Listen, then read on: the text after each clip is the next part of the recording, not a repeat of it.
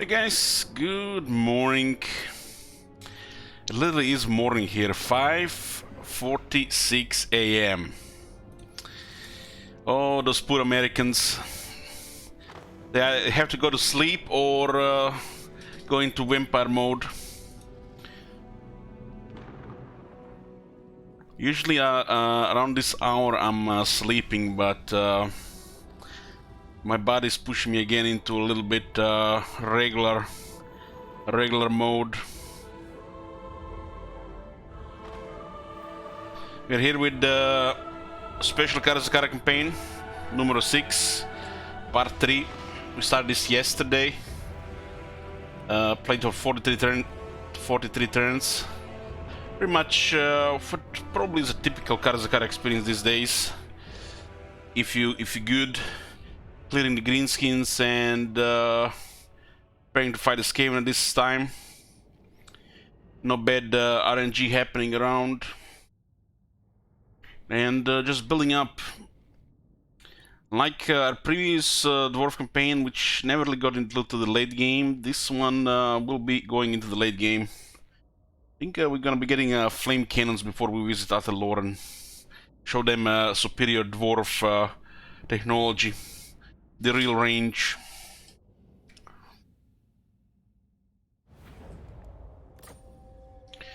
What is going on here? We have 4 provinces, 15 settlements. This is how we look like right now. We got Repeaks, Silver Road, Dead Pass. We got region in the Blood River Valley. We got Western Badlands. We got Elven Colony Port in the Southern Badlands, and we got the capital Marsh of Madness.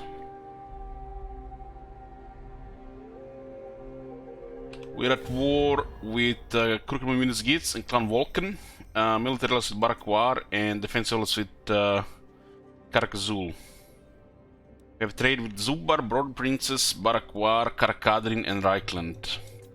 These dwarves of the Black Mountains are angry with us because we are dealing with the Border Princes. Even if we stop dealing with the Border Princes, there's no guarantee they will like us. Karakhin, like Karak Ziflin these days, can roll without any traits, and then all of a sudden, poof, one turn, all traits. Very strange. With the non-dwarf factions, well, let's say the dwarf factions first. With dwarf factions, you're allowed to use all diplomacy available, but with non-dwarf factions, we can only declare war, peace treaty. We can use payments, military access, trade. So we can't use the non-aggression pact or the alliances. We cannot scheme the treaties or join wars. Why is that? Well, Marconus sorted out this campaign. He's the one that requested it.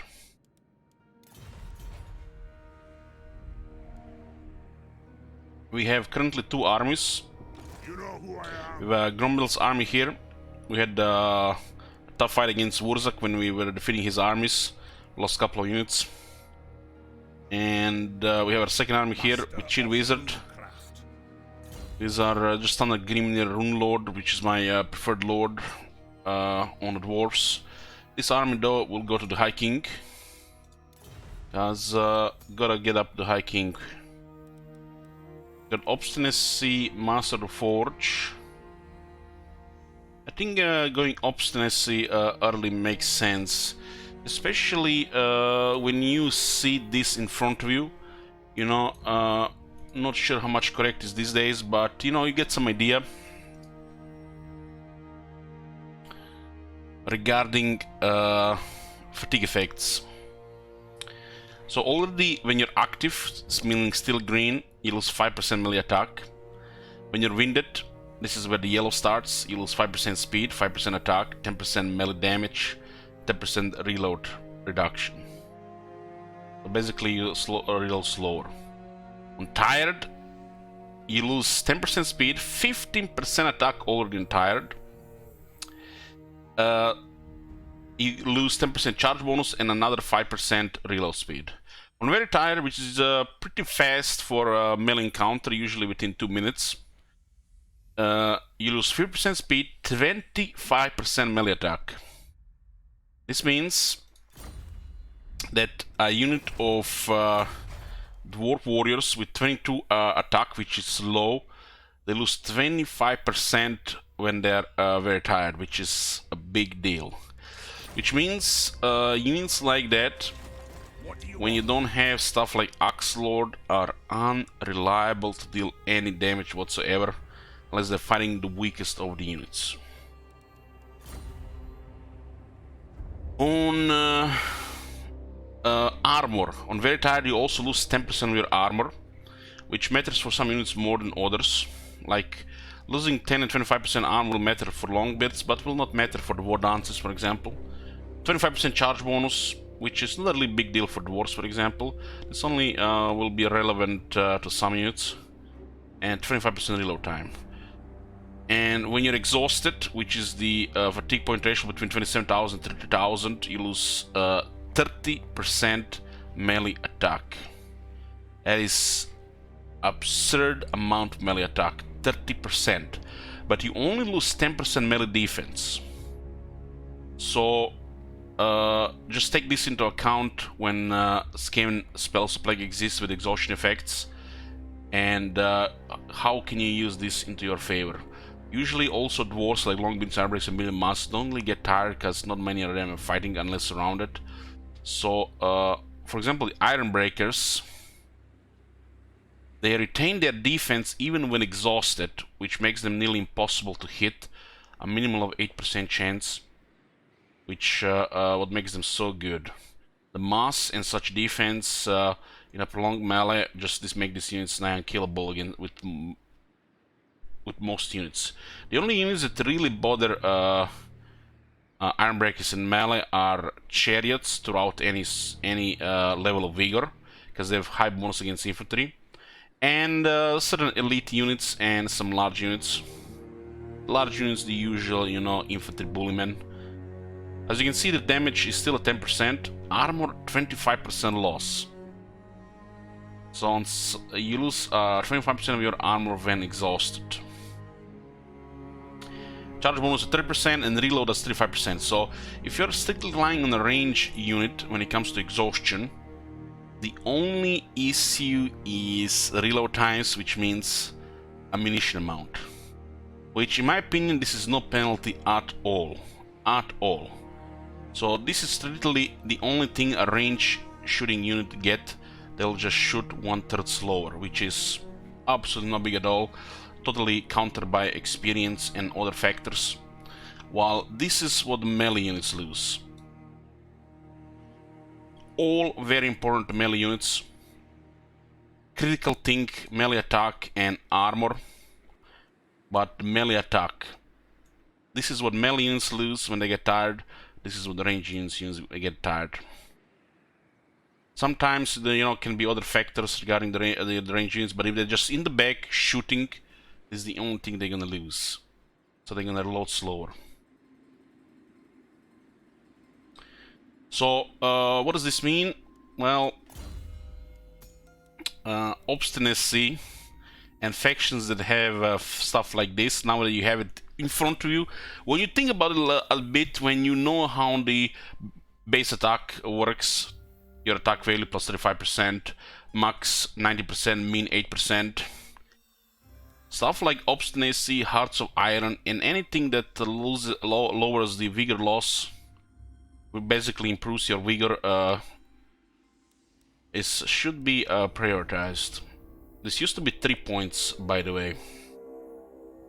Yes, Dark Pact used to be 3 points as well, 15%. Obstinacy used to be 3 points, 15%.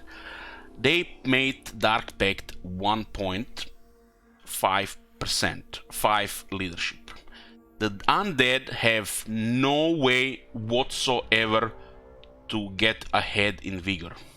Their vigor effects are just called different to go flavor with the magic drain. So undead have no effects whatsoever for vigor reduction. on general area of the game. Meanwhile, dwarves still have 15% vigor loss reduction for 1 point. Don't tell developers. They will find this one eventually. They found Dark Pact. I'm not sure who told them, but they found it.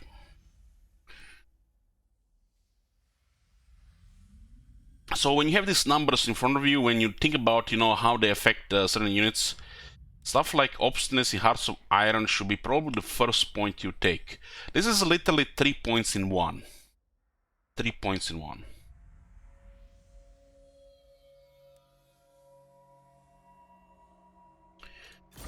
Regarding Dwarf Lords, there is really not much to do here. If you are not very good at the game and you like convenient, play style on Rune Lords and Dwarf Lords, you go for Lightning Strike. I consider the Lightning Strike to be absurd on Dwarf Lords outside Gromberdal. There are definitely campaigns for it, but this thing should be ignored. His campaign skills here are not very good. His campaign here skills here have replenishment, which is hard to get with Dwarves. And the last one is not really special, you will get plenty of archivists and students. If this was renowned and feared, and they had one better skill here, campaign skills would be a good thing. Good thing about this is the Rune Lord, in fact, they want yellow skills. On a Dwarf Lord, you don't want really yellow skills, just overkill. Well, for the Rune Lord, it's very good stuff. There is nothing wrong, going for the Inspiration Leader, but, is it the reason you go there for Lightning Star or Inspiration Leader? Just ask yourself. Okay, so, Rune Lord has a special case. We don't really need Tactician, we don't need Thunder, we're not going for Axe Lord. Axe Lord is kinda overkill. Usually used best for new players or when you're limited. Sometimes you don't want to have it easier time, you like buffing units, you go for Axe Lord. The Axe Lord will not be needed in this campaign. It's nice buffing units, it's nice having reliable units. Axe Lord actually makes Longbeards pretty good, but the Longbeards are blessed by Grungy, which is not a very good skill. If you can get blessed by Grungy, you most likely can get Ironbreakers, because Ironbreakers is probably going to be available sooner than rank 7 Dwarf Warriors or Longbeards. On a Rune Lord, in this case, since we are playing kinda like a regular Dwarf campaign, where we have Big Dick quality tier 3, which is this army here, just missing a Runesmith. I prefer going strictly into the Master Rune Negation, which when used right, just totally, it's like, this is like God mode, having a rune on the battlefield with a Runesmith. It's like fucking God mode. Massive armor, massive debuffs to speed, and ward safe. After this, mix 1 or 2 Runesmiths, and you just type enter God mode, and this rune was announced on the battlefield. You can literally make Slayers be armored, heavily armored, invulnerable to damage for short duration, or any pressure that's created, that's about to be created, can be prevented. Units crippled and shot to death. It's just Rune Lords and Runesmiths are invaluable to the Dwarf army to just show Big Dick on the battlefield and deny any enemy advantage. So in this case, we're just gonna go for Master Rune Negation. This is a campaign we're actually gonna use Rune Lords to the point where we actually get all these skills. Usually in a short campaign you just get the battle skills, but this one, those long campaigns, we'll get to enjoy a lot of skills. I like to open with Master Rune of Steel and Forge Fire. Get 2 points here, unlock this. Then in the order of defense, attack, damage, charge. Charge rune can be removed if you want to equip something else on a Rune Lord. This is one is not recommended to even have equipped. You have to equip it here. This is a shit slot. You can just totally remove this.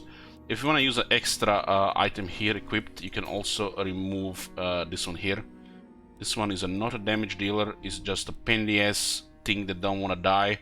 that just buffs the army with additional magic resistance while he gains the extra physical resistance. These things with Grimnir will have very high natural physical resistance, and with the right gear it's just won't die. So depending what you have here, these two are good. This one is okay, well this one is crap. So if you want to have extra stuff here, just remove the charge rune. Stuff like this and this. These things, when they got changed to be usable in a 200 meter radius, this is just like, feel like this is like a taste of things to come. One day we'll be able to use these runes on the units. One day. We destroyed two Skaven armies here, and I guess we can make a move on Karaz-a-Karak. Looks like it's controlled by the clan Vulcan, which means they have access to decent units. And what is it? 2 settlements they have? Yeah, we just totally crushed all their military. Like, murdered them. I suppose so. I'll get on it. Nice. Right into attrition, it's just what I wanted. Barren Wasteland. Karaz-a-Karak, Gladringo-Rakas is where the clan Vulcan is. They currently have no military. The throng is mustered.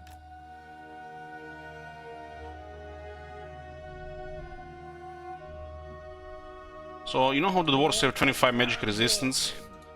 The Anvil of Doom makes the Rune Lord even tougher.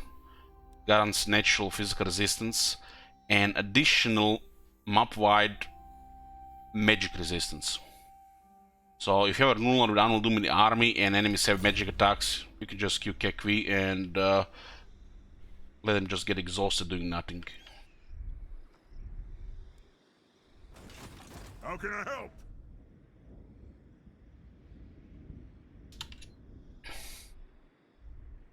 Should send this one around as well. We could update this army a bit. We don't have access to tier 4 yet. It's not really that big deal that these 3 are minors. So we should just go east. It looks like the war with the Skaven is brewing. Clan Vulcan is just the start. The fact that Karak-Zul is still active here is great. Honor to your ancestors. This area should be somewhat stable here. No, we did not really have any enemies here. I am the White Dwarf. Some of these areas will also be rebelling. We have a nice long dwarf campaign ahead of us, and we're all gonna fight various factions, especially the elves. As the campaign progresses, some other factions might start disliking us since some questionable diplomacy will be at hand. So we're gonna fight them too, I guess. Managed to push 186 growth in Silver Road. That is a lot. That is really a lot. I did my best to make sure this this grows this campaign. Been better than the last campaign. And I do not have the heavy quernstones, which is another 10 growth. So we can reach even over 200 growth. Meanwhile, in Repix, we barely have any growth with a growth building and growth commandment. We'll go with Tool Market. This is a little bit confusing. It should say income from industry. And then we have plus 10 growth here. Get tier 3 iron here. We'll lower the upkeeps on Longbeards and Slayers, which we are going to be using. Longbeards for now, Slayers later. This province is starting to make nice money here.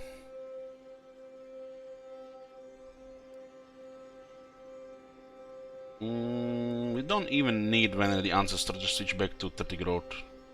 We don't even have tier 3 here yet, and our gold mining can go up to tier 4.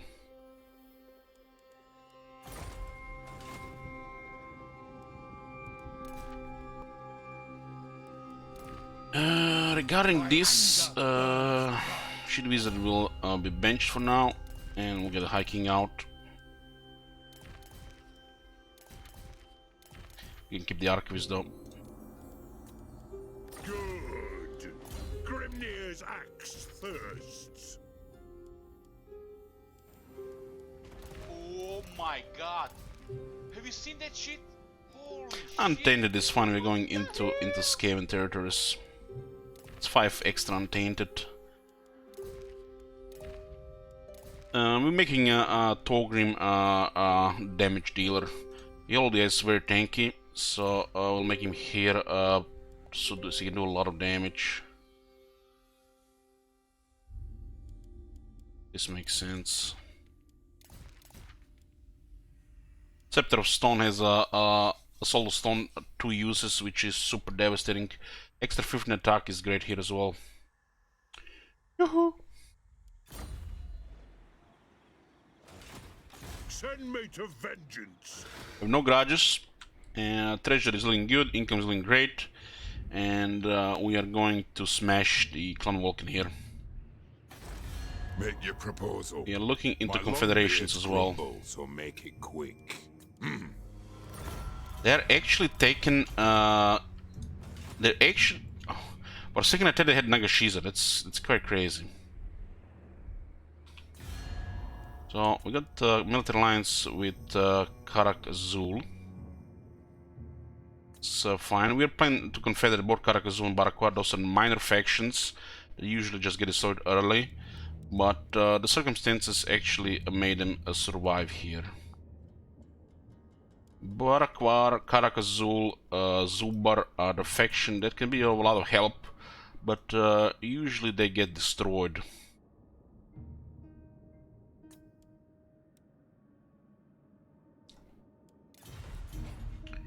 The Emperor situation looking good. Vampires getting overrun. Draika is still there though. Due to the war on emissaries, we're most likely going to retain a friend relationship with the man for a long time. We can use payments, but we can't got no aggression or the alliance. Just check something here. Okay, look at this. Valaya, Grungin, Grimnir, runesmiths. What was our original runesmith again? Valaya, I think. Second best for the army. Okay. Let's get Grimnir for the second army. You summoned me. Grimnir has 5 defense, which is equal 5% ward save if the enemy doesn't have magic attacks. And you get additional 5 attack and defense. This is a pseudo melee expert, which is used for its abilities, usually to deny charge and help with the fighting.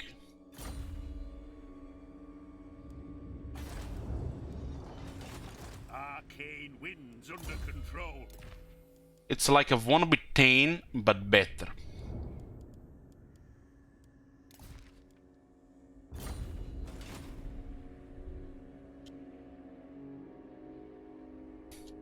But Konos, you want to be a Lord or a Tane in this campaign?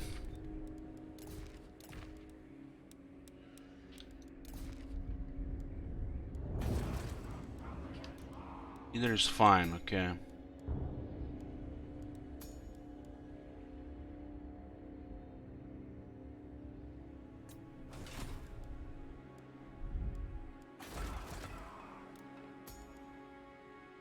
Cunning dwarves, it's kind of like, I don't know. I feel like they should remove half of the state from dwarves, especially like determined.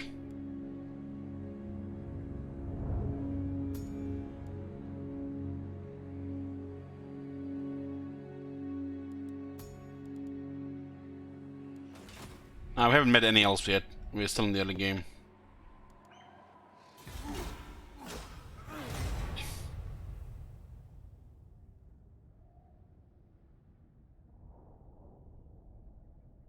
Portal Bar is declare 1 Karak-Azul. Sure.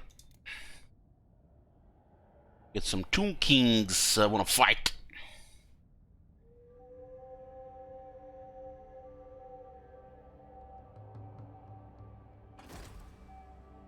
Allowing when minor factions come with risk as they can be targeted, especially if they recently lost their military strength.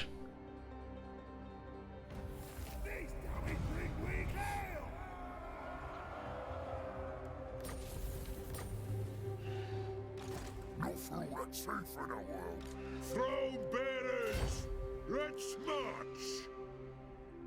I think this is fine here.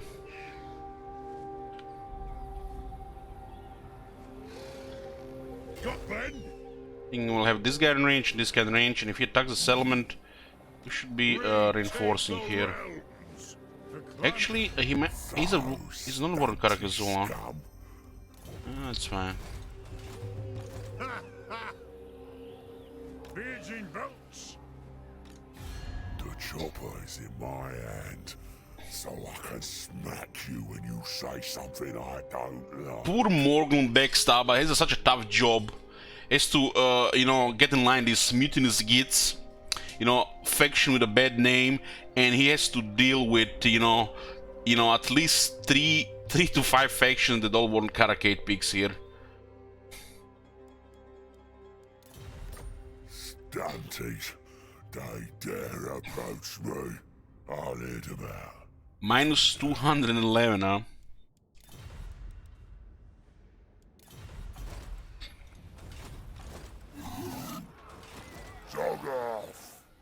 Zogov. So how strong is Kalida currently? High Queen Kalida. She's at war with Last Defenders, Skull Crag, Tir-Tikwa, and she decides it's a good time to declare war on Karak-Azul and the Big Daddy Torgrim here. This one has went crazy. Fucking nuts.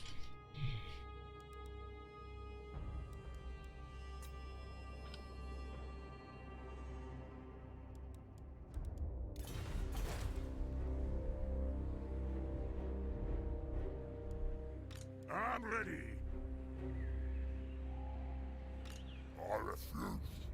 Crumbrindle. Moving out. You can poke into Karak 8 peaks. They might still go around. I You can also tell our boys to attack this.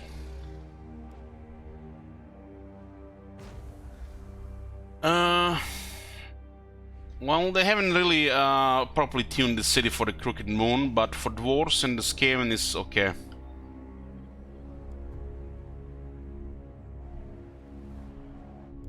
It's supposed to be like a big crossroads underground. One of the also reaches the cities supposedly for dwarves.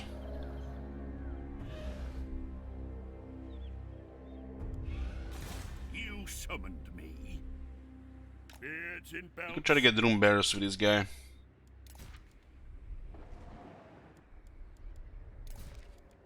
This one will be Bress.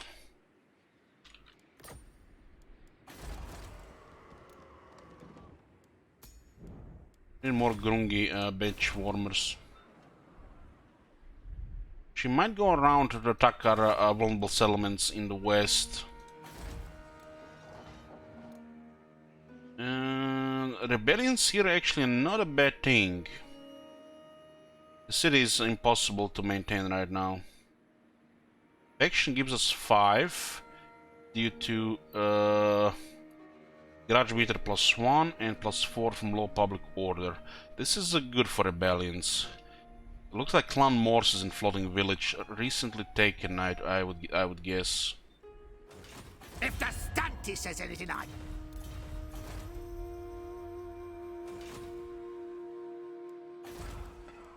So rebellions here are welcome.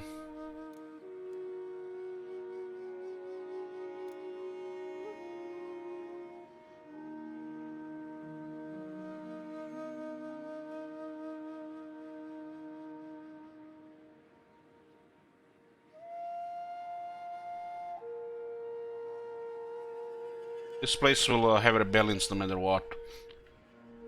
If this place is not corrupted by the vampires and the rebels spawn, they will actually taking attrition.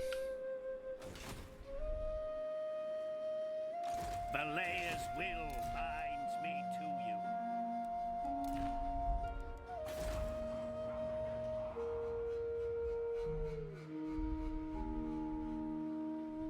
Yoo-hoo. We need to look into confederating these guys. Another top priority would be nice. Look at these guys here. They're really mad at border princes.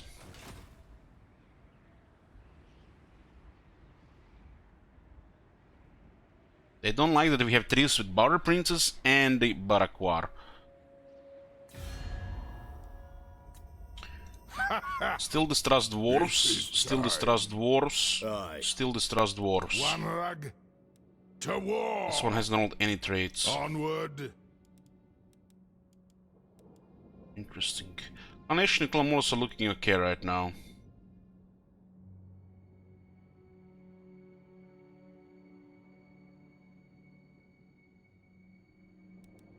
In the lore, the Chaos Dwarves are here.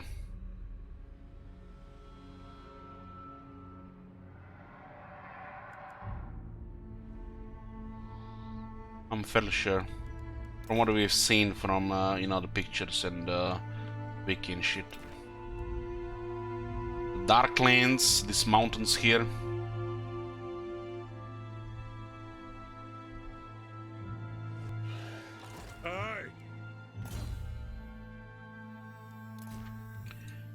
We should get a High King a talisman.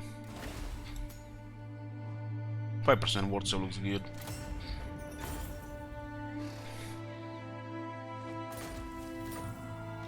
One rug.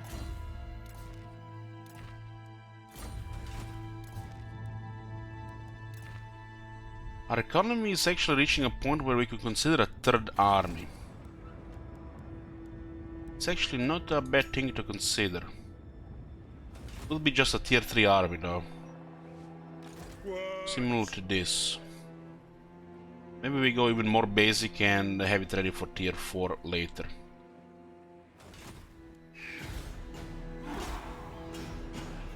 I hope this guy uses the underway and we intercept. We don't have the trait for extra chance to intercept, but looking good since considering the proximity.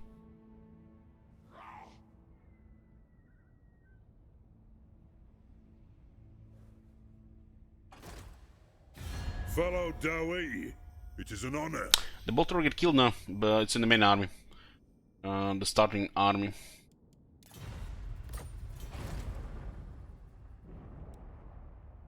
And they went poof.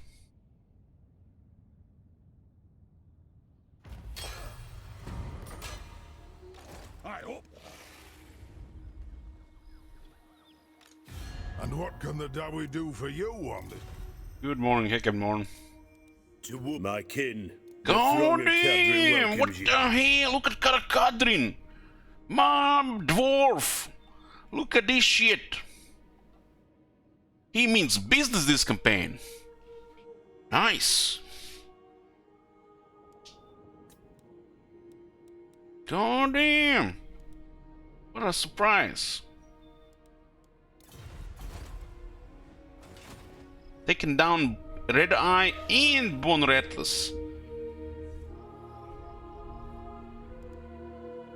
We just pretty much relieve pressure once we do the Bloody Spears. Pretty much the pressure disappears of Zubar and Karakadrin. When the Red Eye is gone, it's pretty much, I feel like 50-50, depending on his composition. Because these usually factions work together to make these minor dwarf factions. Zubar is usually random what's gonna happen, unless you go with Bloody Spears. While Karakadni actually has a chance to thrive, but it's outnumbered 2-1, sometimes even worse, Norsk and the Skaven. Al-Barakwar is not really supposed to survive considering what's happening early, same for Karak-Azul. But we are in the middle of things, so it increases their chances to survive exponentially, really.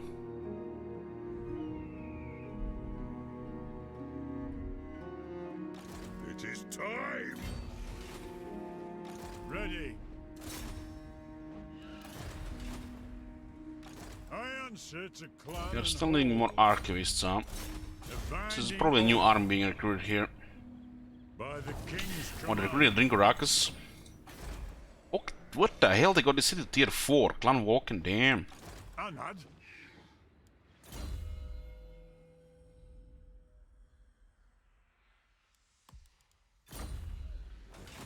Send me to vengeance. This is 20% movement, and this is 75.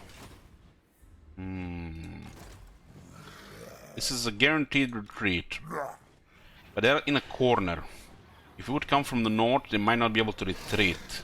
It's not always the same rule. For example, when you attack them here, they can't retreat. Here they might be able to retreat. I think I've seen them retreat here on numerous occasions. Aye? Don't you fret, it's done. This is big money here. There is gems here. Karaz-a-Karak is a very good city to get. And looks like Mist Mountain's been all taken by Khalida. Must have been a ruin. They've been they captured it, and they saw Karak-a-Zul nearby. Lord of the Assassins. Snitch.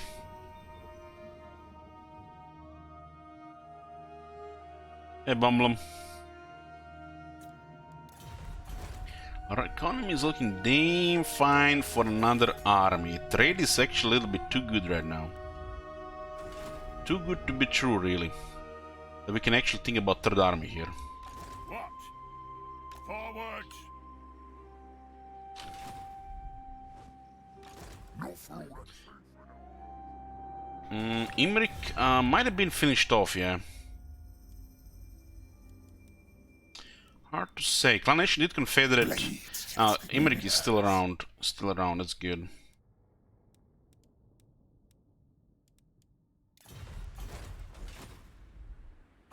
Karak-a-Zul just got tier 4 here. Damn. Barakwar is still tier 3. Thirsts for war.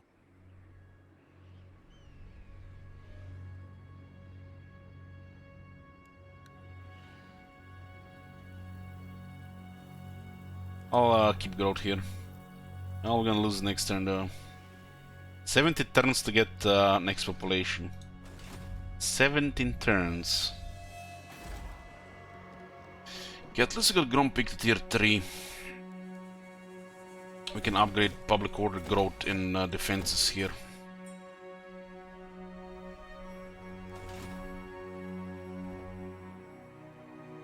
Good. Grimnir's axe. This time we actually had to deal with two armies next to Blake Crag when we attacked Blake Crag early. And he had an army with Clan Vulcan and army with Barakwar. So Grimgar was pretty strong when we attacked. Sometimes you just have to fight the biggest guy and just smack him. And that's how we beat the next biggest guy. Throne bearers. Let's march. I think this is just a retreat here. It's kind of pointless. So we'll go take Karak-a-Karak here. It's a nice big prize of this area. We'll be able to build tier 3 garrison here. Tier 3 garrison is good shit. Because if I miss a turn here, they might get their walls here. To war.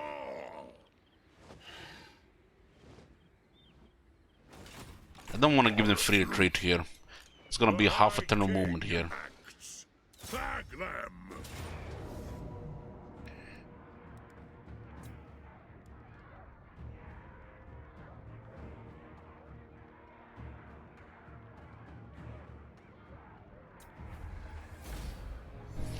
Okay. Ooh, nice. We got some old gold.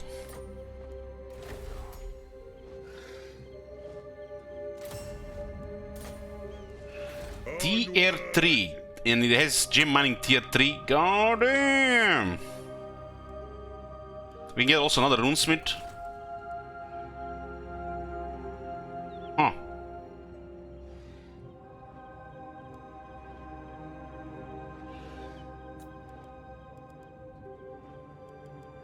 I'm gonna get immediately. I'll take Valaya and we'll remove the armory. We need the walls here.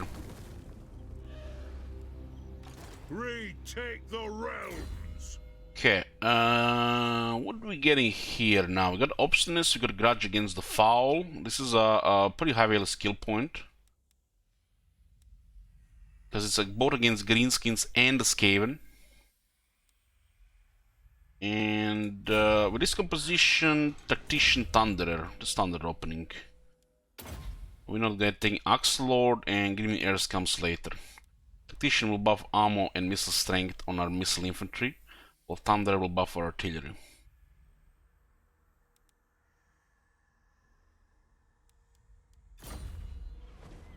Replenishment looking good. And this is tier 5, damn. What? We got Taskmaster here. We got Taskmaster, we got Pathfinder too. Oh, not Taskmaster. We're missing 5% movement and 5% line of sight. So we'll march straight here. There's a good probability this will get besieged though. What do you want?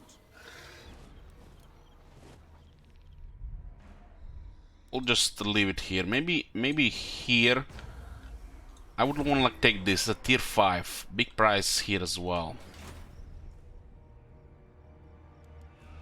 The runes are ready. Yes? What's your orders? I'll name this one here. I'll name him Bumbalum. I find it easy to track characters when they're all named. That Durtu campaign, we had all these characters, Mambo Jumbo, Mambo Jumbo, Mambo Jumbo, 3 have the same name. I have no idea who the fuck they are.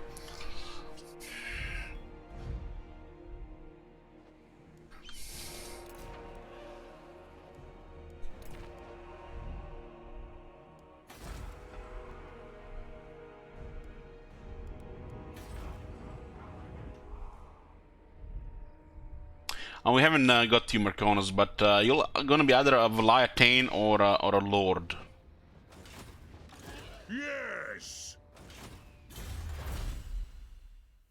Okay, let's get 10 growth here. Happy with my military techs right now.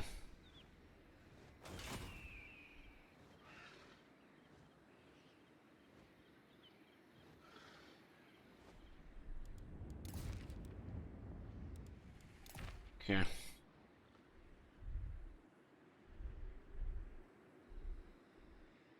It's really good that Clan Morse is not holding Galbaras, but they're holding Karak-Zorn. God damn.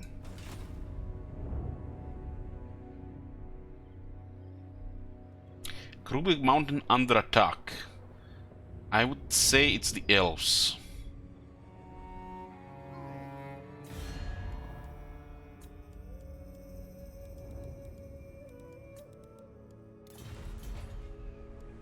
$6,500 income, Our trade went from 3,900 to nearly 4,500 since we got more gems, which is enough to get a third army. We just need to wait for Shit Wizard to come back.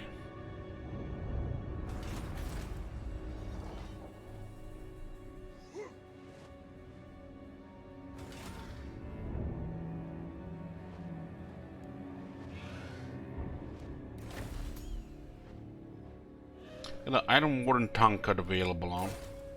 Throw bearers! Let's march! This is what, 9 Longbeards, we don't need 9. If you're gonna merge, make sure the rank 5 survives, right? How do we do that? Merge these two first.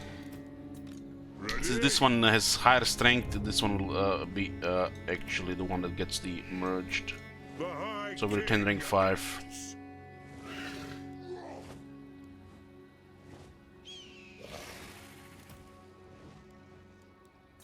Since we're putting a runesmith in the army, 8 longbirds is enough. It's good to have some reserve. You never know when they're gonna get killed. Don't really need more than 5 or 6. 4 is usually what you need for a standard formation, and 2 are in the reserve, depending what you're gonna fight, and you never know what's gonna happen to the rest of them eventually. So usually reserve, but allows you to deploy some wider formations. It'd be much better if like this was like Giant Slayers.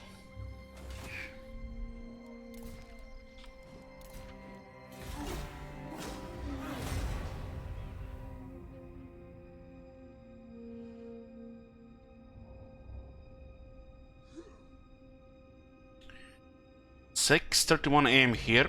Gonna be a couple of interruptions. One actually is happening right now.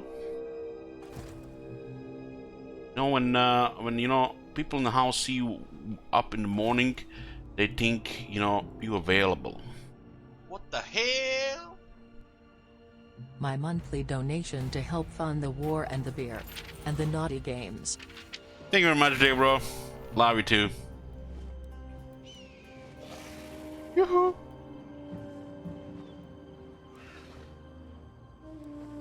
5 turns. We'll start recruiting this, so this is good. I think I'm gonna get a third early army. Met the Knights of Kalador.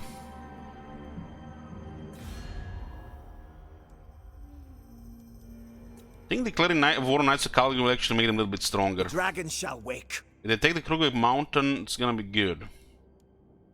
We have to declare war on all the elves and never peace. The power and the glory of Kalador bids you welcome.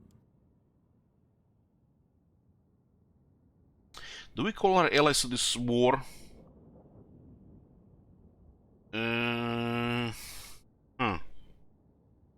It's interesting.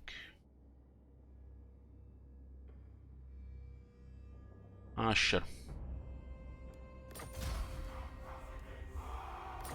I need to take a short break, boys. See you in a bit. bearers, let's march!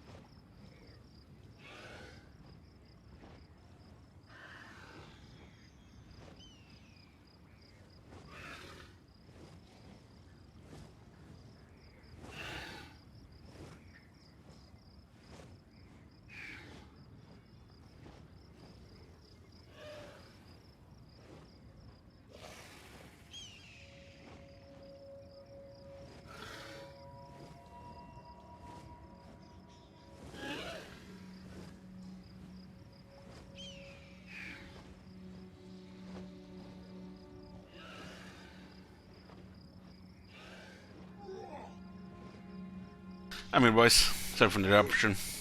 It's probably gonna be first out of like 3 interruptions this morning. Okay. One rug. Nice, the Barkwar didn't make a move here. Very nice. They have 4 armies, huh? Aye. Let's hear what you have to say. Barakwar rank 3. Oh my god. Have you seen that shit? Holy shit. You guys remember we have every now and then people here saying how when the player allies with somebody, they are weaker. Weaker economy, weaker auto result and stuff like that. Yep. Barakwar, rank 3. They are not fucking around.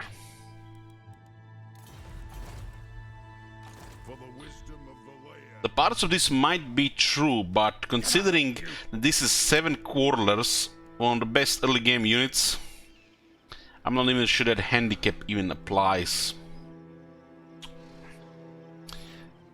Yoo-hoo. Good morning, Liver. It is time. Ah. Fine. This way looks better. I have the forge fires glowing. Nothing to do here. Let's go. They're recruiting armies here. What? Well, make sure they don't go around, well, because we have 2 heroes here. Yes. Yes. I agree. Onward. Could be a lot of them here, but they've definitely started recruiting again. The High King acts. We're getting the gate here, upgrading the walls. This place is gonna make us rich. Definitely makes sense to get a 3rd army. We could delay it for the construction, but looks good. Shield Wizard is back in 2 turns.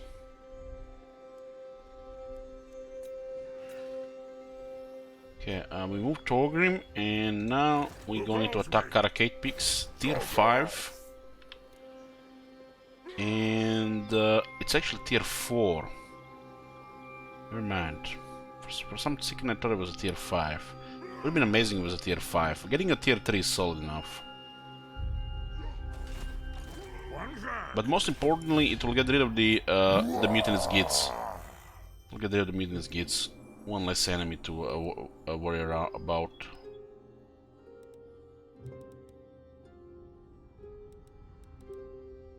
So, and what can the Dowie do for you? Well, available confederation with Karaz-a-Karak. For the Their city just hit tier 4. And they just lost 2 settlements on the looks of it. They can still buy us some time against what's coming from the east. And it looks like it's Clan Ashen. The Confederate Karak-a-Karak Clan Ashen might immediately declare war on us, or they're just gonna slaughter the Imrik. This very much opens the front to the east. I think we don't want to confederate as long as these guys are here. If Clan Ashen threatens the capital, then we'll consider it. They can still do something here.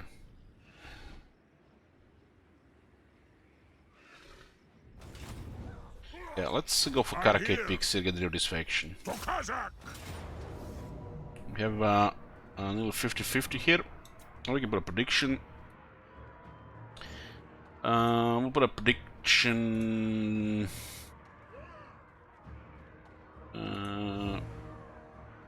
Blue for close victory, red for order. And lightning strike here to lower their leadership a bit. The garrison is really nothing special, pretty much win on the walls. And we can totally devastate their towers.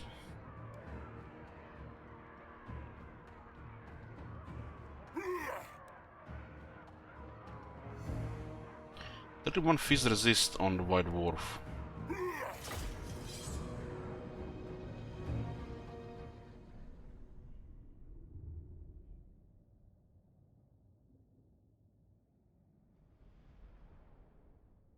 It's a curious thing, you know. I've been watching a lot of Thor. What the hell did just jump the loading screen there?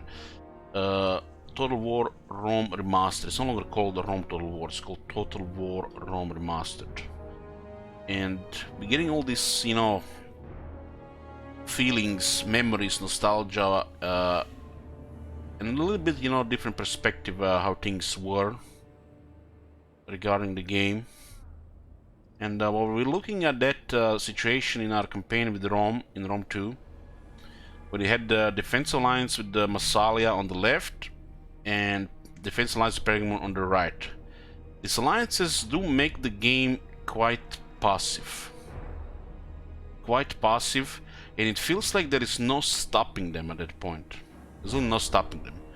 And it comes to the point where you kind of feel like you have a regret that you actually allied these factions. And it starts to feel like you're all of a sudden in a rush to grab territories before your allies will get them.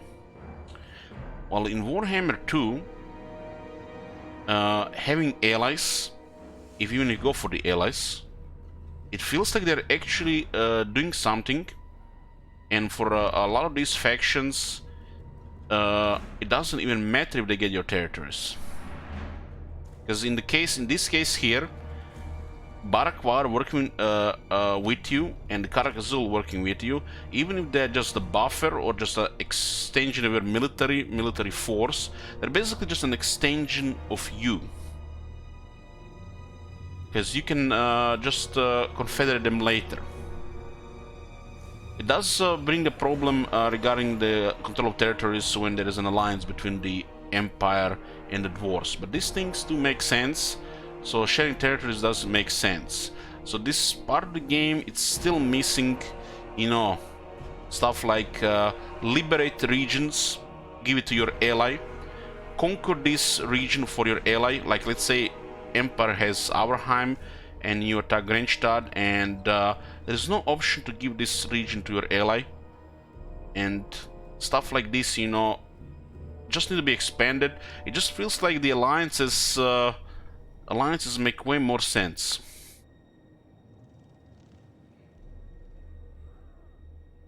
It doesn't feel like, you know, just in like you guys are later regretting if they're doing well, because you could have just fought them. Because, you know, in Rome 2 and the other games, it doesn't feel like it's a fight between good and evil, while here it kind of, you know, sometimes feels like that. Sometimes you being the good or you being the evil, or, you know, everybody has their version of, you know, evil. So you have order versus chaos instead, right?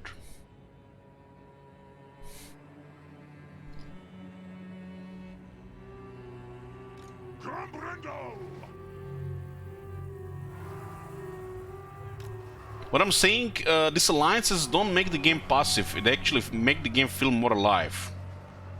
And I feel like in Rome 2 they failed with this feeling that the game is actually alive while they were getting alliances. It feels like there's somebody just competing with you to grab more territories than you.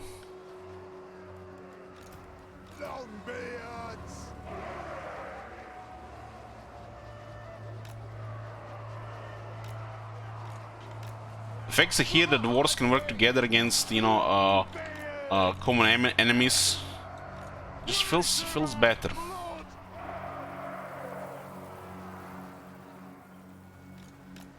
Oh, by the way, I checked Legends. Played a little bit Egypt in Rome Remastered, and he had like a 155 public order percentage, so people were happy. And he had a rebellion 2 turns in a row. Yes, they still didn't fix this shit. The rebels just spawn randomly, even if people are happy. One of my first things that I would do if I would just making the light version of the modded game, I would just make sure the rebellions spawn 10 times as less in the files. Why did they do not correct these things? Why are rebels spawning if people are happy?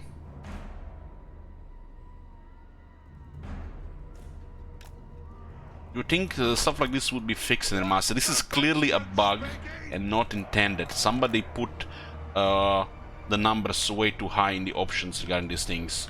And that was, I remember back in the day, a topic that was discussing this, and everybody was baffled why they did this. It's almost like they added an extra number by mistake. So yes, you are getting remastered bugs, which are probably not even considered by the bugs at the time, since you know, games back then would get an update 2-3 and like that's it. It was not like nobody to test them, to really, you know, give input. They would just pretty much you know, do half-ass them.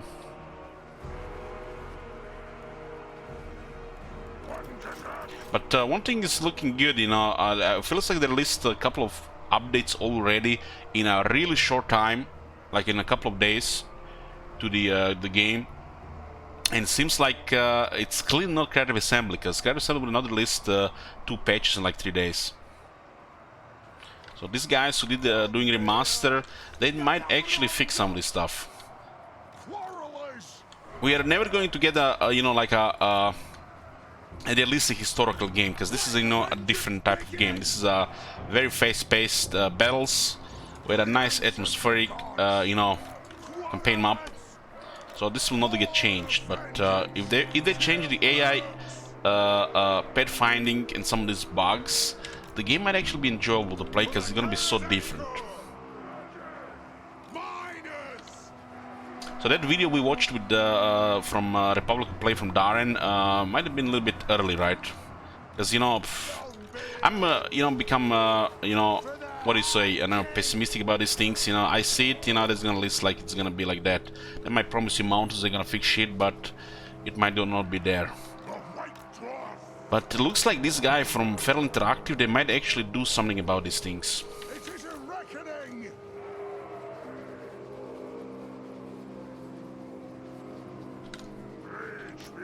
So we might enjoy nice soundtracks and atmosphere of Total War Rome remastered without, you know, losing brain cells.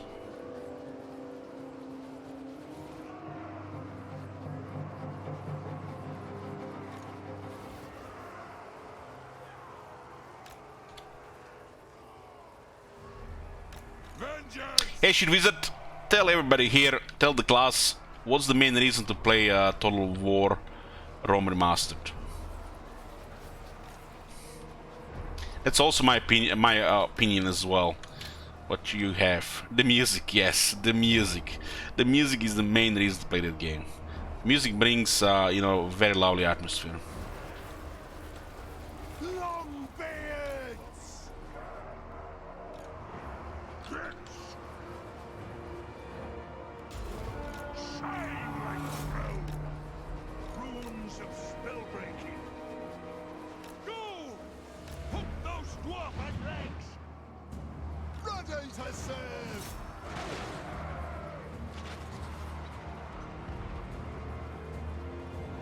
Is it time? Just time! Power of the ancestors! Nine moments!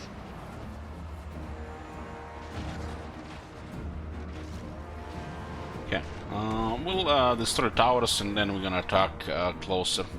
Longbirds can go on the wall, no problem.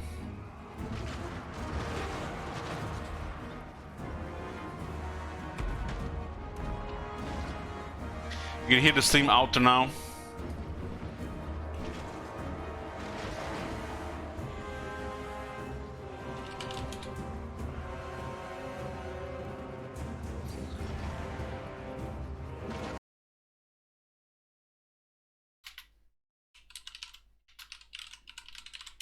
What was it?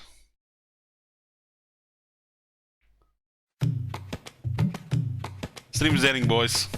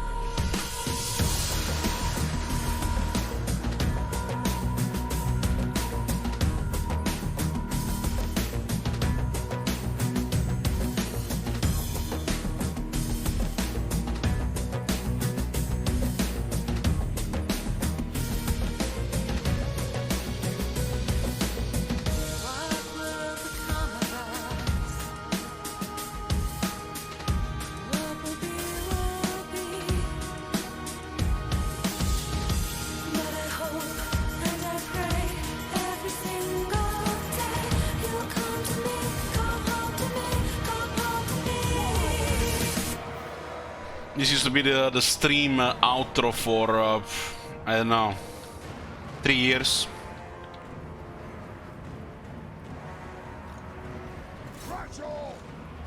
It's the credits song of Total War. I think it's safe to play it since it's in-game music, made just for the video game.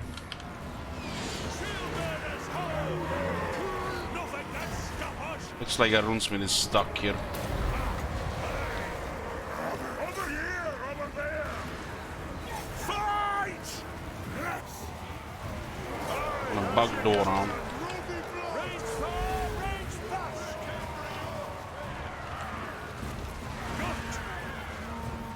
Strike out! Come on, guys! Don't let the runesmith die because of this shit. To the forge! Charge! Dwarf and might! As you say!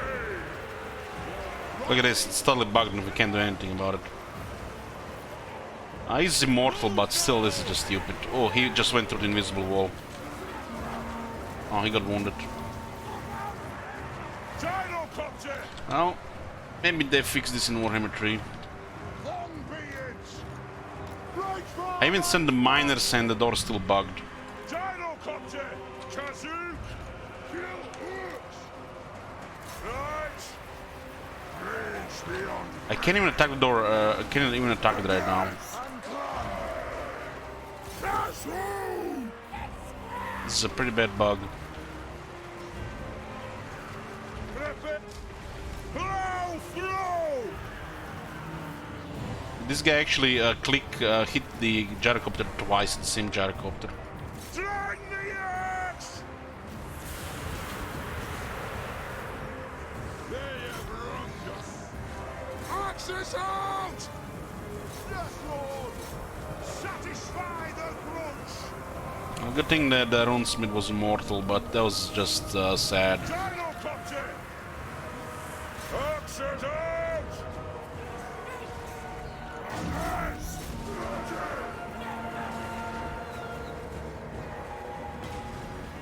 Why would they open the door if I'm attacking it? You can, by the way, use this this bug against the AI as well. Long beards! It works the same way. Yes! Honored! Yes! Vengeance!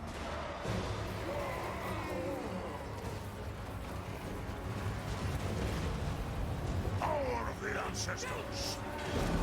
Fast as you're able! It's about pet finding and inputs given, even if they're not gonna be used. They'll sing songs of this!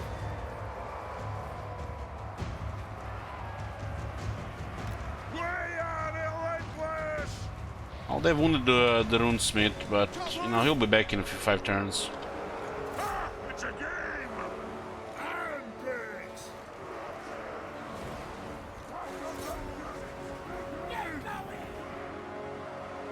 Taking unnecessary damage here because of this door. Move! Range far, range fast! I shall! Anu!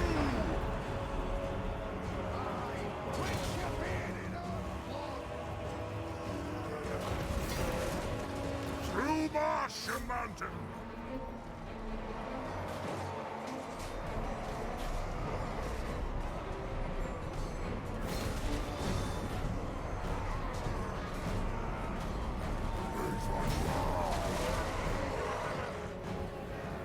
Is it time? It should still be decisive though.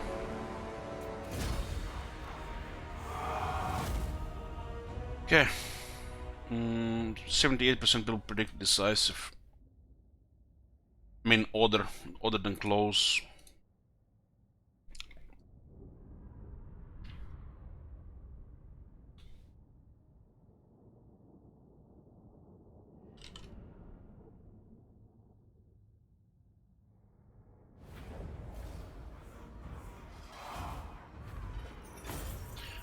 Bloody Paladin got wounded.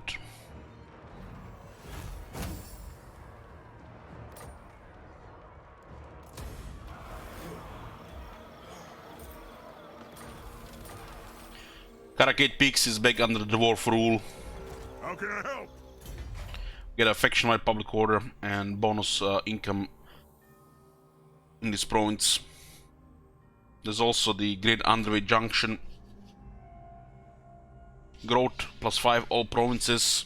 Cheaper iron breakers all armies. And additional income in garrison. Should probably get a Grungi here for sorting this stuff out. The White Dwarf. What about the current setup? Double grow building. Gate. Holy shit, it's actually snowing outside. It's April. First week of April, it's snowing outside. There's like no snow before. It's like, man, the climate is so fucked.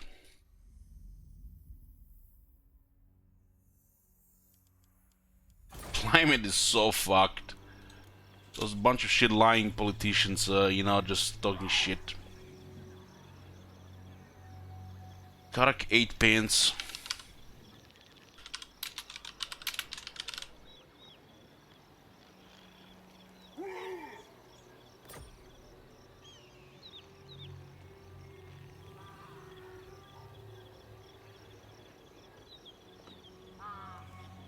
You know who I am? Where's the land? The dwarfs need me. How can I help? So what do we set here? Double growth gate. Double growth gate, yeah, makes sense. 1, 2, 3, 4. The junction can wait one turn, right? Yeah, there's no downside right now to wait one turn. Then we'll get Grungi and build all 4 in the same turn. It is time. Okay, let's see. Veteran battle skills, Dawi firepower. Get missile resistance, missile strength, idle time reduction for our missile infantry and flying units. This one makes the brimstone guns really good. Grumbrindle. I am the White Dwarf. There's actually no downside to get this one immediately.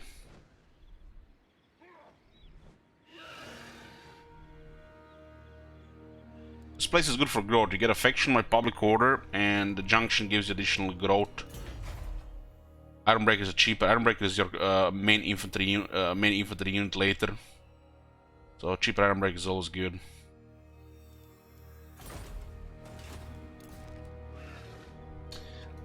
Having 2 gem mining buildings tier 3 or higher also reduces the upkeep on the iron breakers, which is great. This is gonna be 11% upkeep reduction to iron breakers just from Karak 8 Pants, Karaz-a-Karak and Dwarf Fortress.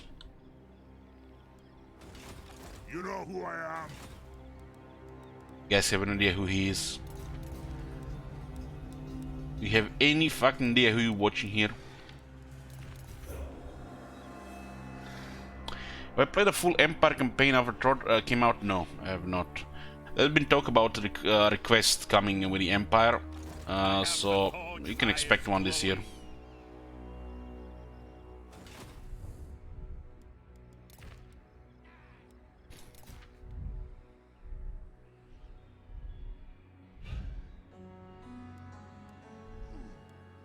An ant.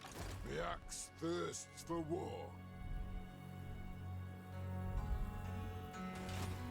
The Sound of the Barak War actually looked good, especially as they get free experience.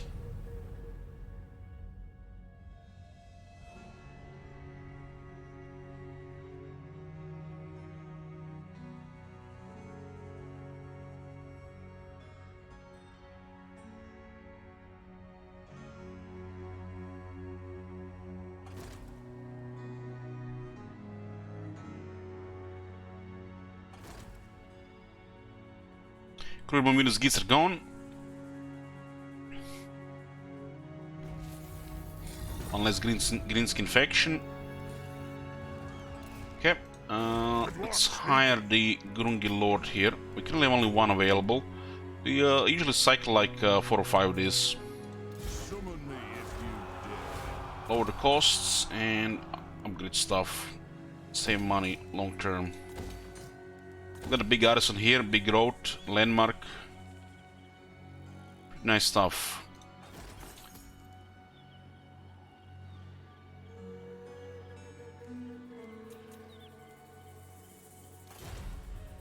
Let us begin. My axe thirsts for war. There's the archivist stone. Nice.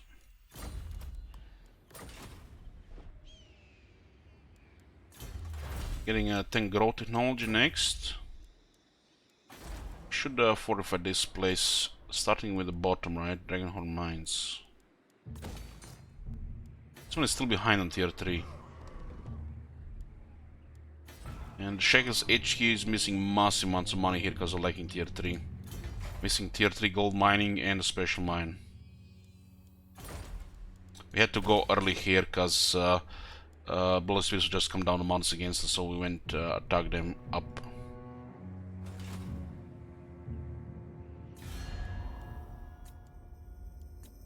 You wonder what the Empire is going to do when they run out of enemies since no chaos? It'll be interesting to see for sure. We currently have 28 relations to the Empire. Great power penalty will start lowering things down. Currently 27 from treaties, trade and the military access.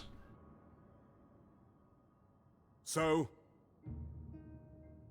We cannot join war, their war, but we can declare war on their enemies.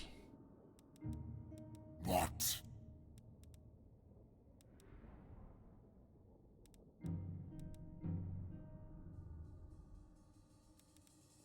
One rag? Still haven't taken Karak-Dromer. Ready? Are we from another hole?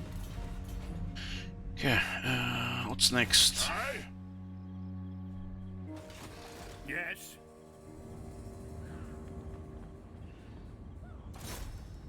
It shall be done. I'm gonna student, nice.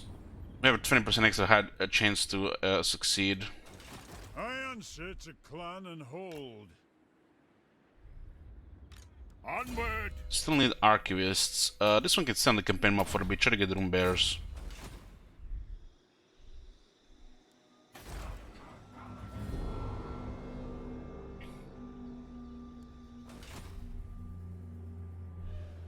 Taking Matorka back now.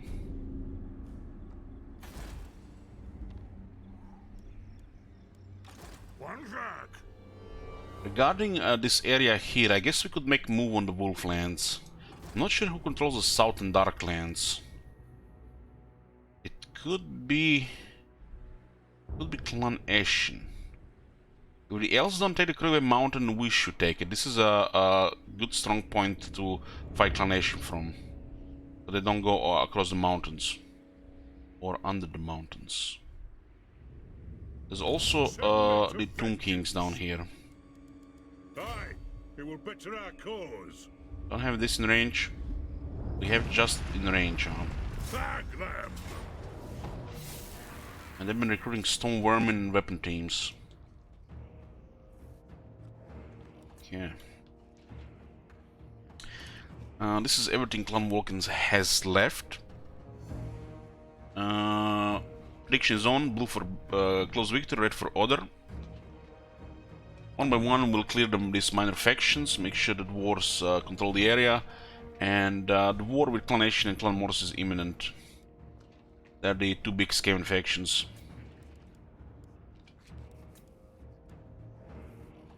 They have 40 power here. 2 guys with Warp Lightning, 2 chieftains and a warlord. We are actually not gonna be fighting underground here, outside the settlement.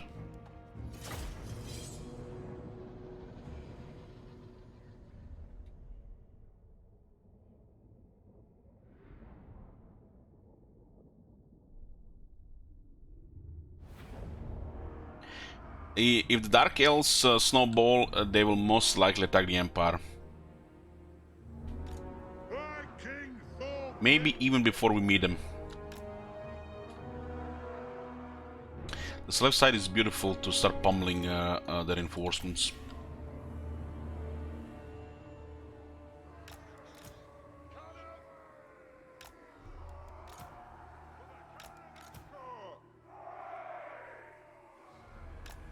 We'll do some long-range shooting here.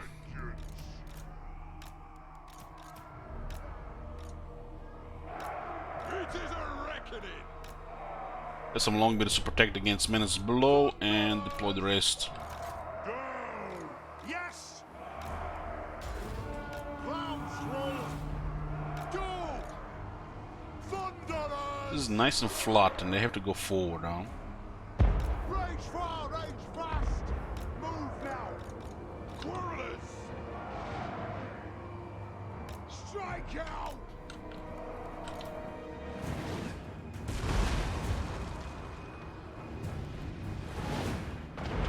War machine ready!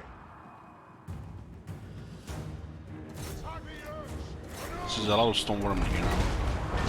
Axes out! Longbeards! For the High King!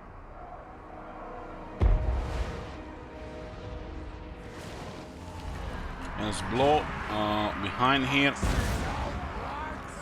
Dwarfs, ready axes!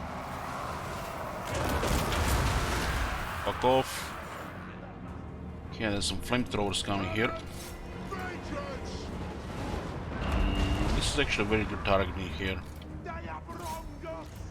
Bring the axe! Longbeard! We clear this side here. Aye. Understood! Dwarfs, ready axes! Come on! Cannon! Can I get hit by those things there?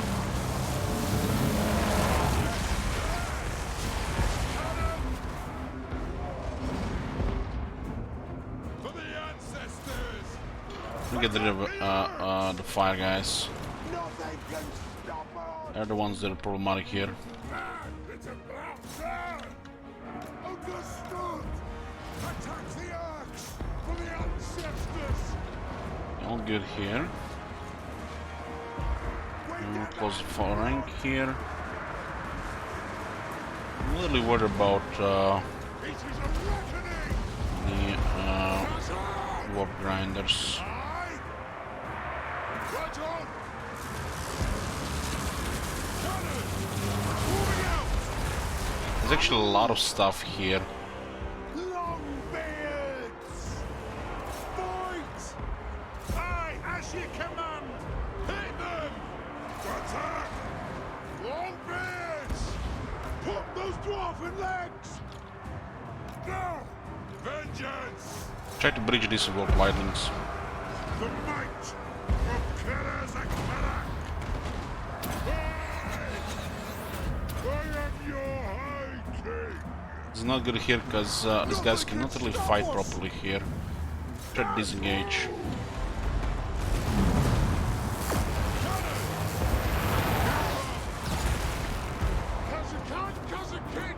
So the cannons go around. It's a chieftain. Yes, yes! Cattle! All good here. Longbeard! So Warlord is slowly going down. Thunder should be able to clear him. Dorgan is getting hit by two guys here now. What's the second one? It's a Warlord. Thunderers! The clans unite! Should we back? Hadouken! Nobody move here, and we can just fire them in here. It is a reckoning! All have wronged us! Have at them! Okay, one of their guys is down. These guys couldn't beat Torgrim. Cannon! Ready to strike! Just shoot here. Fight! Vengeance! All those dwarven legs! Find your targets! Understood. Let's be Warp lightning did most of the damage. They literally can't fight the longbeards with this stuff, but we can easily counter everything else. We demand blood! Ready to strike? as you command.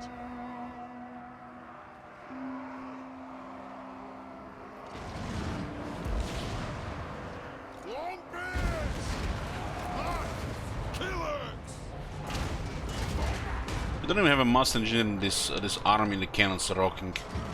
Longbeards!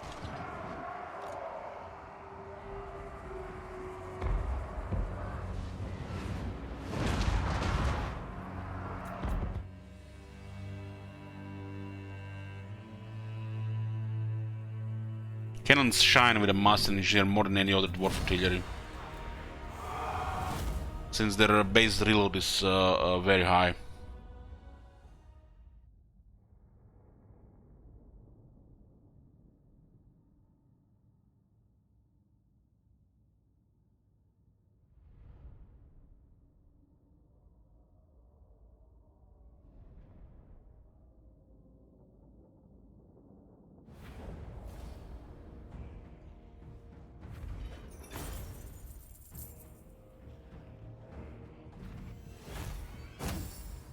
They lost most of the stuff here. The chieftains have fled. They tried to fight Torgrim. They actually damaged Torgrim, but Torgrim was building them up.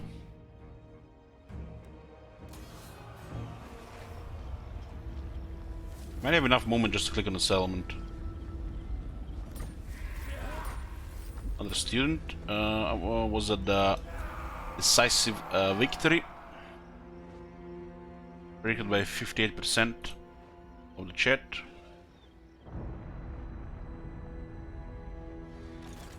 Oh, this is just perfect. A tactician point here. I'll take that. Good night.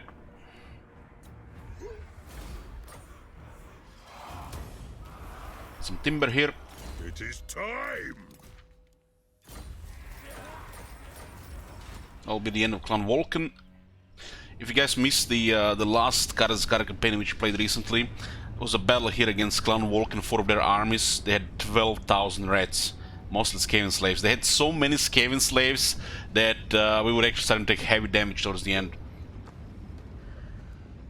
What?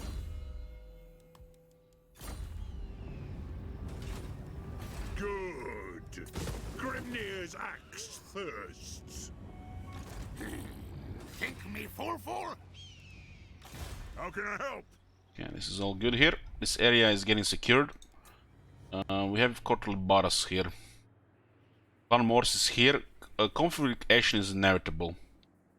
We could join the war by... My throne stands We could ready. join the war Do here. not disappoint. Are they allied with anybody? They're not allied with anybody. But we're also at war with the High Elves here at the same time. Grumbrindle!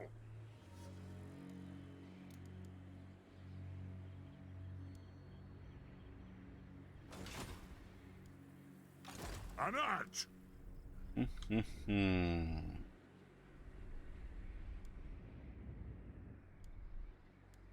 Our enemies shall tremble! Let's poke here what's going on the other side. You summoned me. This one is going to the High King. Moving. And continue with the growth technology. This thing will be up in 2 turns. I will think we use Thorgrim to fight the Tomb Kings. We do have a couple of the Blight Water, so Misty Mountain is okay.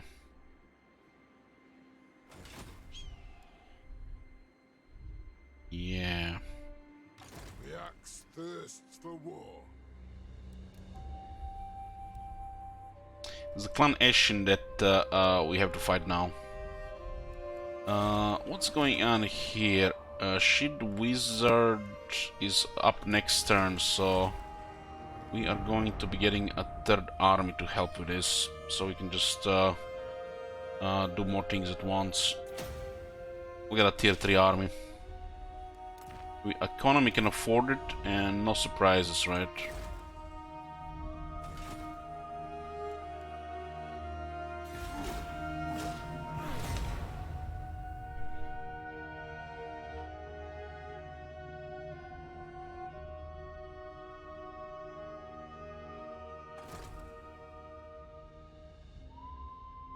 Kalida is going across the mountains. What? By auto-resolve here, we all lose about half our brain cells, so we have to unfortunately go into this battle. These units would have do next to no damage, would kill over 200 dwarves here.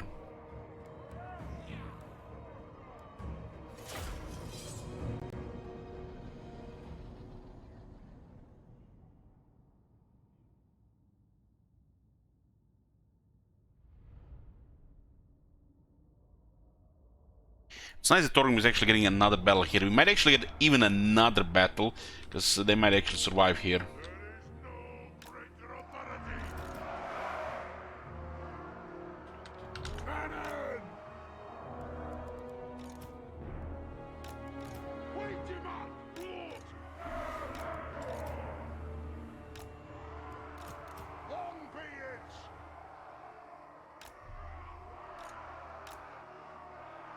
War of vengeance!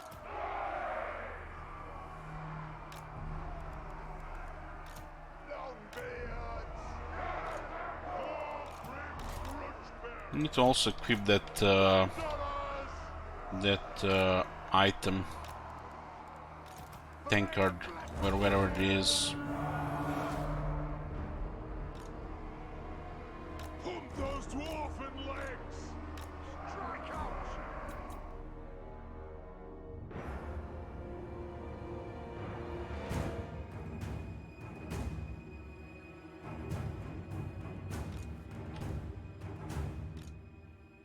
They'll actually directly took the guns here.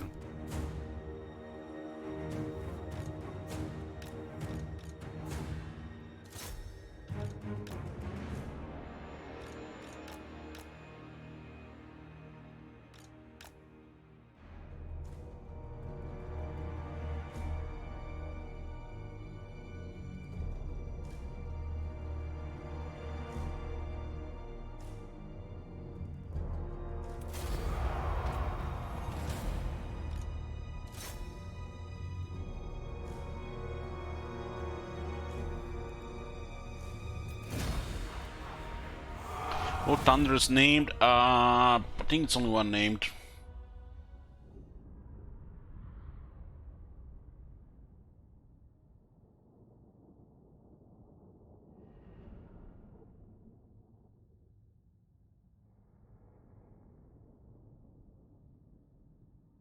Let me check.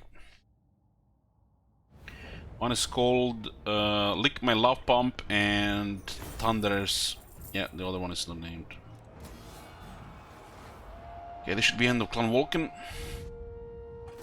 We have a random war with Kalida, but we can also go for the Ashen. We can call Barakwat this war as well. Ghost Rush for 3k. This is a lower guard right now. We don't really need money, so we'll just safeguard. So what is this? The world looked on in horror as the vast swept over its doomed victims, all shuddered in fear of being the next to suffer this cruel fate. Who? Where? What? What the shit? Who? Where's the war? The Greenskin's all dead. What the? What the hell is going on? Is that the war on Ultron? No fucking way, man. What the hell is that shit? Imagine we find Ultron, it's all under control by Grom and his gobos.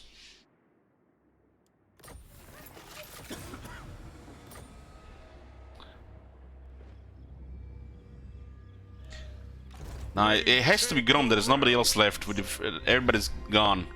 Has to be Grom. One rug! Imagine this campaign where we're actually going against the elves, Grom actually smashed Ultron. Like 1 in 100.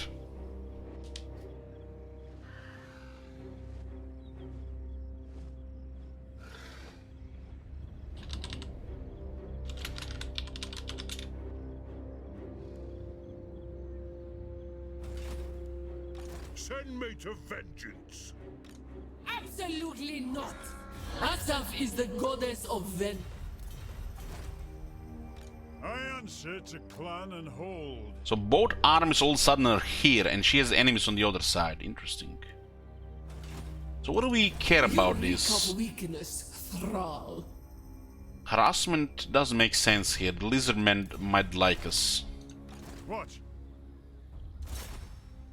If we start harassing her with heroes, meaning that peace will be harder to get.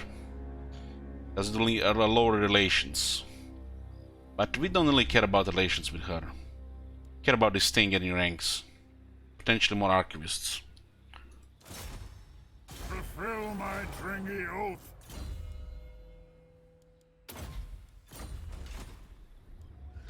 I have the forge fires glowing. Agreed. I've cast the runes.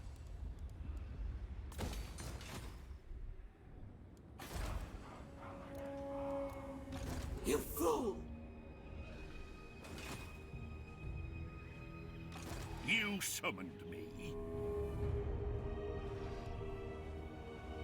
Forward!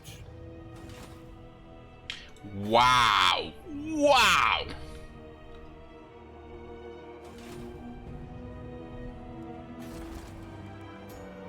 He did it. I'm ready. My anger burns bright.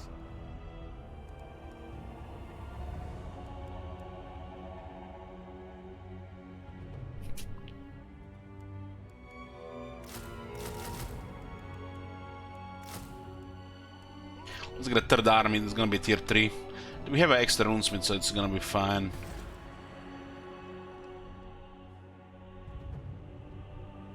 How can I help?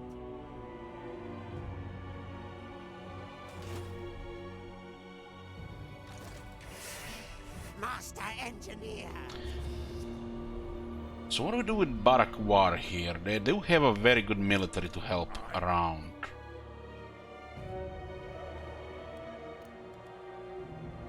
Let me go take the Krugway Mountain. We are also moving there ourselves.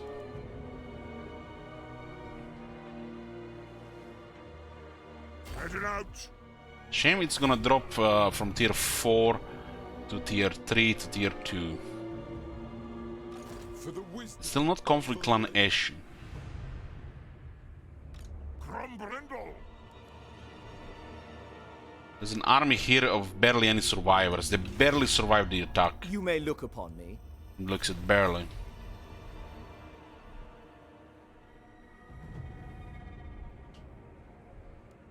Ready. Dringorakas into Brinch Raskrak. Bringer Askrak.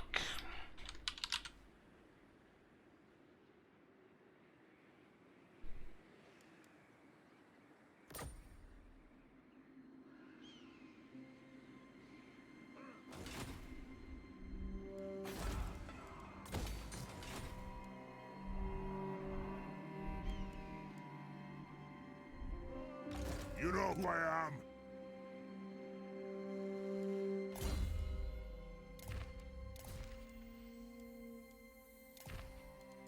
What the?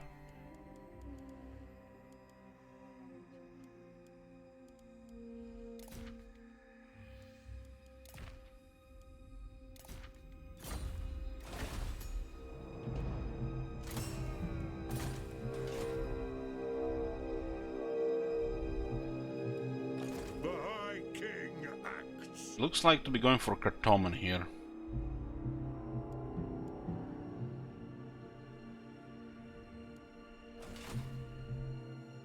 The axe thirsts for war. Throne bearers. Let's march. Don't have any stance stuff here. Good. Grimnir's axe This is thirsts. part of Eastern Badlands. Aha. Send me to vengeance. I think we get a wall here next. I will get this lost. This one and the other one takes a little bit longer to go up. Get the tier 3 gold up and running. We're gonna need the income after we get the third army running. Retake the realm. Hard to say what to do here. The runes are cast. She really is sending stuff north.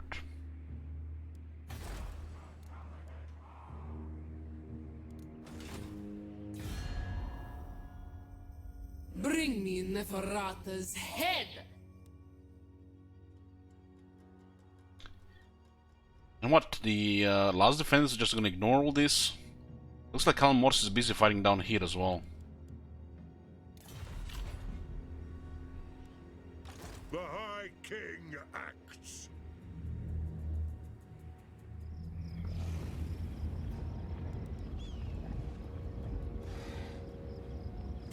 Good. Grimnir's axe first. Yeah, what do we get next here?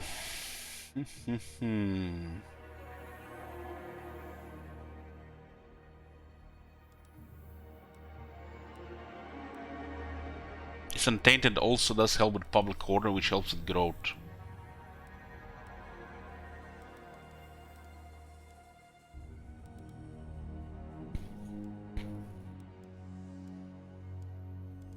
I'll start with some melee stuff. Gonna need some of these stakes ahead.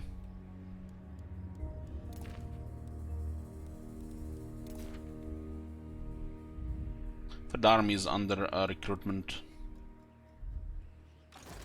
Aye. I feel Let's hear we what should you have to declare war on say. Clan We'll hear Ashen it. at the same time. What? Come, kin. Let us feast and drink. Aye. We have a quite nice trade. A little bit too nice at this stage. 5,200. Mostly with dwarves.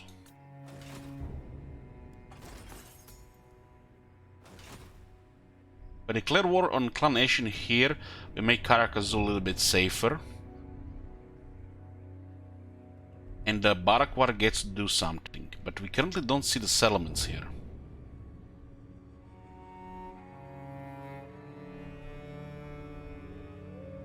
I have a strong feeling Barakwar will declare war on somebody else if we don't do it right now. Snitch, yes.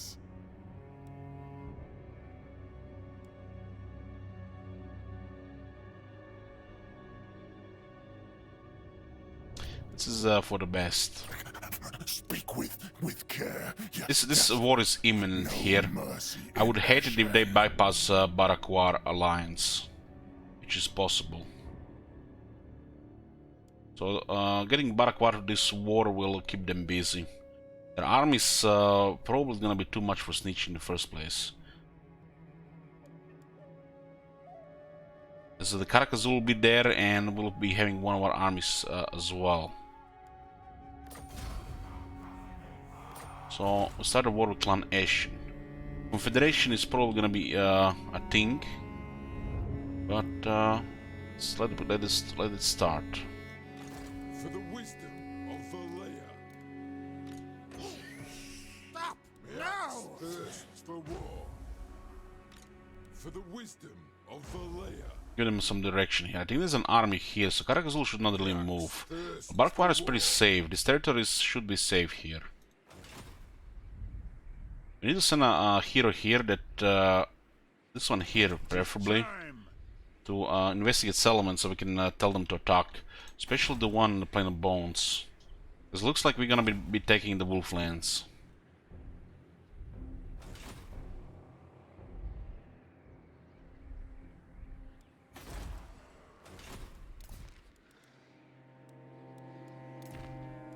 This is the strongest I've ever seen Barakwar. Well, yeah.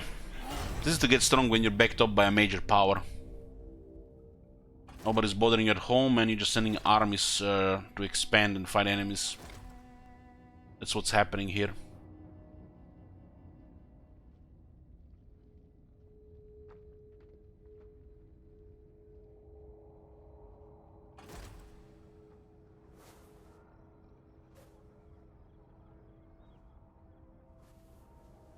Allies are actually really nice to have against Clan Ashen and Clan Morse, so we overwhelm them with military. With 3 armies you can minimize all the whack-a-moling, Borgor, but when we have allies you basically just aggro them. I am the White Dwarf. Far beneath an archmage. Looks like they're taking heavy damage here.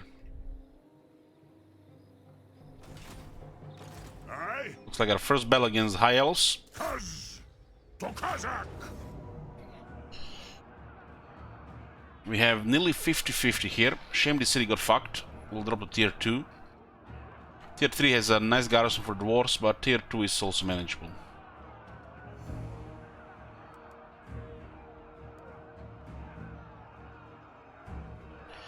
If you're wondering what's special about Gromberdal regarding the elves, all armies get 20% weapon strength when fighting against elves.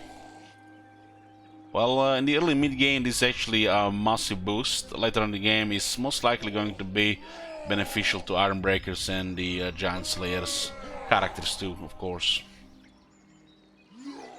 Fight! But early on it's actually quite a boost.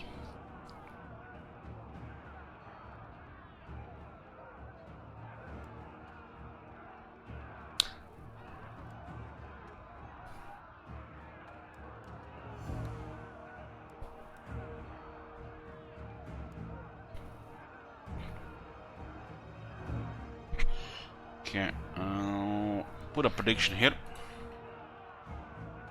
Close blue, red order.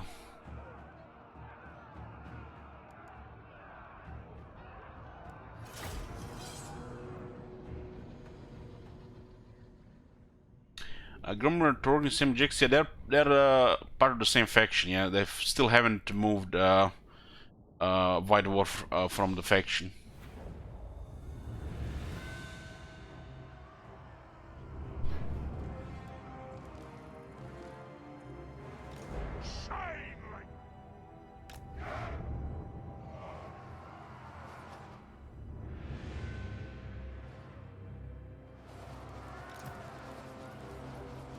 Let's start shooting!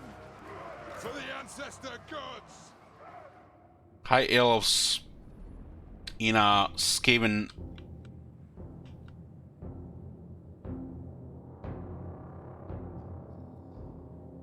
I don't even know what the fuck this is. Skaven walls on a greenskin settlement. It's a fallen dwarf hold, but it has Skaven walls.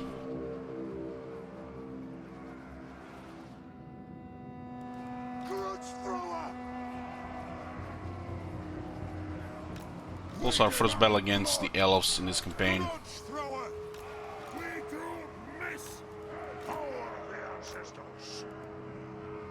Should probably just shoot the left one first, since it's gonna be tanked. Miners! For the High King! Gyrocopter! Longbeards! Barracks ready! By my beard! Grudge thrower! Charge! It's just Range far, range fast!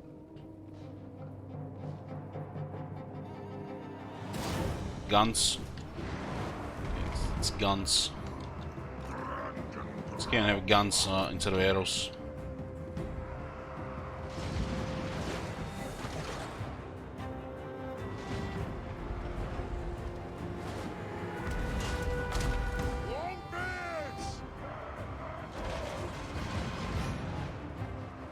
What do we do with a gyrocopter here? Wow, one great eagle.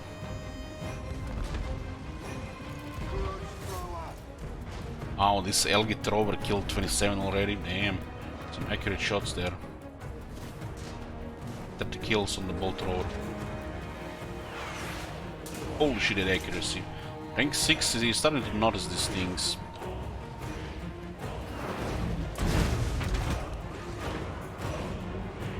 Bolt Rover gets much better with rank 7 and then the battle skill from the veterancy. But it's still really behind the other artillery.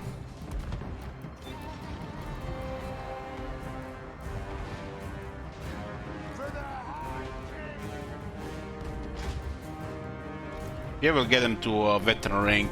He should do okay.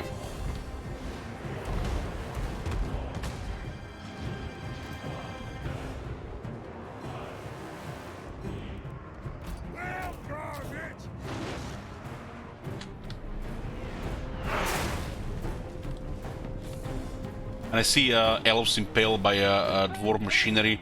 I remember that scene from the Battle of Five Armies in Hobbit, when they used that counter to the arrows, and then it fell into the ranks of the elves, just killed like 20 guys.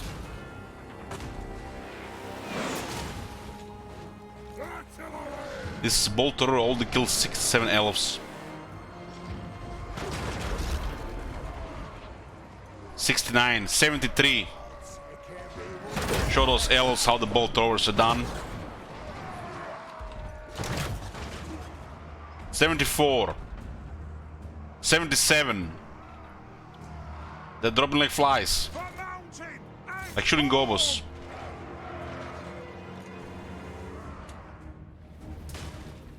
$82 kills on the bolt thrower.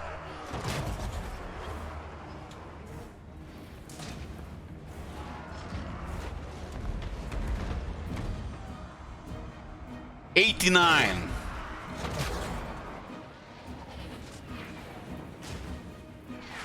Some invisible walls there as well.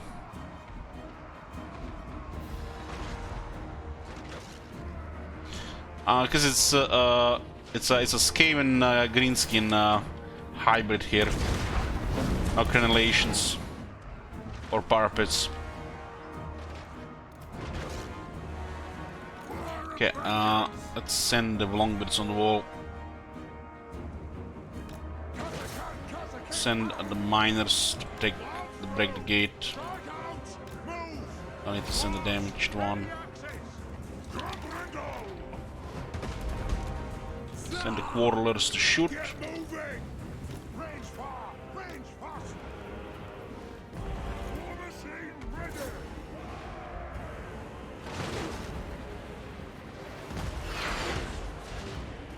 Definitely a noticeable accuracy change between 4 and 6.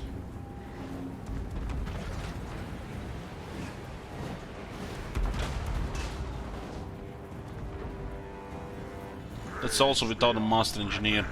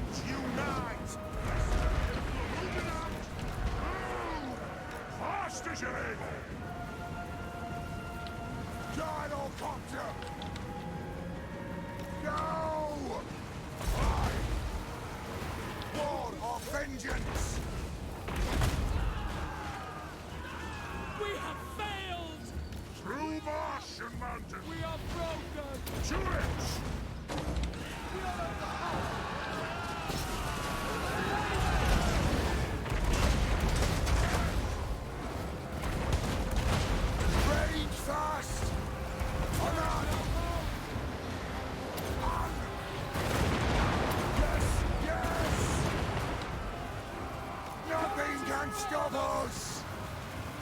Plow through! Now is the season of our discontent. That was very noble. Tide or conquer! It's a time! Our cause has failed! They're in body run! Is Bolter actually good? No. No. It gets kind of like average compared to the rest of the artillery once it gets veterans in. Average in the best case scenario.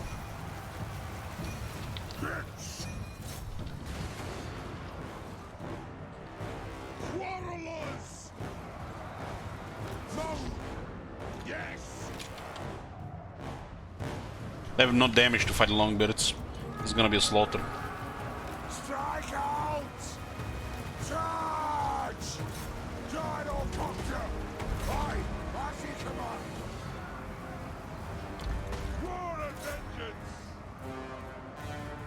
War of Vengeance. Let's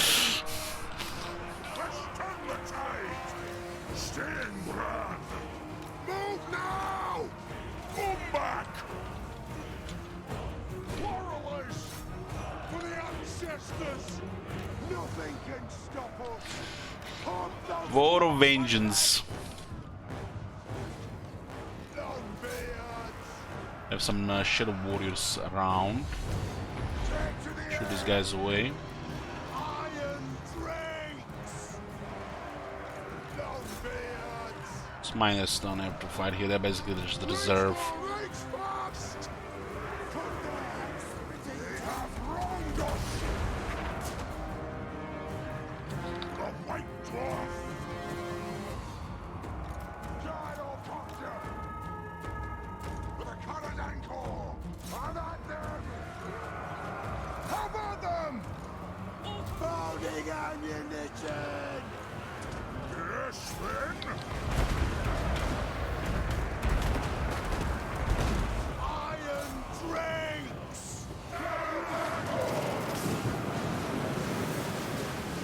Charge! Strike out!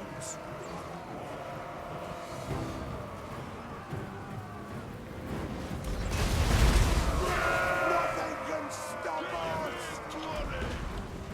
Bring out to ruin! Oh, look at this bunch of elite warriors here. Wonder what happens when we use the flamethrower against them. Scarf! Oh, they burn like the rats, like the gobos.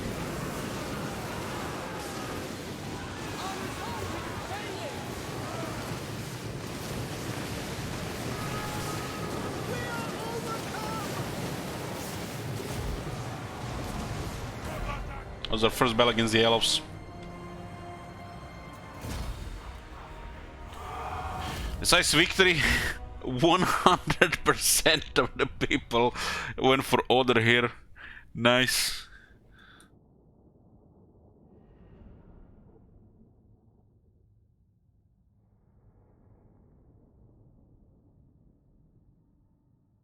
I can put more iron drakes in the army, but for the city actions, one or two is just more than fine. Making like Fire and Fury army, we wanted to have a couple of iron drakes in the army.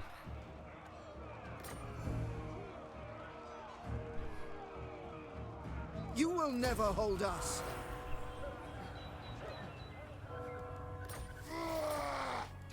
Brookback Mountain tier 2 arm. White Dwarf! Aye?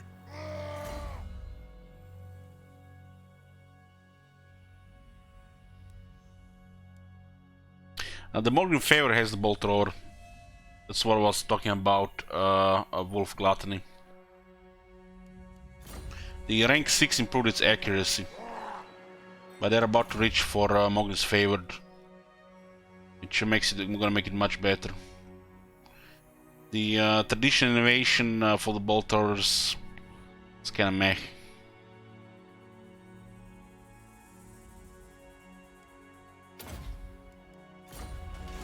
I'm here! This skills here, the Ave Firepower, honored by Grimnir, Morgan Fair, this is the great stuff. And the this is basically what the Empire has. These are the best veteran battle skills in the game. For the melee or the range units, really. Don't recruit Bolt Thrower this campaign, the Grudge Thrower is always gonna be better. Even against stuff like cavalry or trolls.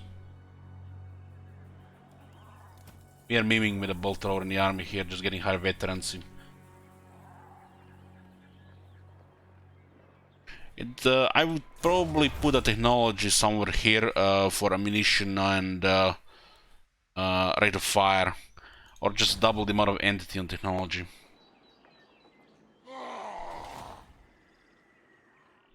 It's missing like a specific technology to actually make it, you know, make sense with tradition innovation, you know. I mean, look at the gyrocopters. They get solid technologies here.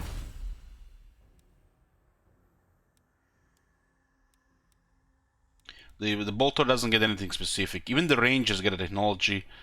The bolt thrower benefit from field engineers for the bells. Artillery retrenchment. Should be a specific technology for the bolt throwers. The rest of the dwarf artillery is excellent. Is that decent with large? No. No. It gets decent on high rank as it becomes more accurate. But to recruit this for the anti-large purposes, that's funny. That stage in the game you use a quarreler for anti-large. This is the bolt thrower in early game is like a shitty quarreler, and that's pretty much it.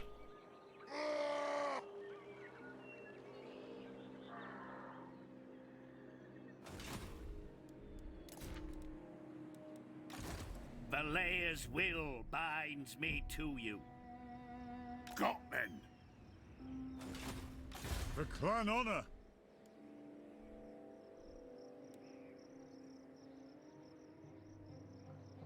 Move.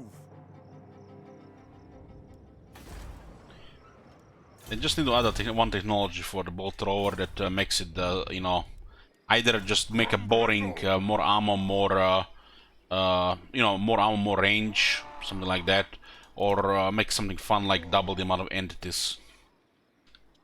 So you have 8 bolt throwers in the unit, and then it's as good as a quarreler, comparable almost to a grudge thrower.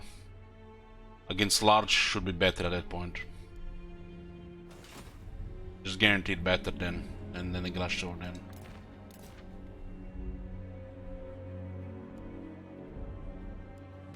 Lord of Clan Morgrim. Bogrim.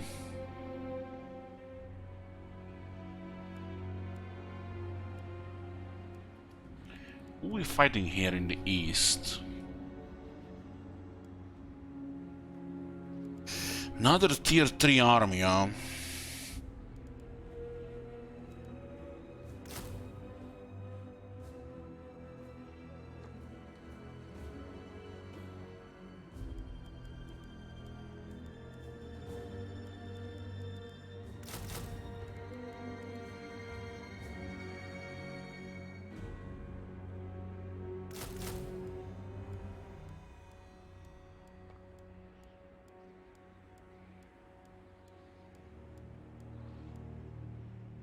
That 3 attack both, and one has 11 less defense.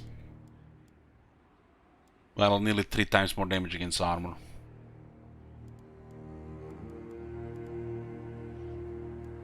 Another unit, the Longbeards, lacking attack bonus and technology.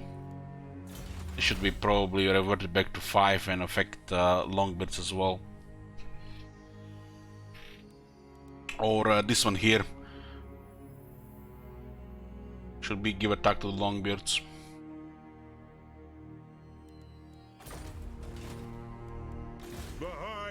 It matters for the garrisons, doesn't really matter that much for the army. If you want Longbeards to overperform, you just get Axelord, right? But the technology is a little bit forgotten. So this one would make sense, right? It's for the important for the garrisons.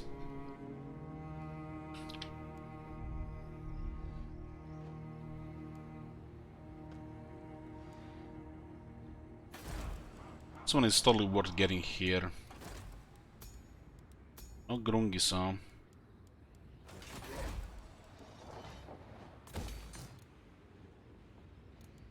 Send me to Kinda sad we have to babysit this. We might also go around.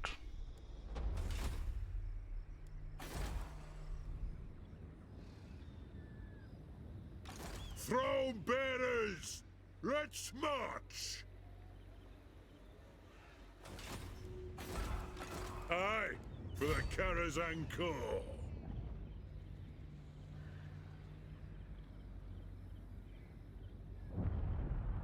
Throne bearers, move! Just ambush here. Yoo-hoo! Yes.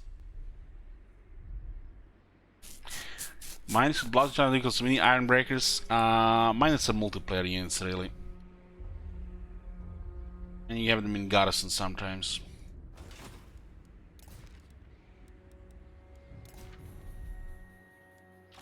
I'm here now.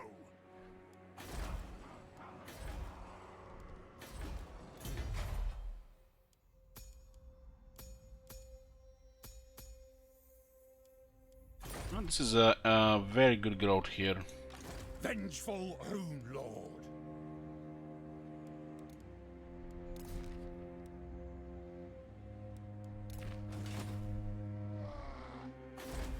I kind of need somebody to scout ahead, but ever since the changes to the stock, it's a little bit easier because you can just underway, and unless it's sneak, it's gonna be hard for you to get ambushed. Now, underway is a perfect environment against the Skaven as well, especially the dwarf underway.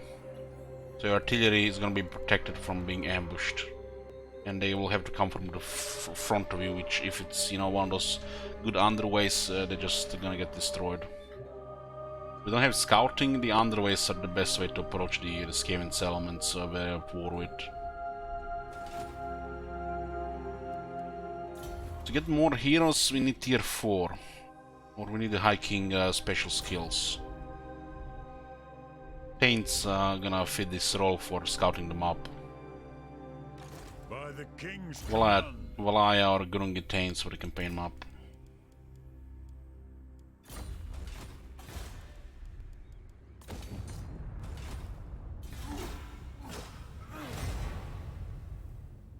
Lower our income quite a bit with the third army, but gold will be happening in 2 more settlements plus some other stuff.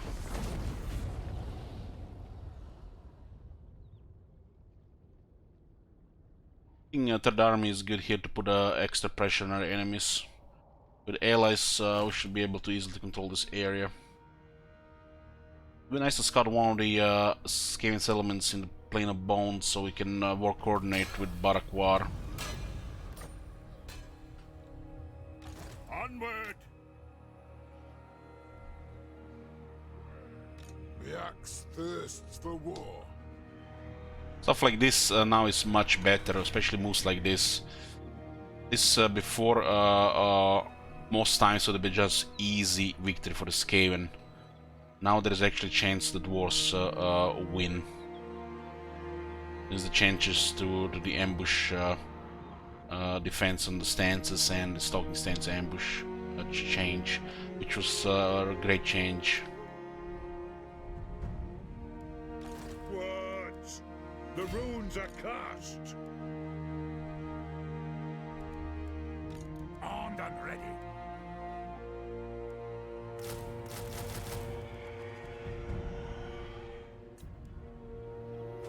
We'll go 4-4 there.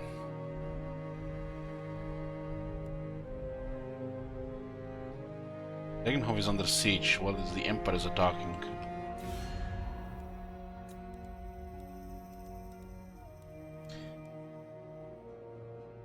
It looks like a nice pressure on Ashen already building up. And that? And what can the Dowie do for you on this front? What? A lot of the princes are fighting back,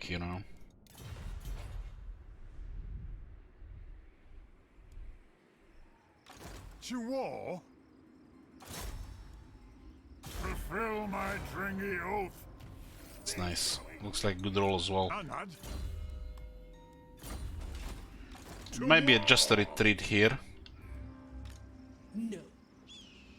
It is time. No retreat, very nice. Good night. Why would they not retreat here, right? What a slaughter. Literally have nothing here, not even a skeleton archer.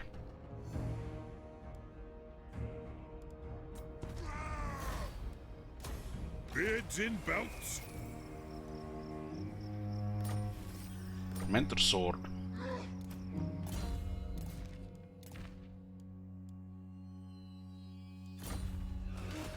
Yes. I agree. Move the throng.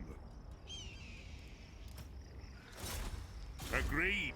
I've cast the runes. Okay, let's see. Ooh, get another weapon now.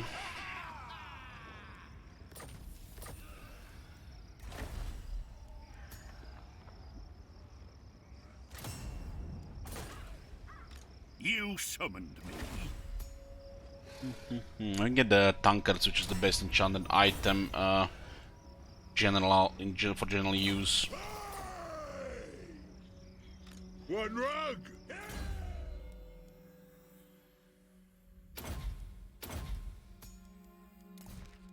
Still missing archivists.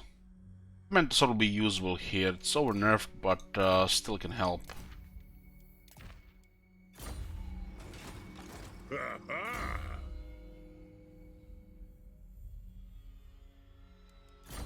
The thunder of the missiles.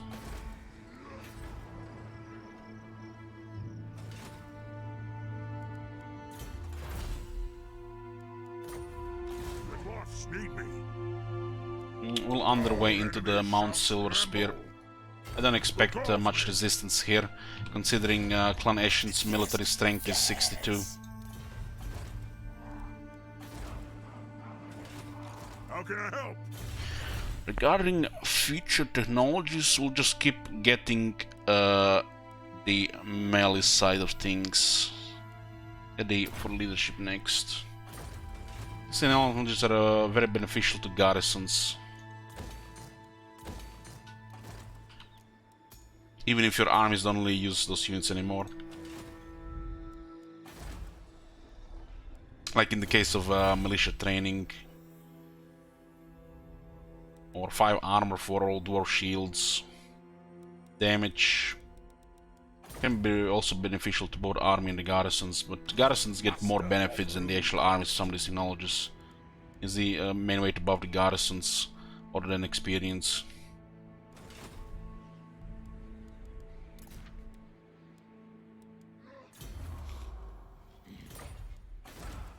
This great economy is beautiful here.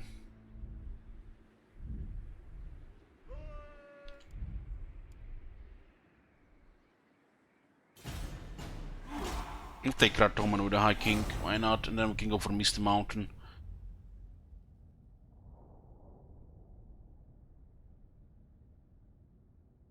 We create like a front against the Clan Ashen so they don't go around where they're facing us, you know, from the front. So then they don't use the sides. Or I'm not sure if they're north of us as well.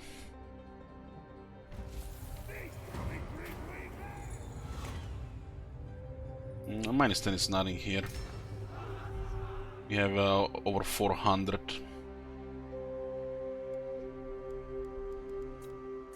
In this case, you know, because we are both dwarves with the same interests. We got a Grand Underwood Junction. Several buffs, some local, some faction-wide. You summoned me? I'm moving! Ha ha! Got then! So the army is on the move here. Aye, it will better our cause. Arcane winds under control. Move in! Ready? They're 2 turns away. Good. Grimnir's axe. It shall be done. We don't have to upgrade it. My faith in you wanes. Careful how you tread. She attacked Karaz-a-Karak. We honor the alliance. That's why we are at war. She does have 3 other enemies before she attacked done this.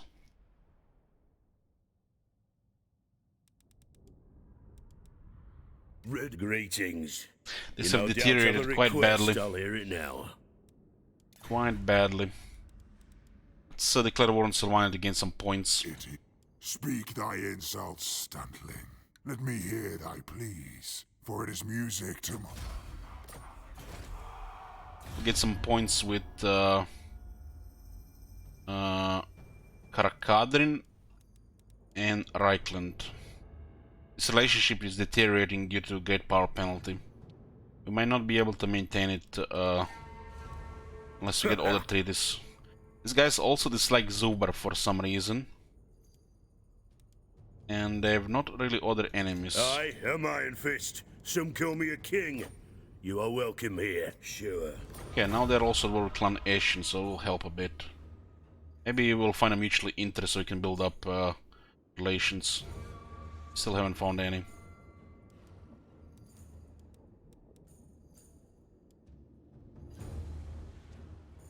This relationship are deteriorating. We don't have any common enemies, and we can get further into diplomacy here. This is not gonna last as we expand. Which means we're gonna have to give them money, or try to create the same interest. Does not have my consent. Or yeah, it's pretty much gonna be money. Welcome, oldest friends of the Empire. Much does one gives us here? Sigmar's will. We get 10 for 10 turns, 9 turn next turn. We're not allowed to join wars. We have limited diplomacy with non-dwarves. It's the house rules for the campaign. Conflict is inevitable as the dwarves get stronger.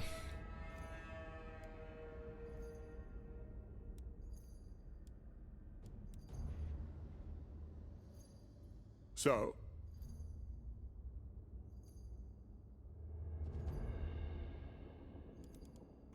You have a proposal? We are willing to hear it. of course. Either gonna have to feed them gold, or it's gonna be war. Once we become a superpower and the Karak is back on track, I guess we're gonna have to fight the humans, the men.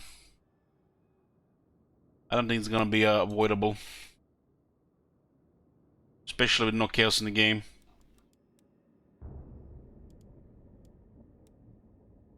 To war? This guy's being so hostile is kinda hurts me. We rolled 3 of them with distrust dwarves. Last campaign Zubar was great. We had alliance, war coordination. This campaign they were basically just minding their own business, and we had to push and rush Bloody Spears very early instead. Well, Karak-a-Karak has been doing great. This is actually nice to see. They're getting hostile as well. They still remember what we did against the Bloody Spears though. But this is not gonna last. The only reason why we have this relationship is because they remember what we did to Bloody Spears. Hopefully they decide they focus on Clanation once the Sylvania is gone, and we build up diplomacy through Clanation. This still works because we are of the same race. So between all the wars, this thing should still work like the old system before they made the Wood Elves rework. But other relationship like the Border Princes or the Reichland, it's gonna be very hard to find mutual interests. So it's money or just inevitable deterioration of relations to cancellation of treaties and war.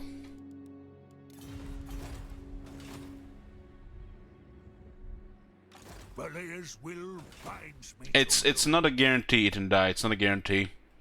There's a hidden interest which you don't see. It's not a guarantee. Like this faction got attacked by Grimgor and we honored the alliance, and you can see we had mutual interests. Grimgor was the one that attacked them, the later ones it's the wars we started. And this faction also has Honor to your ancestors. It is time. one.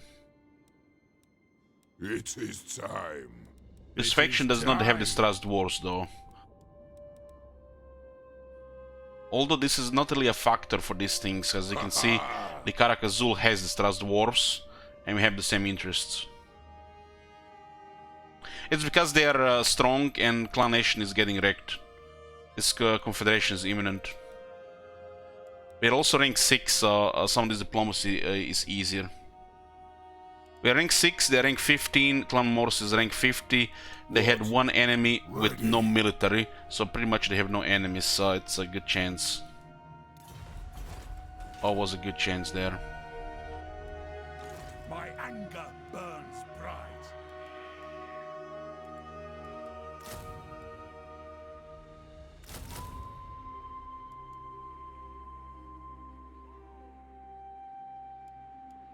No Slayer, son.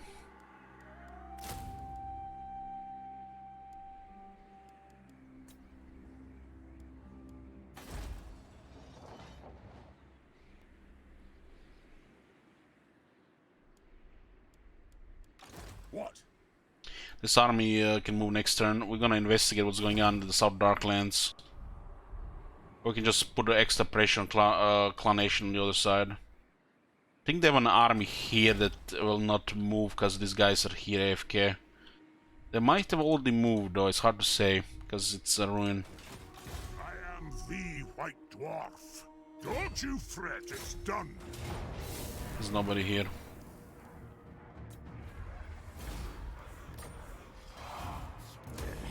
You mightiest now. Got a no gremlins. Fearless and unbreakable. You know who I am.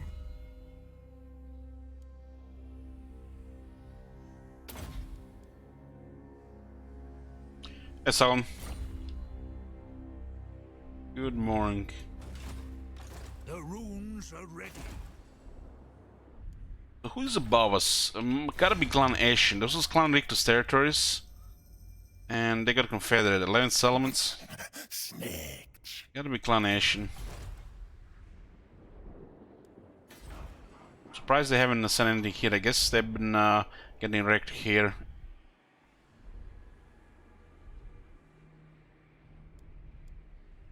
We'll be taking the Southern Darklands to consolidate this territory.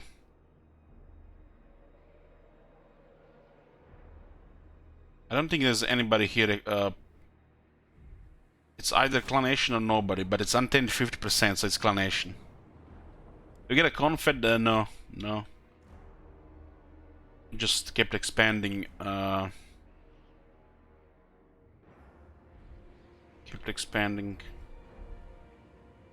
We are also getting a third army as well, so we have strong economy.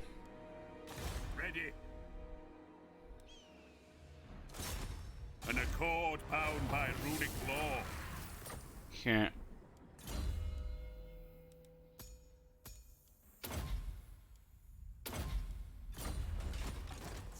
We can work coordinate here. I think the Barakwar is actually ambushing here.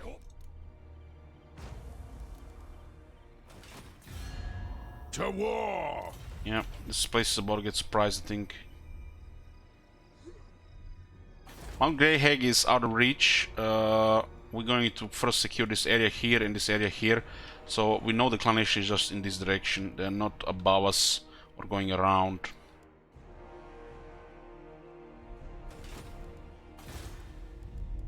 This finally hit tier 2.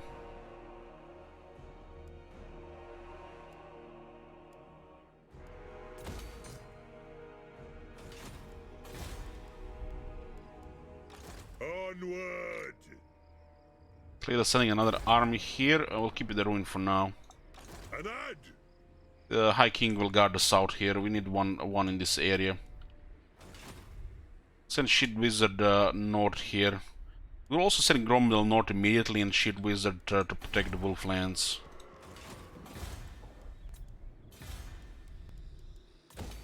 Okay, this place is also gonna be starting to hit some economy here.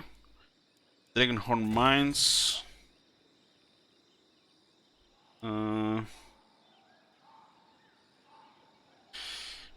Growth is looking good, but we want to get this also higher in the other settlements here, so we'll get the public order here so we can get extra growth. The beer also improves our trade income.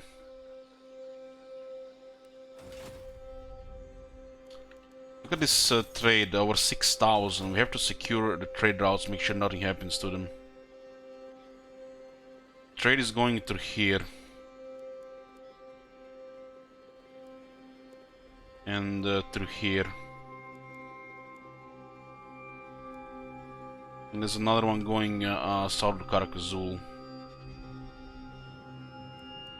We're relying on trade to keep the third army.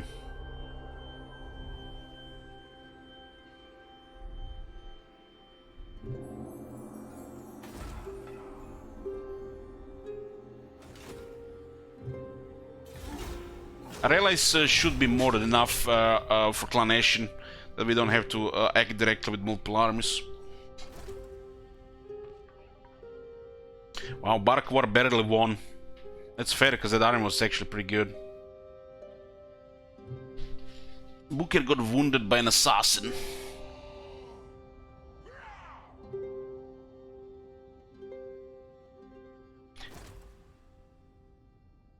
Welcome, friends of the Dowie. Holy shit, this is deteriorating. This two with distrusting dwarf, it's like conflict is inevitable between these two.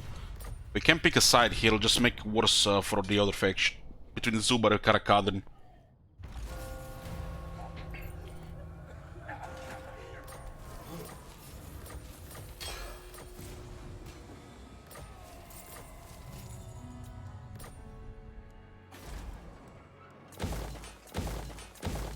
What was that? The Goraki incursion, those rats. So we went to damage the buildings. So it looks like they have no movement, so we'll keep replenishing here. This is rough terrain here. We have additional 25% movement, so by seeing this we can safely say that they cannot reach the settlement. It is time.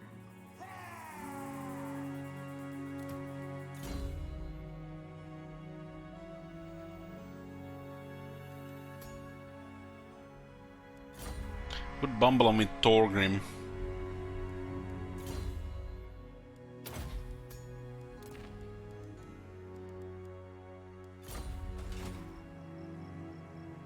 One rug. Now that's the Scepter of Stone, the Salt of Stone item. Honestly, did you know it's their tier 4 Modaria? Tier 4 stuff. Lord of Clan Morgrim. Casting the runes. Gilver, iron-willed. The dwarfs need me. I'm pretty sure that's Skaven here, so saying Gromdal. How can I help? Secure the area. Oh shit, wizard guard these lands. The forge fires glowing. The High King acts. I forbid this. There's only another army assembling here. Ready? Very well. The High King moves.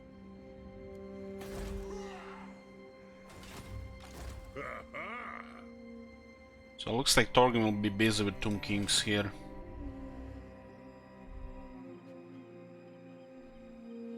What? Let's discover the capital here. Moving! You missed the battle. We had a battle against the elves actually. Imeric's faction have taken Krubek Mountain and then we're taking it from him. We had a battle against the elves. First one.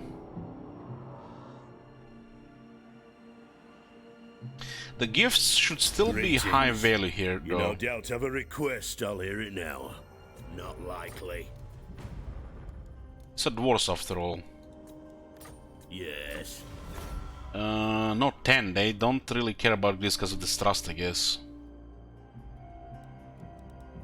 What? Let's see if it's the same value here. Dowie from another hold arrive. 'Tis agreed. 10 as well, so distrust might be tied to that lower Onward. one. So let's see. These guys have no distrust dwarves. Oh shit, they're hostile. Honor to your ancestors. The gift here should be 20, right? Makes more sense here now. Greetings, Kinnaman of the Hold. What can I do for you? Sure. You can see gift given to Great Vassal is 20. So distrust dwarves is quite bad for diplomacy.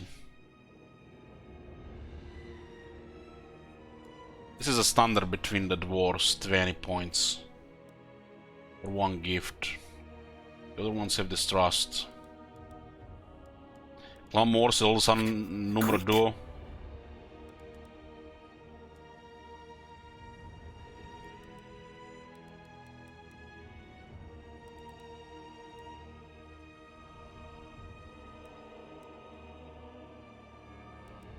I wonder if Karak-a-Karak will drop distrust dwarves if they go against the clan Asian. Ready. Like, these guys have distrust dwarves, but they love us. We pretty much saved them. We defeated Grimgor and Clan Vulcan, and now we go against Clan Asian. They will worship the ground we walk upon, right?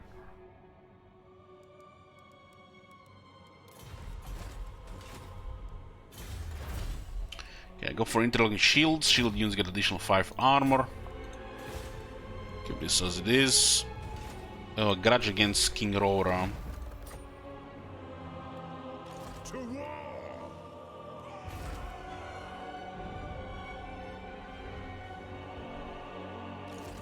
And what can the Dowie do for you? These guys are also at war with Khalida. So we can tell him to actually attack this, because Asian might have a lot of pressure right now. Has to deal with elves and Barakwar at the same time, and they lost 2 armies recently as well. They're gonna start losing settlements too. The clan Asian controls this province here from the looks of it.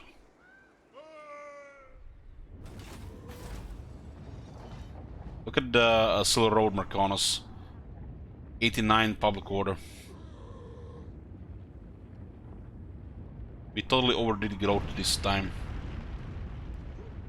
On turn 57 we can start upgrading tier 4. On turn 62 we'll have tier 4.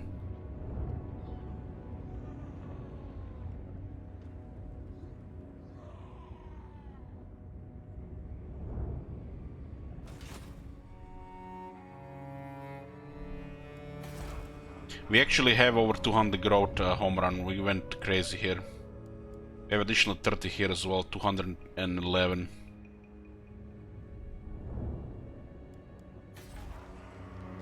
Because I went with a double public order building instead of a industry building. So I lowered the economy a bit to get extra public order, to get extra growth.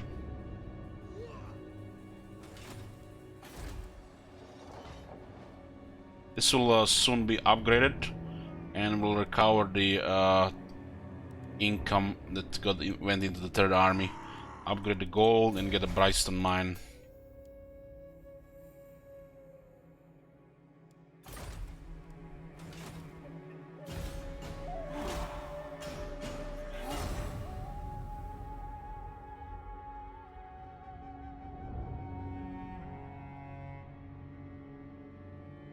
Sylvania is no more.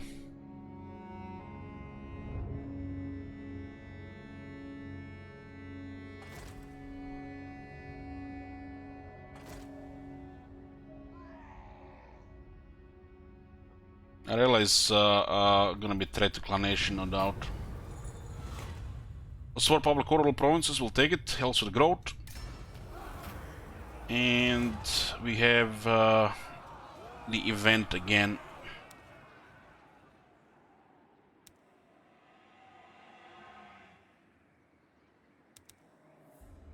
This one feels a little bit overkill, while cheaper army, more research, snowballing. Economy, technology, we'll stick with this. Once the economy hits into overdrive, we can go Grimly Strength, and then we can bully things in melee and range. Probably switch a Grimly Strength once it becomes a superpower.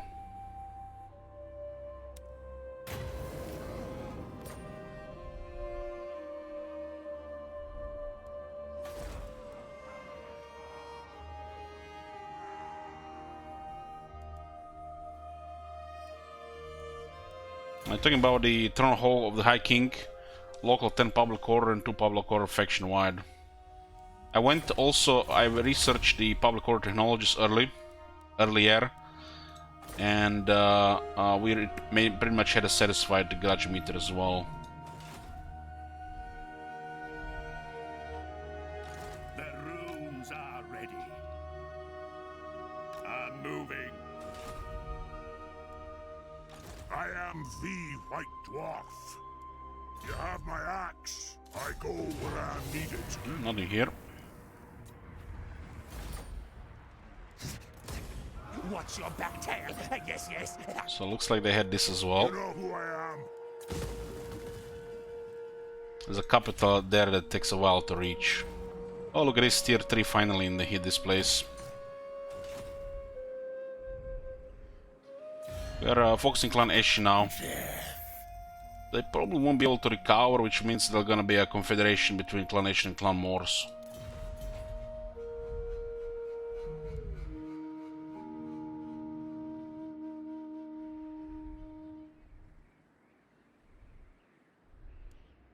Throne bearers, let's march. You summoned me? Can I help you? I'll get on it. Okay. The dwarfs need me.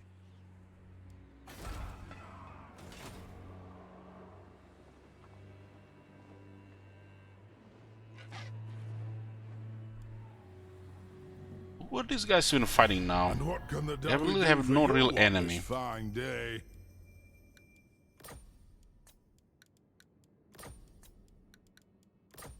They don't want to fight anybody. They're not really making a move here. There must be a military presence there that's too much for them. Greetings. You no doubt have a won't happen. Trying to get a military access here.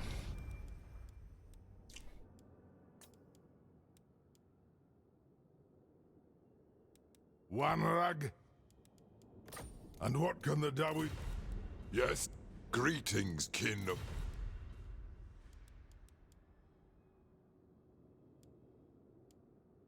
By the comet. Who calls? So we are fighting Kultur Libaras and Clan Ashen. Night Lord. Clan Ashen are getting pushed in the corner. Send me to vengeance. Yes. Who is this mysterious shit reason? How does he keep popping up? Check below the stream, top supporters. Retake the realms.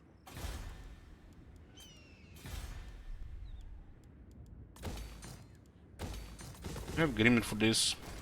I mean, Grungi. Time for a reckoning. It's a little bit of money here. Summon It's also me. buff trade. Oh my god. Have you seen that shit? Yeah, Downflux, thank you. Shit. What the hell? Getting good trade resources here.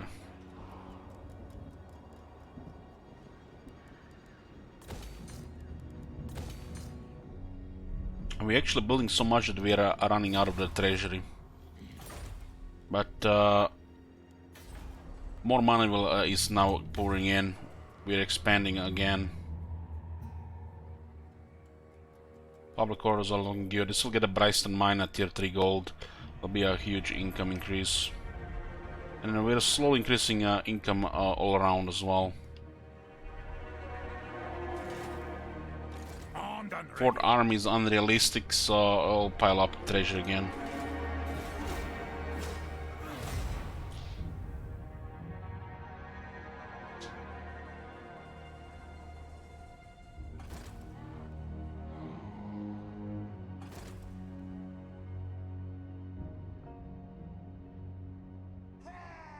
It doesn't look like Grom is still alive, still in the campaign, which is crazy. We've never seen him stride this long.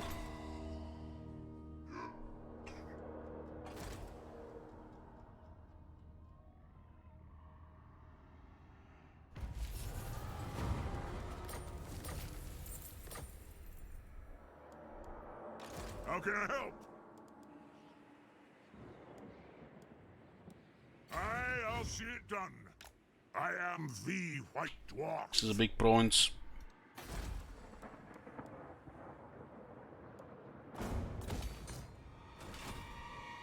Ever seen peasant take over Hammer? Yeah, I did. I am Iron Fist. Some call me a king. Nah. It's improving again.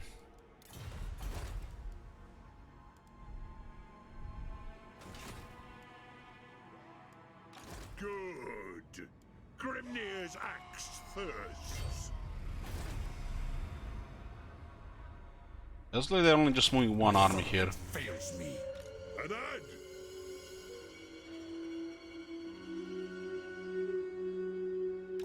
aye. The runes are cast.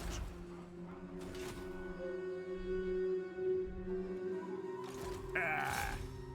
A runesmith's duty is never done. Orders of Warlock tier 3. The axe thirsts We have our goals here right now. for the wisdom of This guy's the a battle to land. survive, but I did pretty good damage. It is time. Beards and belts. We can poke with Shield Wizard on the Mount Greyhog. Right. Stick to the underway stance. On my way. Lower chance to get ambushed.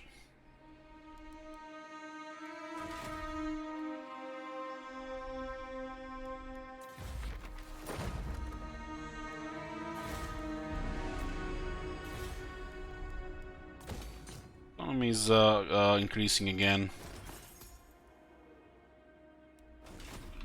We are rank 8 right now. These guys are still You up. may look upon me. Huh.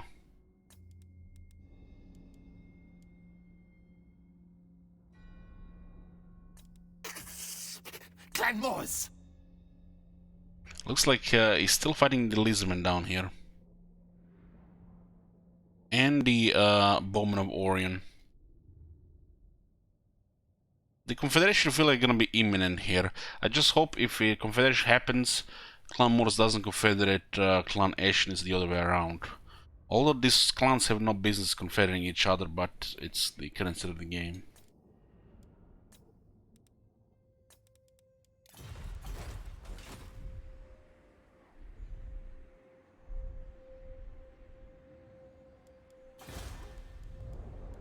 We need growth here.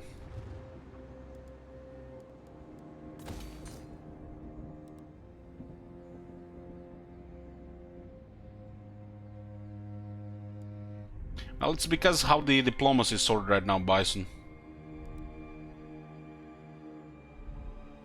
Because we have no business with Clan Morse right now, not even our allies or the factions that are currently fighting Clan Ashen. So we're just gonna have to switch everything around again.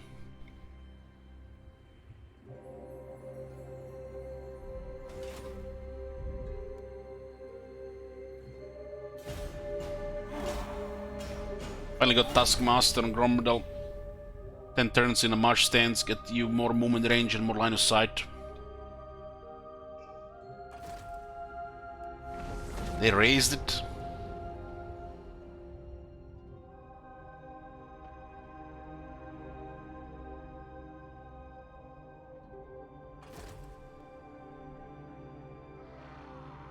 Nice, Barakwar is taking the settlement there.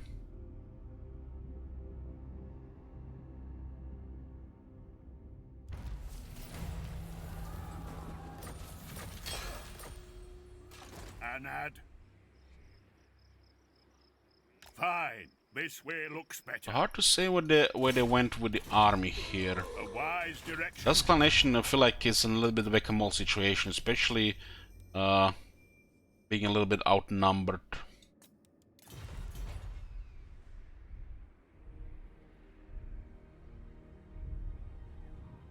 Arcane winds under control. Ha ha! Rune of Swift Stride. An army being recruited here. Bad plan scheme. I'm off. This is not the safest moves with the Shield Wizard, but it's that moment when we can create this advantage. I'm ready. It's no bother. I'll do it. There's somebody raiding here.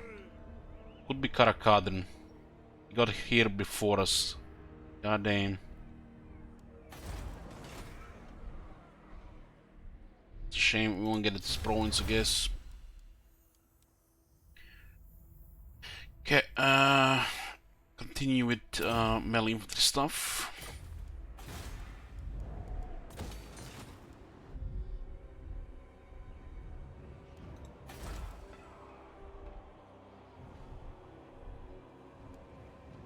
Onward!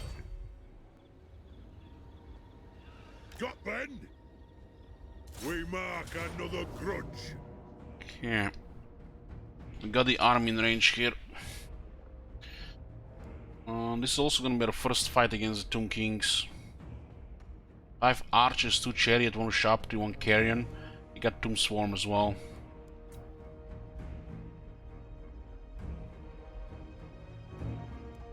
Let's put a prediction here. Blue for close victory, red for order.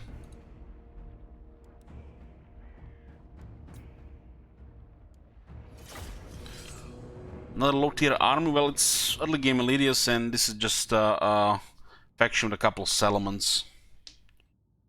There's no way they can have tier 4, tier 5 at this point, considering that this faction has been stuck in wars. Tier 3 best case scenario. Let's be about this!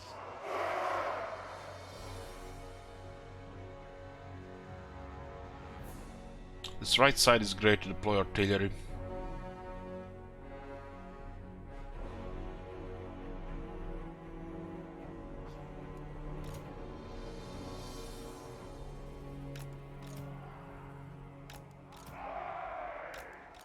For the ancestors!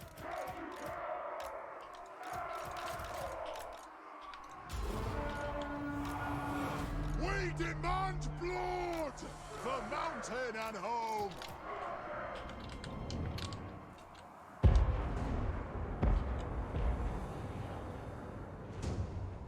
Plow through! We don't have any slayers. Move now! Vengeance! Go! Hold on, orphan legs! They have wronged us!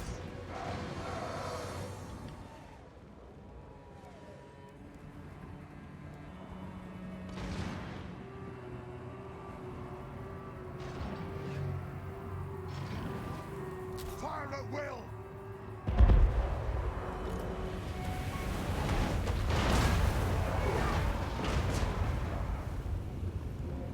Cannon!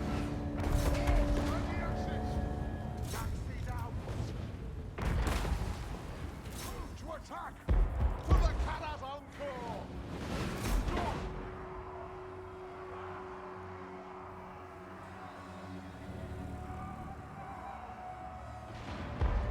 War of vengeance! One is in the back for the sharpshooter. Nothing can Try to stop trigger their us! animal souls before they even get close.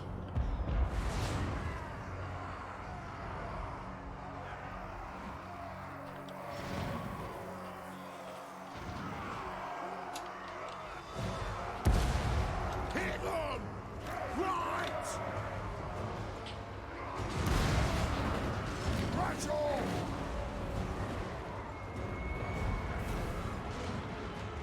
Selecting target! Grudge thrower! Killer! Come at them!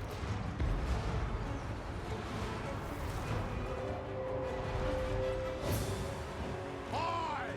Down! Home-rim grudge bearer! Warranet! Thunderous! Stop the cat chariots in the charge. Blessing others! Long be it! High, mighty command! For the ancestor gods! For the ancestors!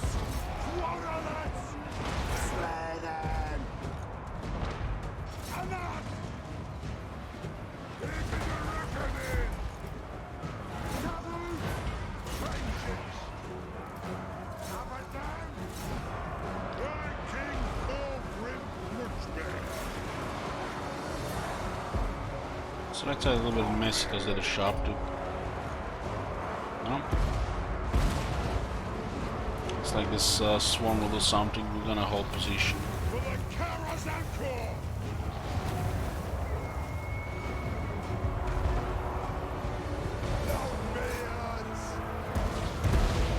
For the High King! Darby hot! Taking aim! Darby, attack! Darby, attack! The runes glow! It's like the cannons are fine here. Attack! Strike them! Thunderous! There is no breaker money! No beards! For the High King! Understood, Lord! Attack the earth! There the other last chariot. Long! Stop! Okay, minimal damage here. This is a very good position for us.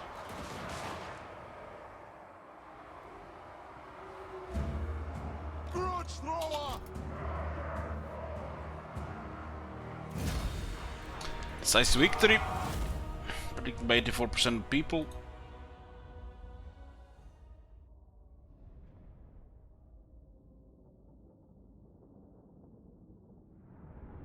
Looks like they rushed up the end did the most damage. The spawn on the quarterlers.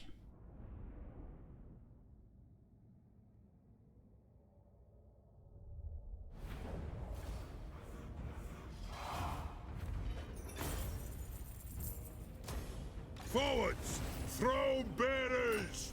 Let's march!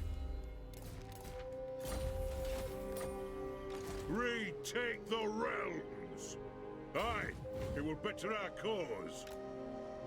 Okay, let's who can we get even here? Who do we have? Got these two guys, huh? Time for a reckoning. By the grudge bearers. So I'll get Cartoman with him this time. Onward! Okay, go with Thunderer here. Rank 6 on Bumbleum.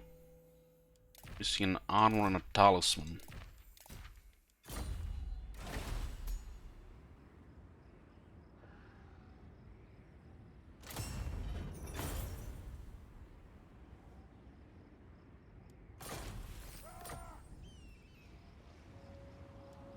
The axe thirsts for war. I turn off sometimes artillery to fire because we already done enough damage to artillery, so we let the rest of the force to deal with whatever is left. And it's potentially just at the end then friendly fire. Yes. Fire at will is fine, but you get much better if you target yourself. Give them targets. Sometimes here in a terrain where you don't want the artillery to move, you just leave it fire at will. But you seen that skeleton archer approaching, all three cannons were firing there instead of in 10 units behind it. So a situation like that where there are better targets if you give them target manually over fire at will.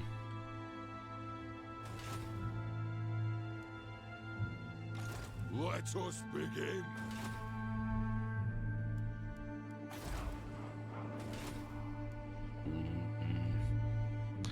Not happy about this, not happy. But what can you do? Maybe he raises it. Gonna have to lose a couple more turns to Grumble from the looks of it.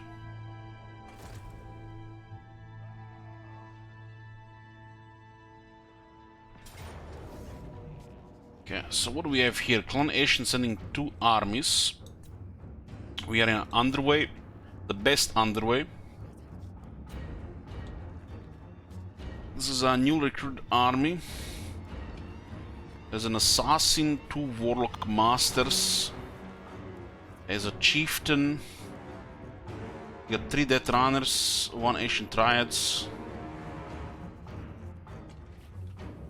It looks like they're definitely gonna be some damage.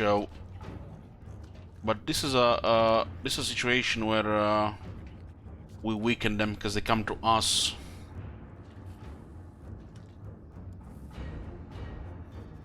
Regarding artillery and regarding the range, I mean, they have more special infantry here. The Death Runners, they kill Longbeards.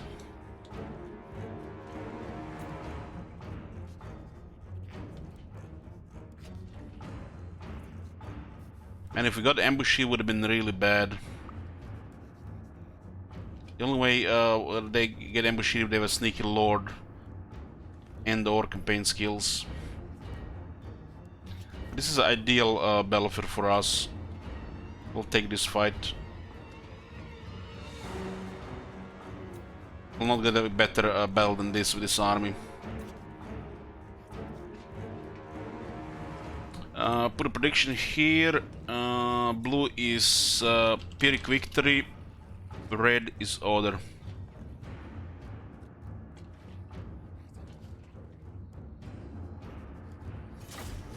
We clear this. We pretty much cripple Clan Ashen's chance to recovery, and they just gonna keep getting pushed back.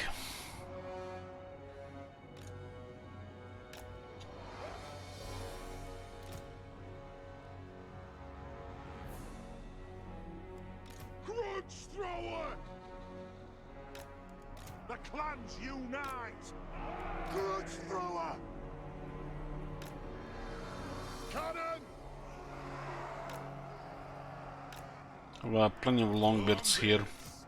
It is a reckoning! Longbeards! Let the vengeance We're gonna mix them around. Longbeards! Let the vengeance begin! From left to right.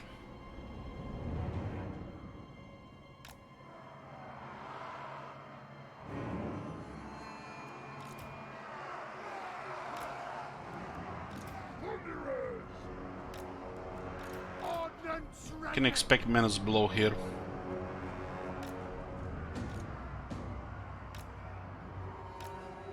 Have one Longbeard's great weapons, deal with it. For the High King! Quarrelers! It is a reckoning! Quarrelers! Ready to serve! Attack!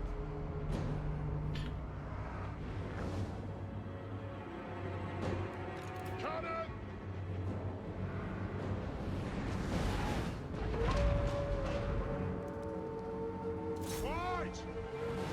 As the poisoning Globadiers shoot on sight. Heal on sight. Put 2 artillery units on it. That's the nastiest one they have.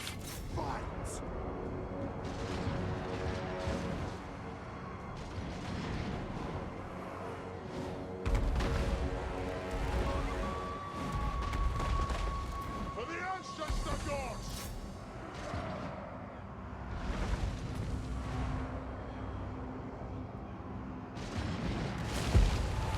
Be it ready! This makes it easy here. The Warp Lightning coming here at the same time.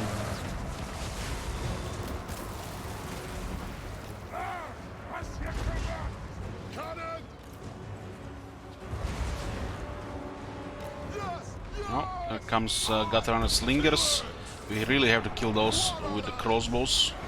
Priority. Attack the Oh axe! my god! Have you seen that shit? Shit! Thanks, spot. Find your targets! Wanderers! Yes! For that and all! I am strong! Find your targets! Put a cannon on those red ogres. We need to route the range. The Longbeards will be fine if we get rid of the range.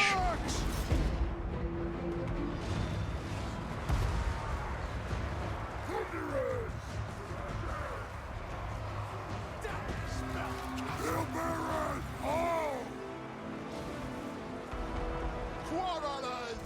He's taking a lot of pressure here.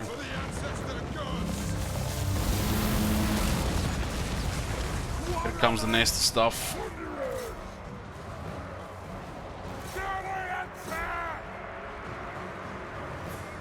Not much we can do about this, it's just nasty.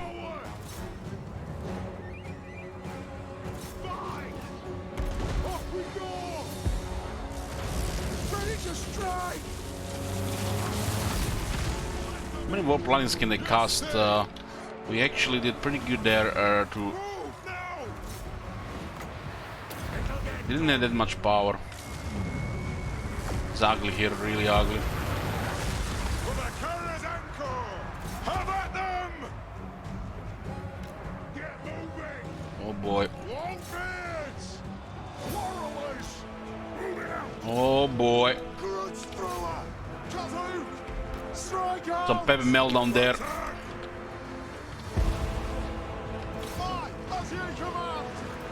Cannon! Kazook! Quarrelers! Long beards! It's pressure. Lord of vengeance! Put the edge! Axes out! How about them? Holy shit, this shit is getting destroyed here. Those runners just destroyed the sides. They have wronged us. Cannon! Off we go! These lines might not hold if those guys just keep shooting there.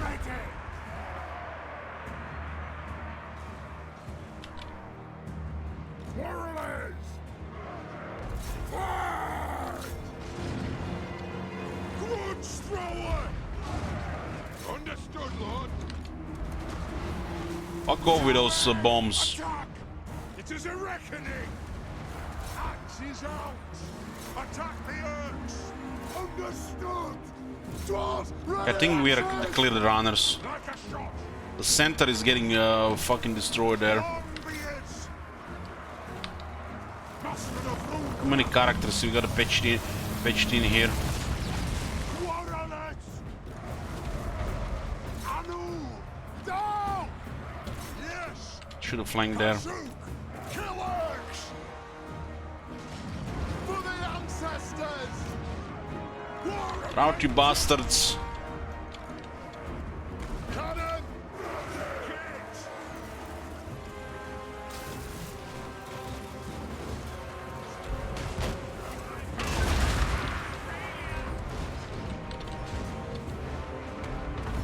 Run!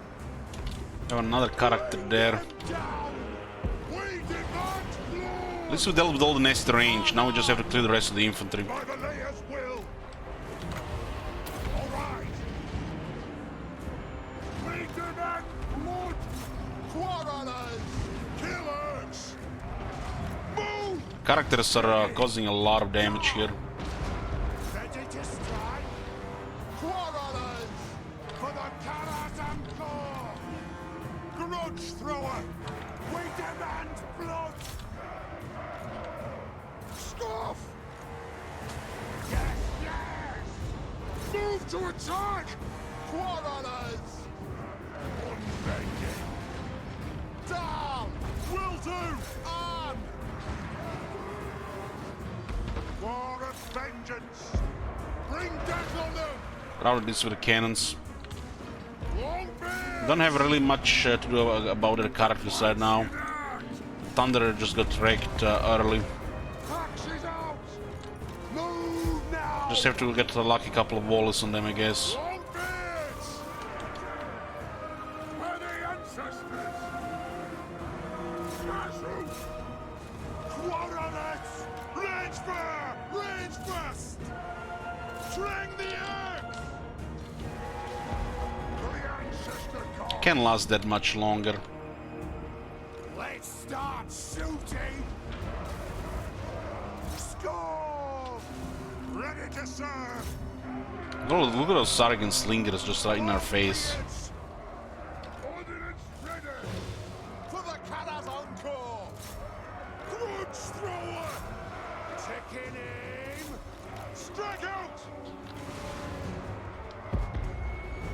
They didn't do much to their characters as they were approaching, which makes it a problem to finish them off.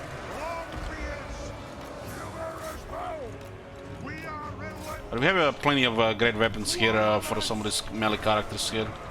Go! Move to attack! Right? Kill looks! Take an aim! It's those Warlock Masters with their bloated stats. It's that cause damage here. Defiant and unbound! Attack! Charge! Karaz-a-Karak! Down! 125 war skill there. Just a rank 1 generic lord's style. When a rank 1 lord is stronger than most AI legendary lords.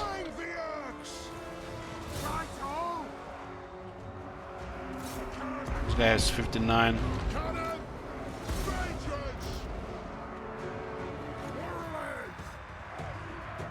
Yeah, it was definitely rough because this is a new army and they had a lot of death runners. Death runners counter what we have.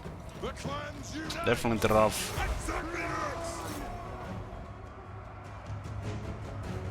But this is the little bigger blow to Clan Nation than us, because we have 2 other armies that are rolling around.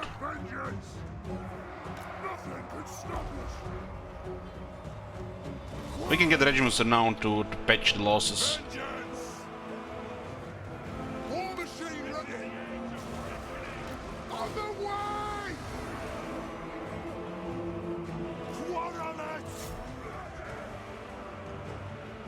Okay, we got him. No stuff, for sure. They had the damage to the characters and the runners were ugly. Both sides folded.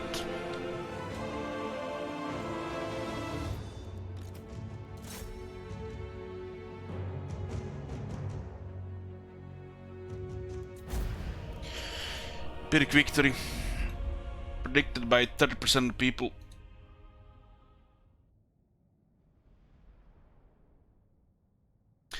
Looks like we lost 1 unit of great weapons. Considering what the enemy had and the early stage of this army, that's incredible.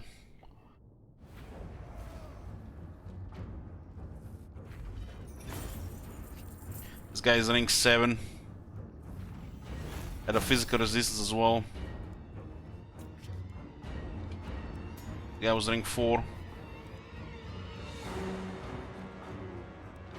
Come to the range nicely. It's those death runners that were problematic with the characters.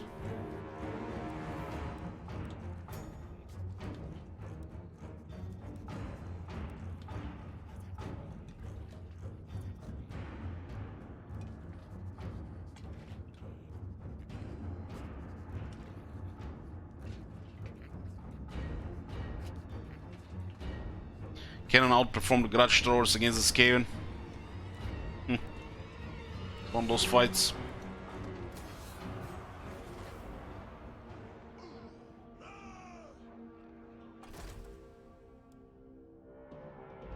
This is a big blow to Ashen on their road to recovery.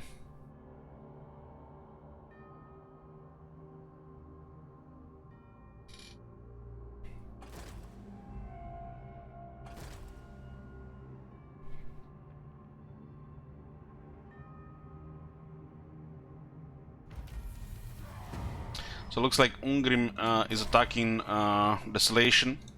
I am the White Dwarf. Holy shit, no wonder he's been winning. Look at all those thunders. How can I help? Our kin have come. Fetch the brewmaster. We drink.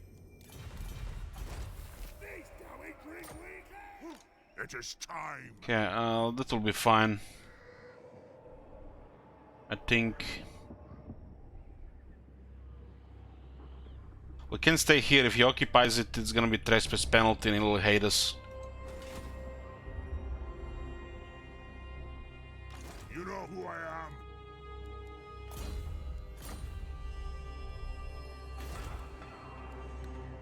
We'll keep this as a strategic location. I'm ready. Forward. It's a shame, but he got here first. It could be an army inside, but he should be fine with this.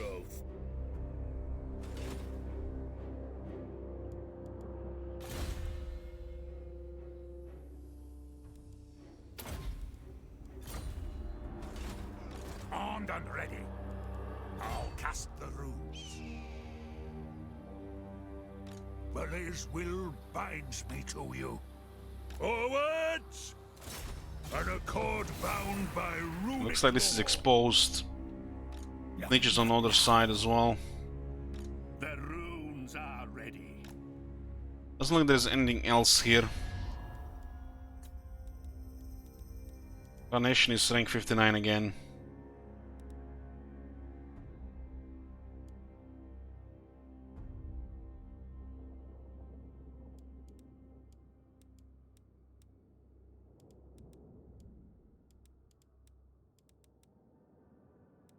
One rug.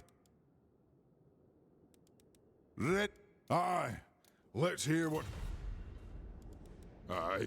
Honor to your ancestors. What? Honor to your ancestors. Ha! I do not trust your clan, so speak and be done. Karak here got attacked by the Empire.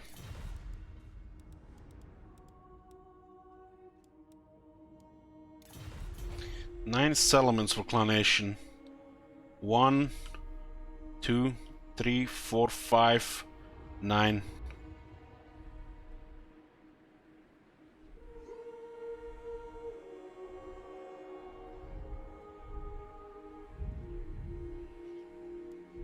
For the wisdom of Valea. Send me to vengeance. The throng is mustered. Booker is back. Move. Asaf is the goddess of vengeance. Do not incur my wrath. She lost 2 armies against us already. And that, I agree. The High King moves. Yeah, we'll just kick her out of Blightwater here. I do. Not Sky's will. Yes. You summoned me? Malfunction. What do you want?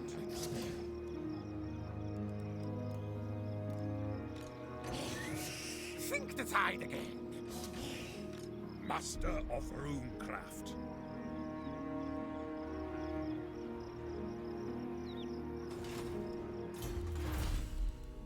Don't know if this we might get more archivists. Vengeful Rune Lord.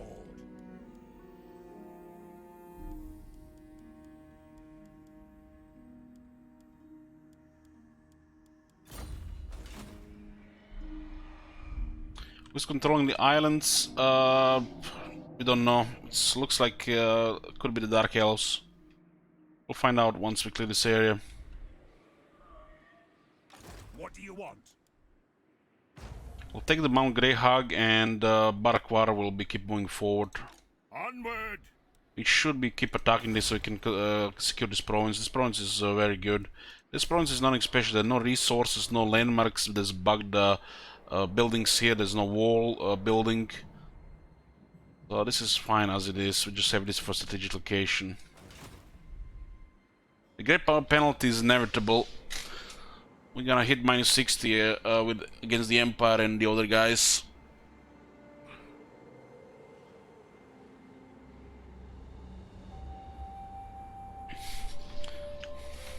If they break treaties, they might attack us or attack some of the other guys. Another 20 is gonna put us in neutral. Now for them to start breaking treaties.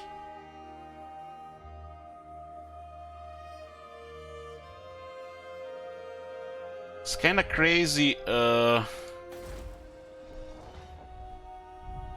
they got the vampires dealt so fast. This would have been an ideal campaign for the vampires to last a bit longer, but it looks like the Empire is gonna be going crazy this campaign.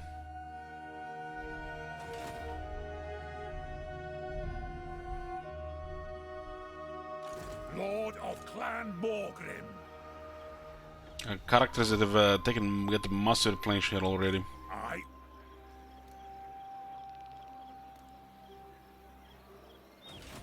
I'm not sure we can do boat and the settlement. Iron-willed.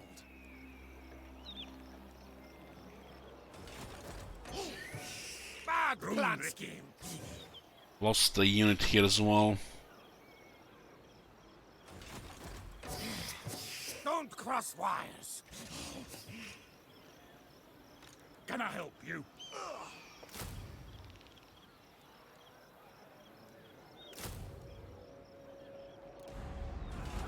My anger burns bright. Only 50-50, huh?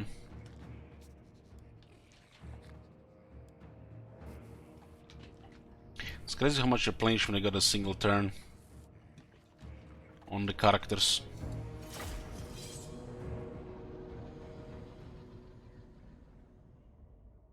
We'll try to not lose any of the long beards, so that's why I got the Regiment's Renown.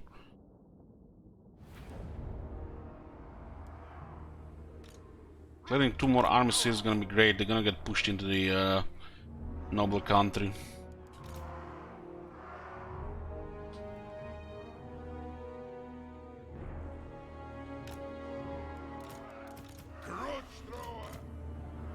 This is fine here. We'll put the regiments in the harm's way, so we don't have to risk any of the damaged units.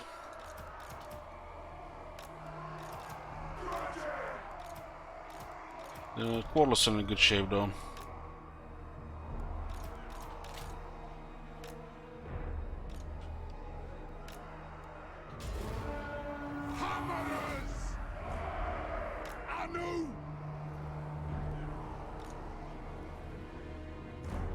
Use the cannon, the chieftain.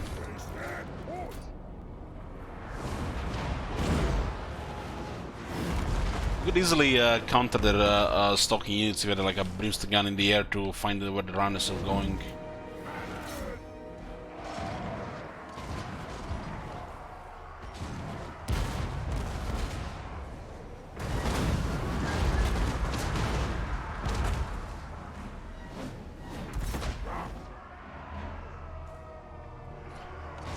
Big gate guard, the primary target of Warp Lightning.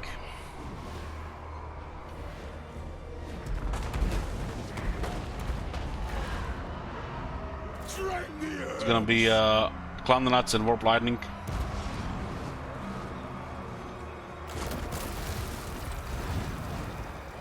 I think the cannon can get rid of that guy. Attack the Orcs! 12 warriors!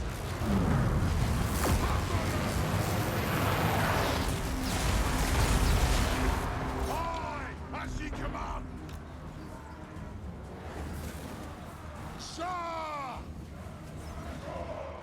Quarrelers! Yes! Aye! Vengeance!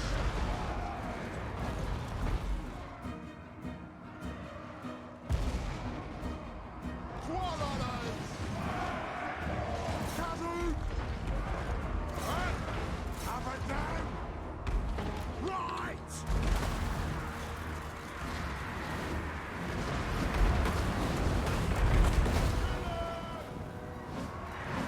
Foremost dwarven lads! Dwarves ready axes! Ready to strike! Colours hang low! Move now! Anu! Nothing can stop us! For the High King! Have at them! We fire on your command! Have at them! String them! 12 warriors! Kazu! Go! The assassin is moving around. Dwarves, ready axes! And they're out. Attack! Kill the old sweaters! I think not that much damage on the regiments here. Taking so much damage in that first battle.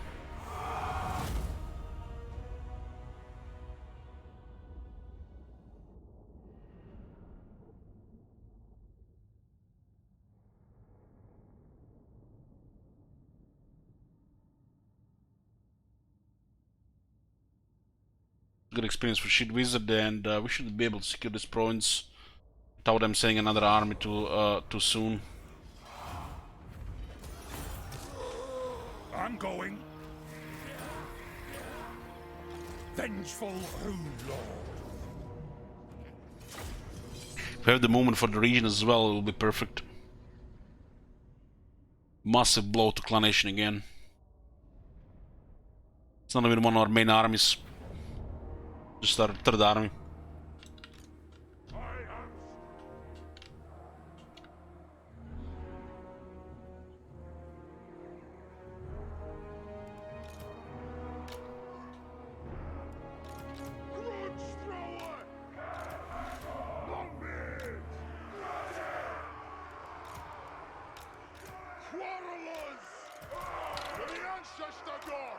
Putting legends in harm's way, because they're easily replaced.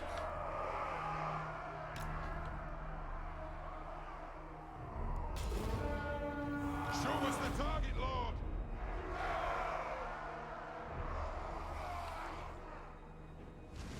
Right. Kill works. We'll got it. Takes you 5 minutes to load in the bell. Do you have a solid state drive? I have just one of them Samsung basic Evos, and does the trick. Just a solid state drive.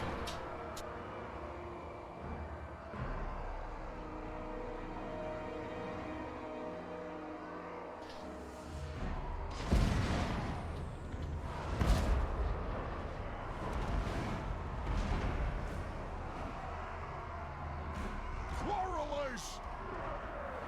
5 minutes sounds like a hard drive. Dwarf warriors. Let's start shooting. Kill them. Run. This game is quite large files, so I kind of need a solid state drive. War of vengeance. Access out.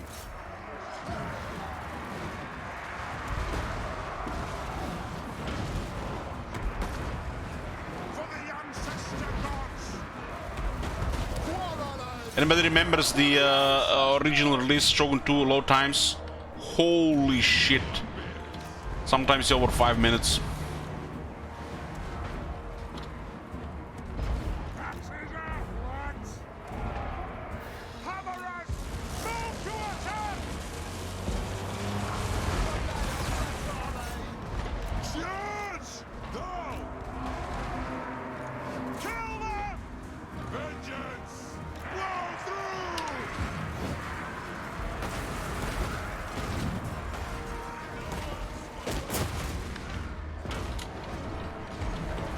They have wronged us. Quarrelers! Yes, they! Longbeards! Get done!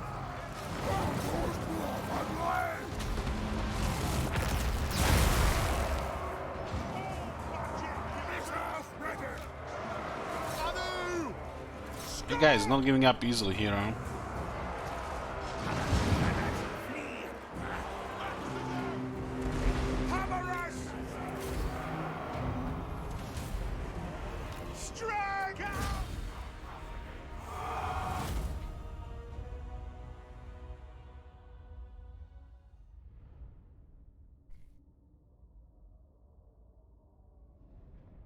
Even the cheapest SSDs will the slowest ones will make it load 3 times faster. At least 3 times faster.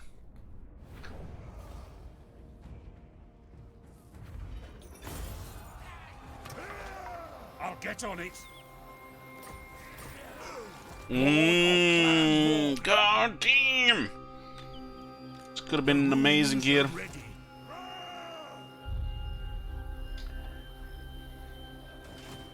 I do. There's only one way we could have reached this with a Master Engineer. On my way. I'll cast the runes. Yeah, this was still a massive blow to Clanation. This is gonna make all the difference. Probably push the Confederation forward as well. We for war. I'm gonna do a short break, boys. I'll see you in about 5-10 minutes.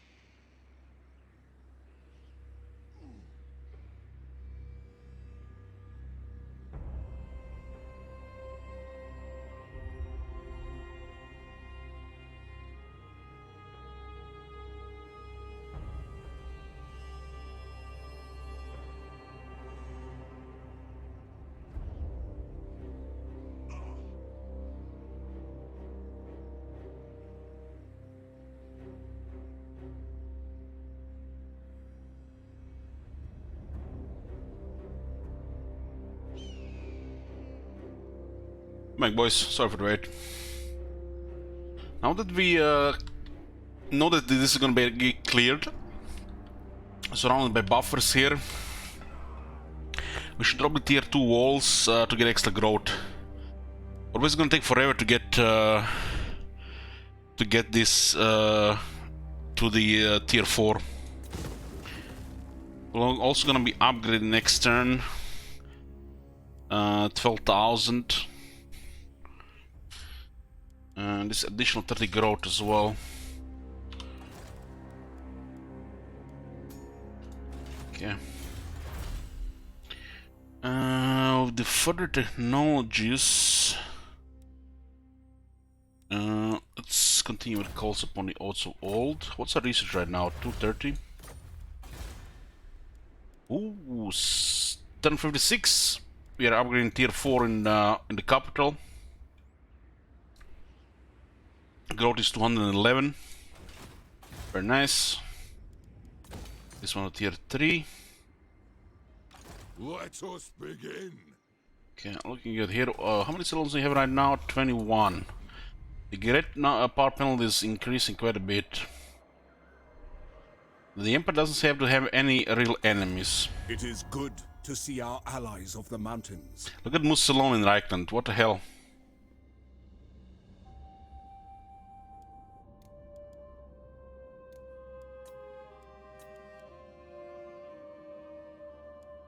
Give him a gift here. Very well.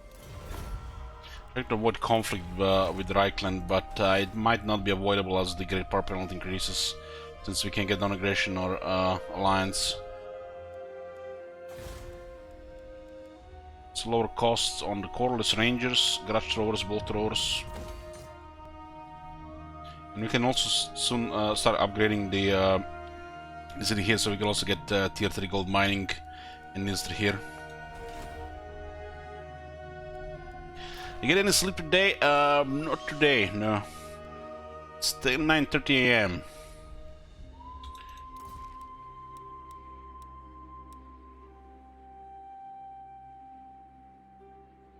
Broken Axe, big orc player here. Big pass for Cloak of Valaya. You know who I am.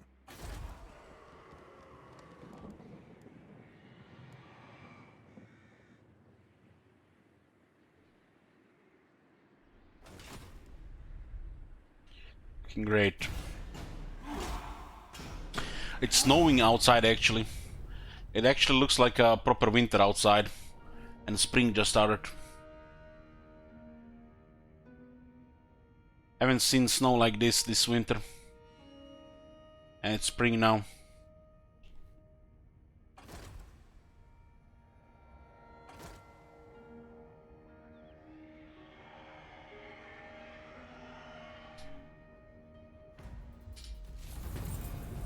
Oh nice, 3 turns we get better movement range.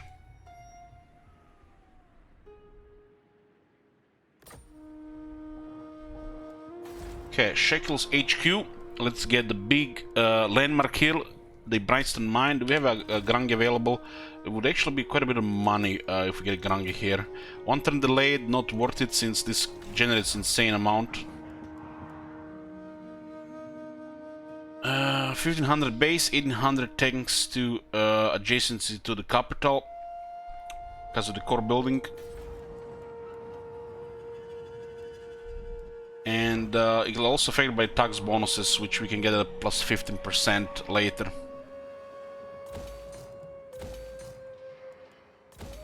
Let's focus a little bit of growth here. Otherwise we're not gonna get tier 4 anytime soon. The dwarfs need me.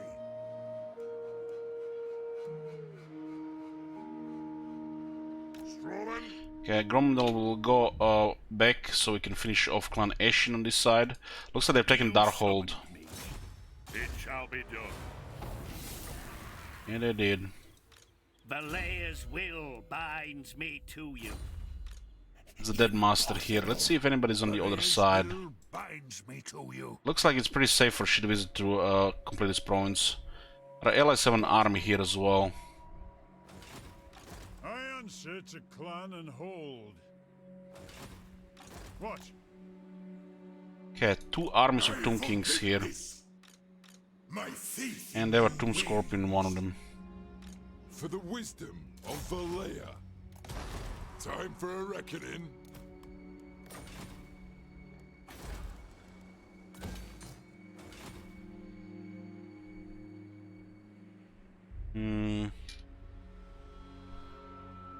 White pixel? What do you mean? Where do you see a white pixel?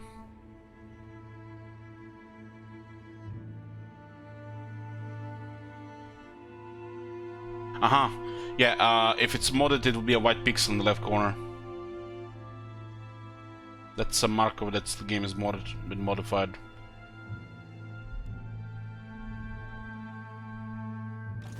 There's a pixel down here at the bottom. An ad! Do not betray your king!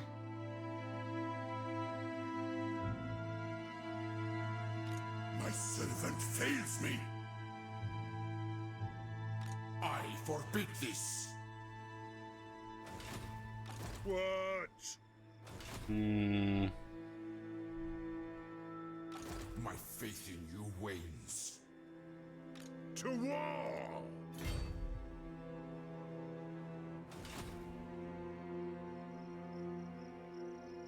Yes? Ha ha! Ha ha! I forbid this. Looks like we're gonna have to attack 2 of their armies here if you want to move forward.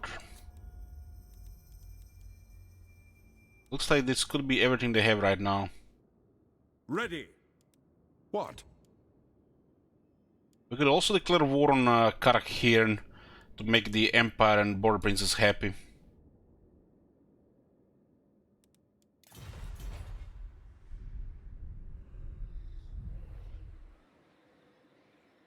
This makes the Karaz and the Stoneman Tower threatened.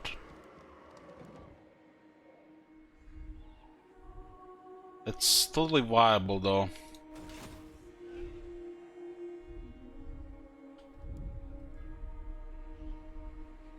First, we're gonna have to do this. The problem is,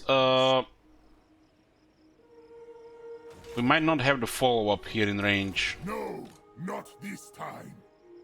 It's only in a March sensor, it does look like fine. Forbid this. Ready?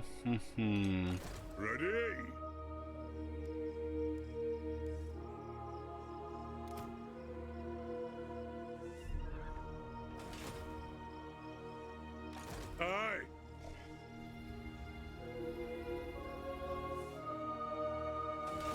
My faith in you wanes. How many settlements does Khalida have?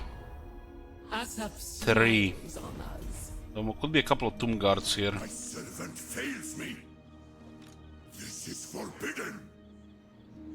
It is time. Well, this is okay, I think. Hard to say what's everything in the army, but we do have a little bit advantage because the second army is marching. Destroy them. 2 Tomb Scorpions and a Ushabti Great Bow. Ooh. It's not even an ideal battlefield here. Well, Elitius, if you're here, there you go. This is pretty much Tomb Guards at this point, Tomb Kings at this point.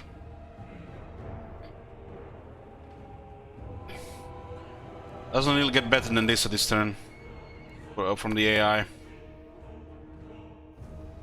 The only reason we can attack this because we got the movement range. This is ugly though.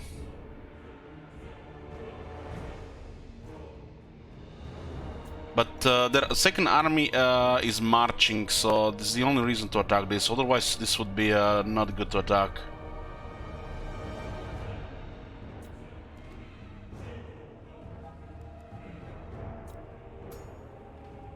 Maybe this battle will be enough for a peace treaty, so she can mind her own business in the south. Okay, let's put a prediction.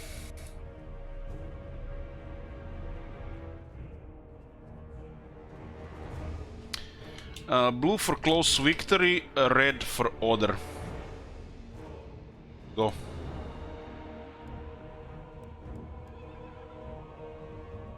They have 40 units.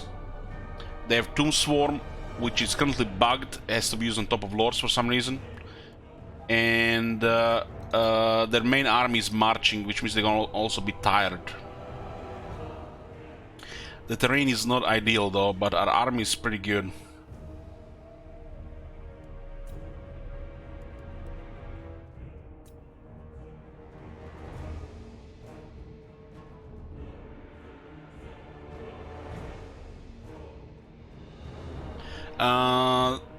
Since the released Clan Molder, I think it was since Clan Molder update, the Tomb Swarms they use on top of the Lords for some reason. They can clip it on the Lords and it's used on top of Lords. It's almost like they think it's a clan stone.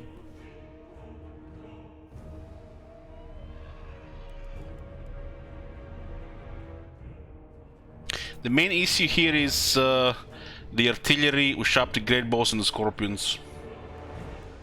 But we might get lucky positioning here. One of their armies can do relatively no damage, but when they have this combination, it can be quite chaotic.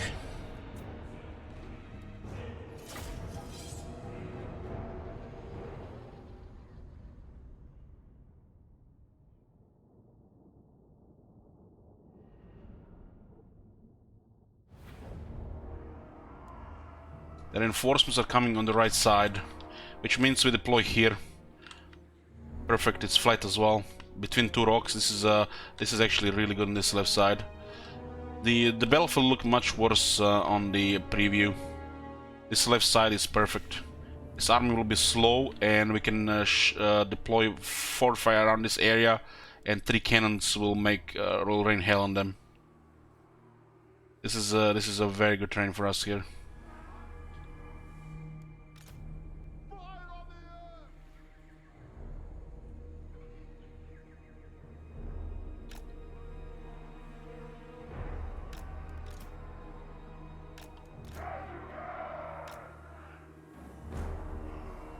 Artillery ready! Is there a lord on a horse? He is.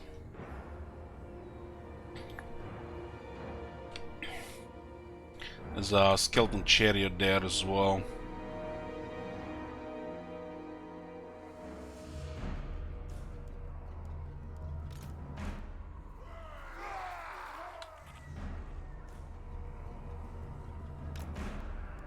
War of vengeance! Long be it! Get 2 thunderers.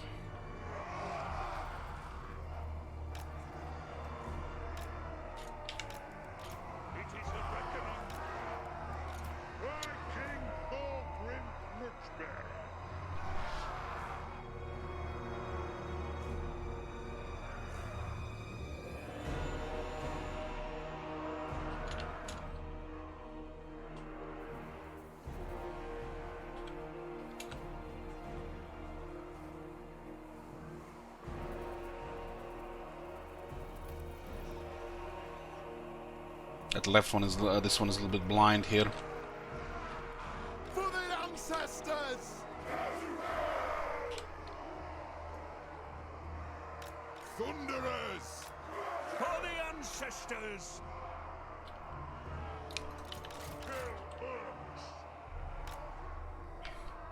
Long be it! It is a reckoning! I would say we want to get from the side here, but we want to put some regiments there.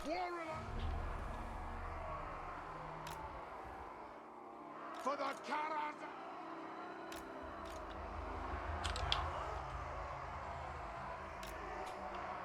It is a reckoning! Longbirds will be hard to kill unless they apply the right range pressure or monsters.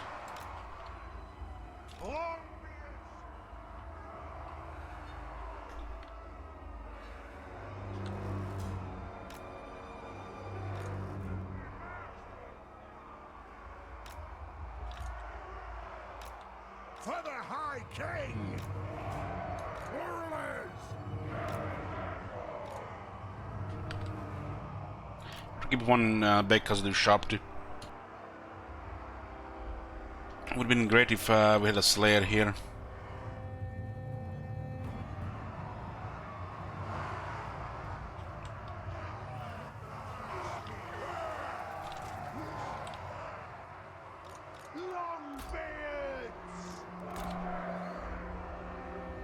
Yeah, this is fine on this side. We immediately move this when the bell starts.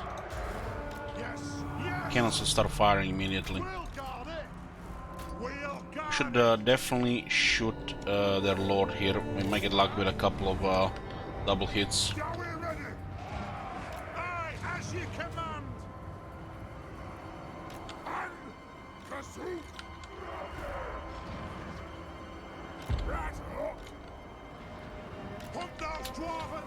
Oh, that's nice.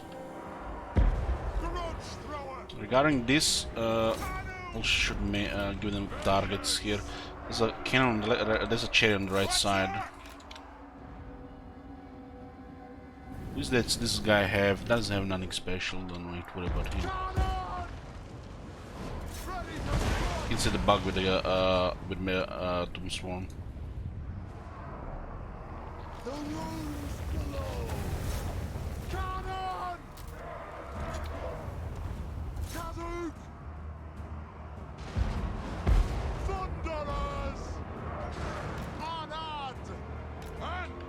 That's some nice hit on those chariots.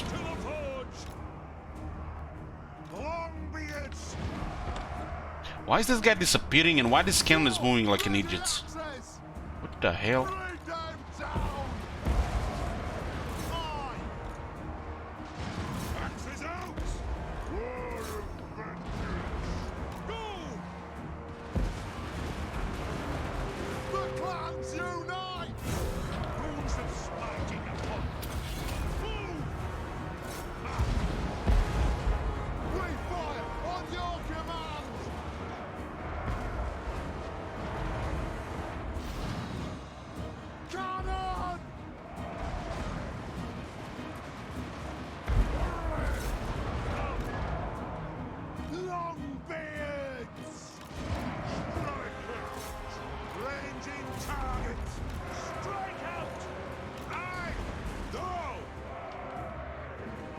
Thunder center was totally worried.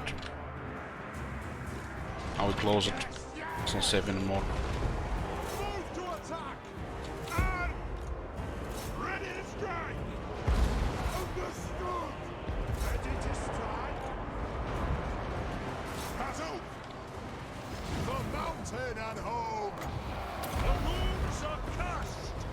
Ready to strike! The might of Karaz-a-Karak!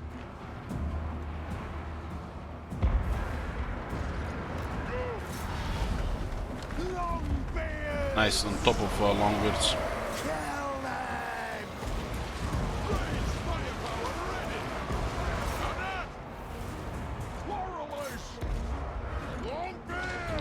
These are Tomb Guards. We need to shoot those. Go a little bit back.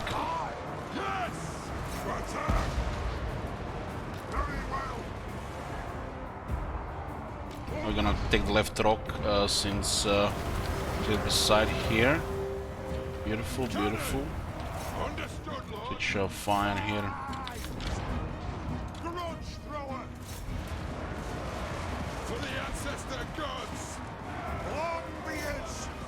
Tomb Guard actually need to shoot at.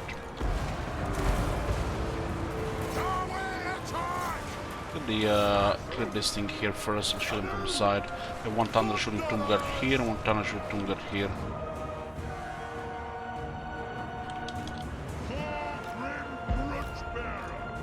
Attack the axe! Understood, Lord! By the ancestor gods! Anad! Kill hooves! Ah! As you command!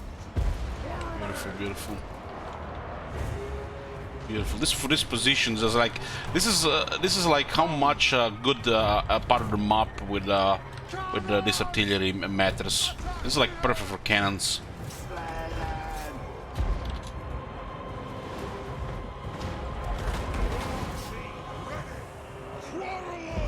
They're actually killing this, longbeards. Was there? There's actually another tomb guard there. No. We have to make sure these guys are relieved. Stop firing. We're moving forward. The two scorpions are coming.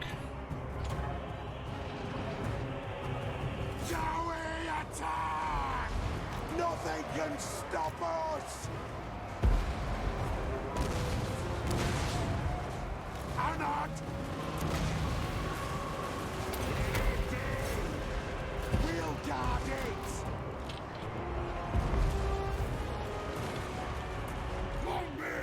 Their army is marching, so it's pretty good for us here. They're coming very slow.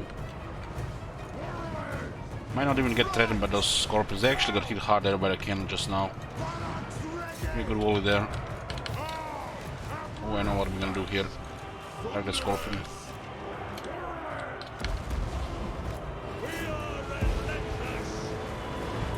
Oh, we stuck. Okay. You have a shot in range, shoot a shot now. Gotta love cannons, man. We've been too much pro organ guns and we're missing fun with the cannons. It's kind of hard, man. I want to murder 50 armies with organ guns or 50 armies with cannons. Let the vengeance begin! Taking aim! For the High King!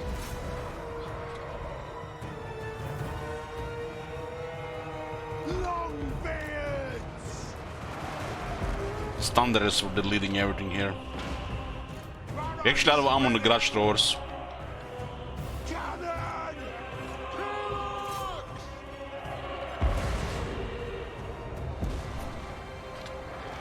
Longbeards! Plow through! Shield-bearers home! Roar of vengeance! What the fuck? Shoot that shit! Moving out! Karaz-a-Karak! Slay the Oathbreakers! Quarrelers! Let's be about this! Stormguard caused a lot of damage here. Longbeards! Aye, as ye command! Yes, Lord! Right on! Moving out! Aye, as ye command! Right on! Will do! Axes out! Cannon! Yes, yes!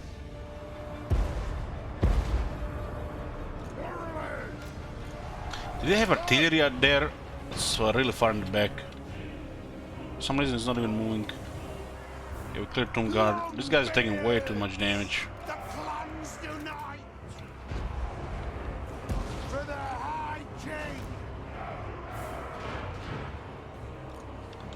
Thunderers! Will do! Anu! Killers! Aye, as ye command! The clans unite! Shoot at Tomb King, the rest of them should just go away after that. Move now! Understood, Lord! It's an army loss in progress. Through! Got! Thunderers!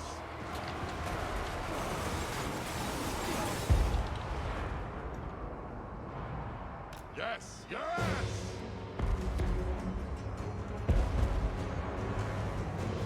Select target! Pioneers will. Ready to strike! They're almost out of ammo on some of these warlords. Now! Warriors! Runes of spell. We're gonna get rid of the Tomb King and the rest should not last long. Yeah, he's going down. It's beautiful.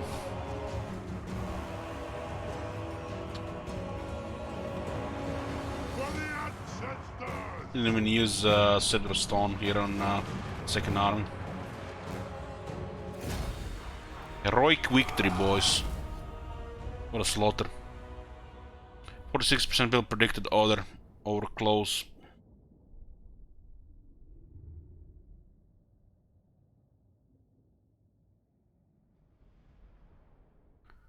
We could have focused those Tomb Guard while they were coming close. We would have even taken less casualties.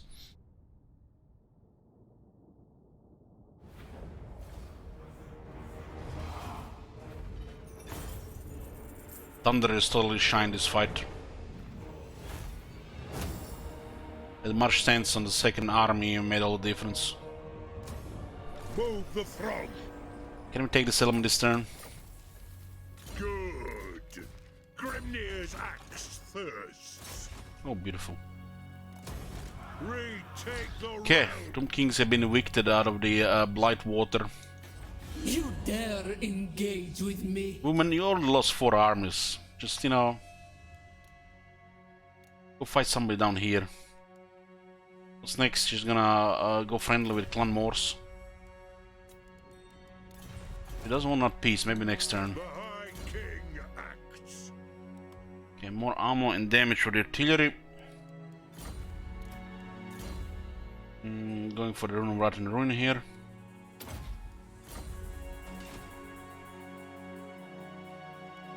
Throne bearers. Yeah, when a reinforcing army from the AI is in march stance, they're very slow. So deploy just far away from them, and if you have range, should be more than fine. We could have gotten a bad hill battlefield like the ones that sometimes are here with that big hill in the middle. The cannons really shine on battlefields like those.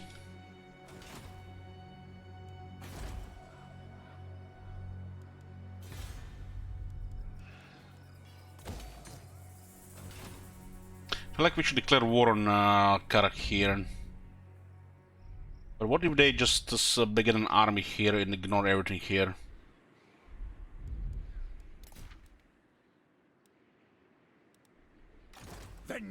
The game doesn't give you a reminder for armies in ambush stance or the encamp stance. This is one of the notifications that's missing.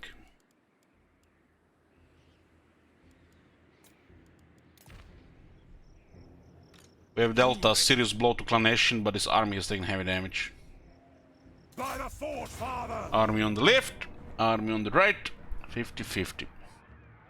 You got, of course, the most balanced rank 1 lord in the game.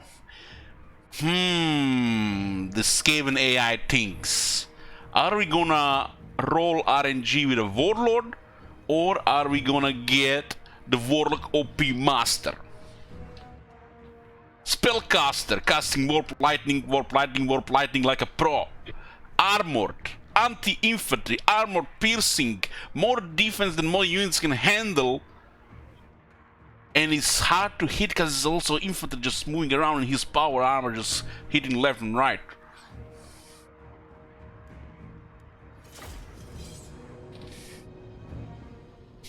Have a unit of cannons will focus fire on the Warlock Master.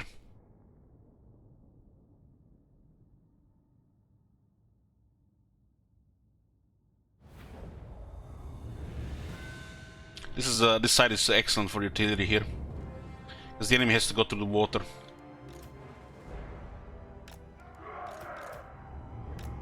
This is just a standard tier 3 army. We lost a unit of Longbeards and the Runesmith is scouting aside. We had 2 units of Regiments Renowned to help, because we're taking heavy losses. It was a nasty battle with lots of death runners.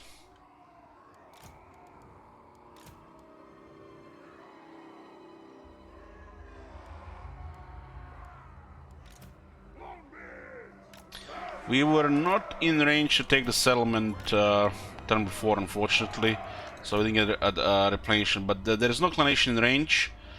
Although Snitch could underway to this area next turn, but he's also under pressure from Barakwar, not just us.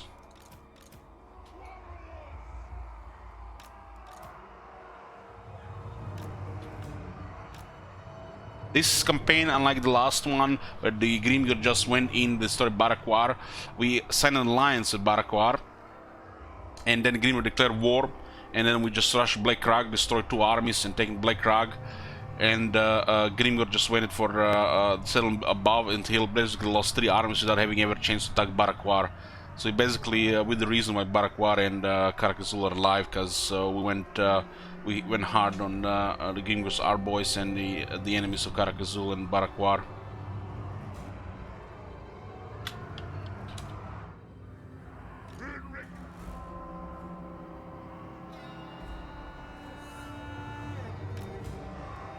For the ancestors!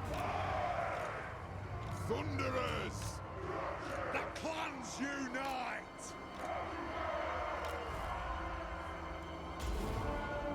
Cannon down! We stay put!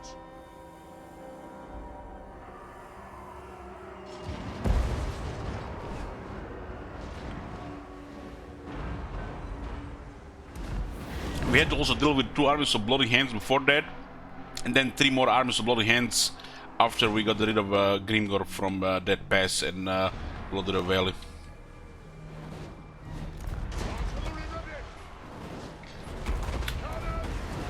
Well, I use a cannon on this ancient bolt guy. If you're wondering the bonus on the AI here, he actually has 46 attack and a 63 defense. You just don't see this bonus.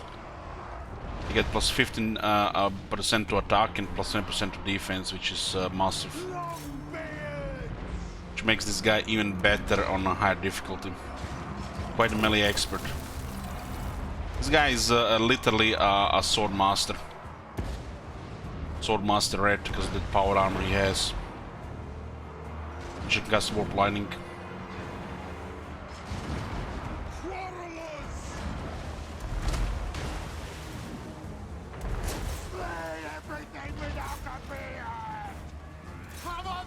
Cannons are not getting any hits.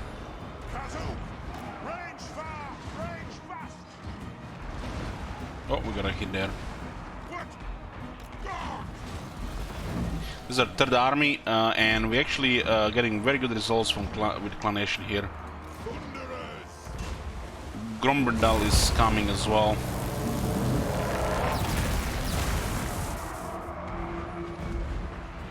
So, Clan Nation is pretty much doomed. Confederation imminent.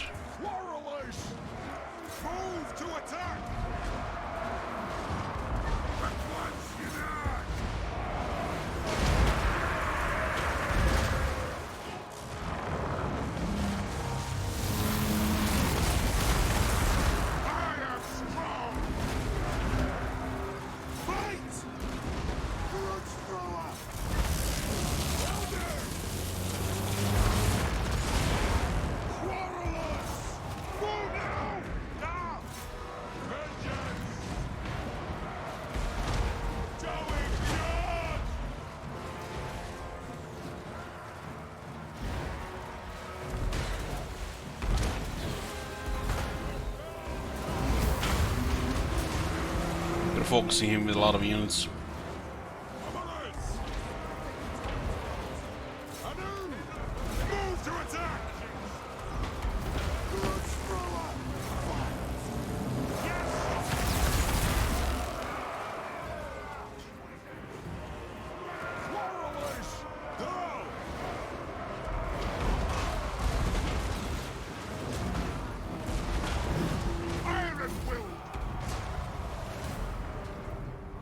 Good.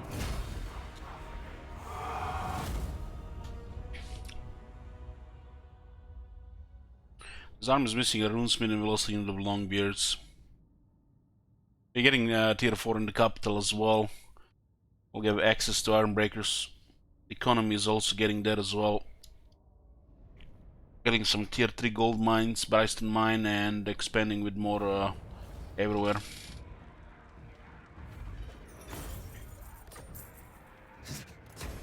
Watch your back tail. Yes, yes. So Sneech is just below us here.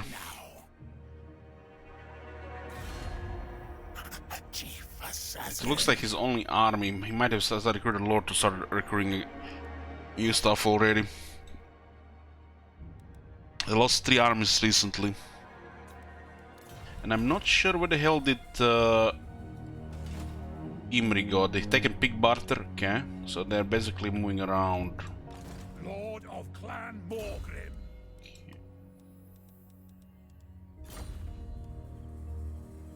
We have here, we're taking the province now. Let's get some growth.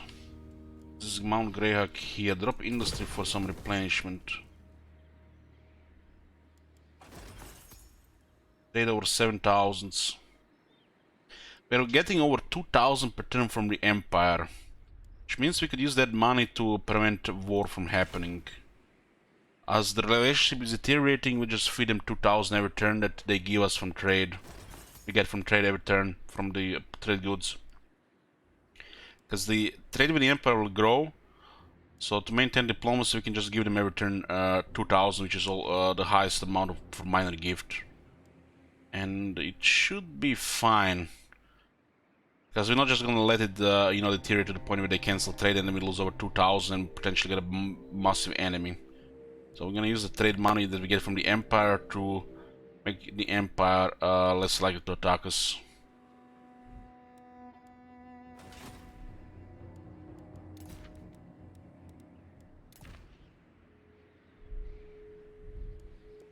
How can I help?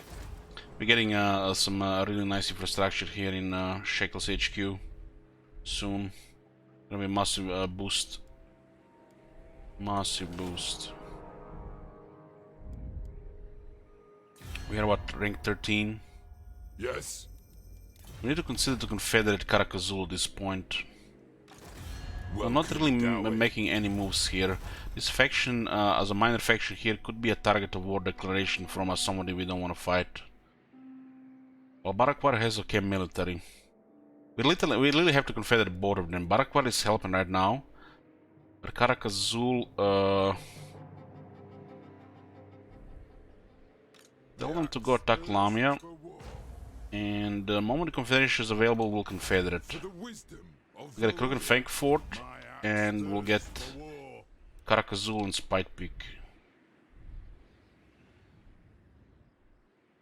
More money, and we don't get a liability in diplomacy. Most major powers don't even see this faction here, so it's gonna be fine for now.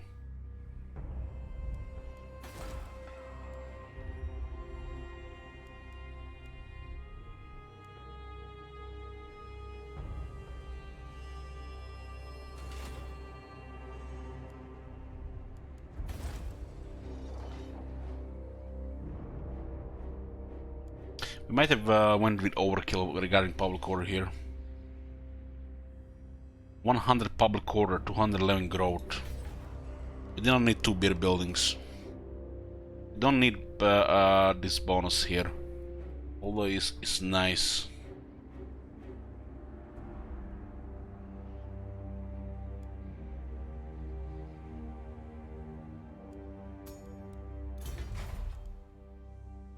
Probably drop mastering hall for the ranger barracks in Puppen's pillars.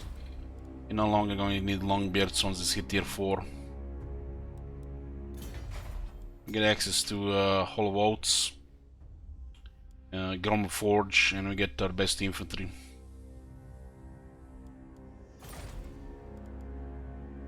Gonna recruit a range unit. It's gonna be Bugman's Rangers instead of this place here. This serves no purpose anymore. All our 3 armies are sorted. What do you want? We have plenty of longbeards. This one has been patched because we had some losses. So People Pants Pillar should drop the barracks and get the ranger outpost. We're gonna get Crows, we're gonna get Bugman's Rangers.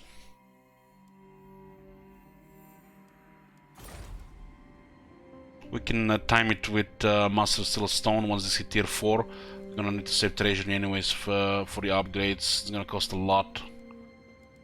A lot.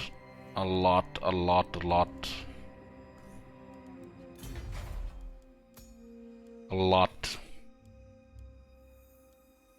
Yeah, we're gonna need over 30k. With Master Stone and Grungi is gonna be less, of course. 25% cheaper construction. How long to get a construction unit? I guess we're not that close to it. It'll be 11 turns. Yeah, it's too long. Just skip really on doing this.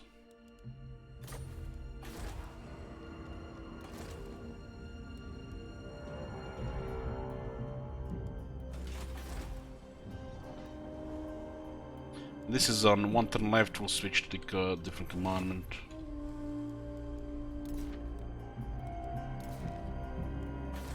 This one can be industry for 2 turns as well. It doesn't really matter.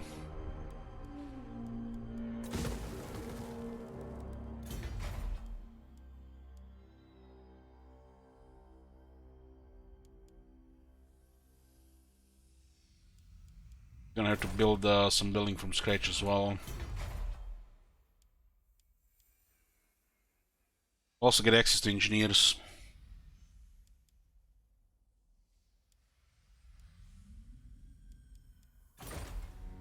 And we don't need this anymore. Regarding Tain, there's Tain available on Hollow Vaults as well for recruitment.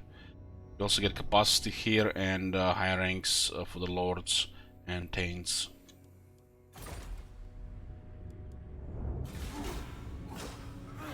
You just have to save a lot of money to have enough for the tier 4 stuff upgrade there. So Snitch is going on Shid Wizard now. Gonna have to flee there.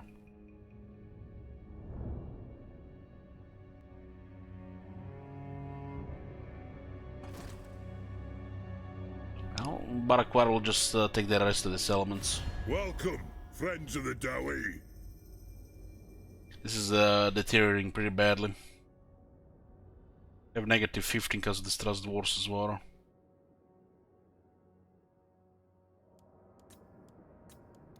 They still haven't taken Karak-Dromer. Ideally, we would like to confederate them. Alliance with them will make it worse to Karak-Kadin. Alliance to Karak-Kadin will make it worse to them because they don't like each other and they both distrust dwarves.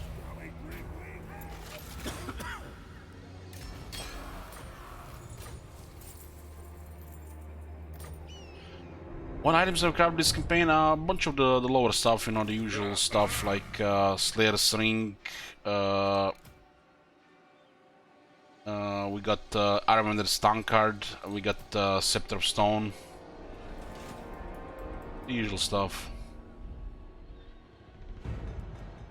Fearless and unbreakable. This is gonna be a massive amount of money once this get upgraded. All of it is taking the Desolation. We invited Karak-Kadin to war against Clanation. They did accept. My kin, the throng of... There's no military access available, and if for them to fight Clanation, they have to trespass with us. They're probably gonna do it. What? Ready. You know who I am. Our enemies shall tremble. Seeing Gromendel here. Armed and ready. I'll cast the runes. We have to replenish here. Iron-willed. Cannot fight that. No. The runes are ready. I'm moving. I hope. We can keep this too, actually. You reek of weakness, Thrall. She's considering peace. The throng is mustered.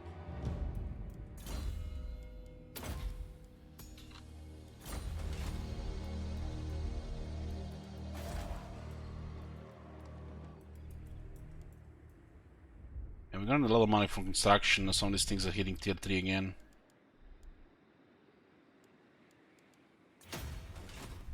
Got only one Grungi lord this campaign. Throne bearers, let's march. She might switch focus if we give her peace here. Then we can just go Tux Cave in here. Careful how you tread. There are snakes in the sand. No. No. Send me to vengeance. Let's visit this cave in here. The High King. I'm fairly sure these two are controlled by Clanation. If our ally goes for Lamia, this should not be under any threat.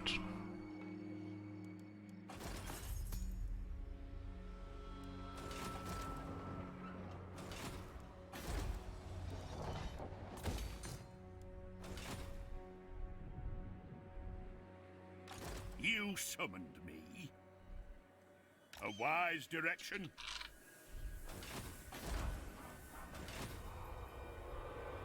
For the wisdom of Valea. With the Gormdel is coming, he will flee. The snitch.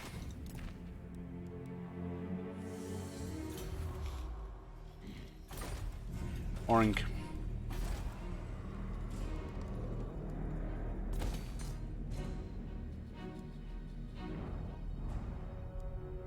Gonna need a lot of money for this.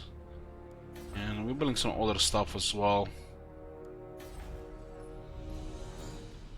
Should be just enough money to keep building. We're having 7,600 from trade. It would be really bad if this gets blocked. It looks like it's safe in this area here.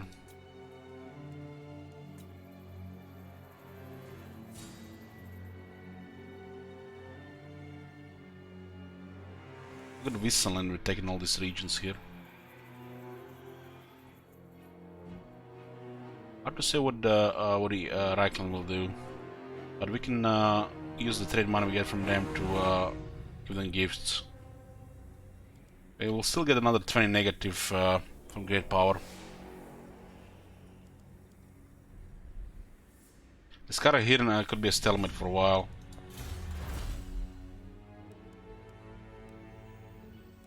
5% cheaper outfit for the long bids. Why not? We have a lot of long bids.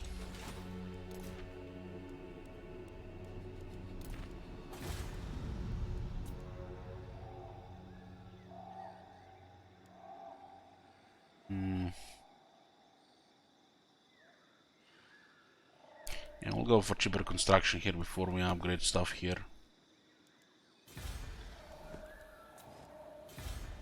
There's an imminent rebellion here. Looks like it's gonna be vampires. Oh, that's good. We get a fight and we get a grudge. Why not let them come? For the wisdom of Valea. Make your proposal. And she could get focused here, and Torgrim can take Broken Teeth. And then the Clanation is gonna be stuck in this area here. There's also Imrik is there as well, so it's not gonna be very very pleasant for him.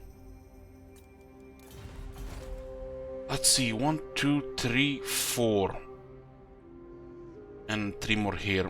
So that it does feel like they have Nagashizer. There could even be a force building up here, but they probably have armies moving around here because Imrik is close. And this is their currently main army. Talisman preservation.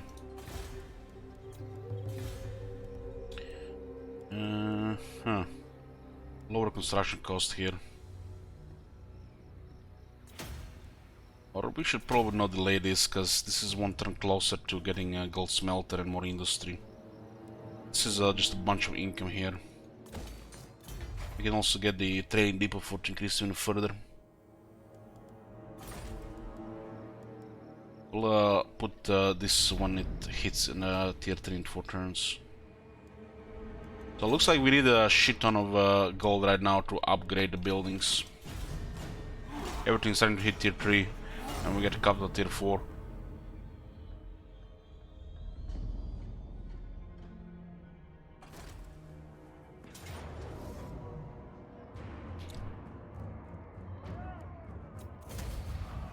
This is a wisdom hour for you. Well, yeah, I'm moving with the times every few weeks or so. Sometimes random.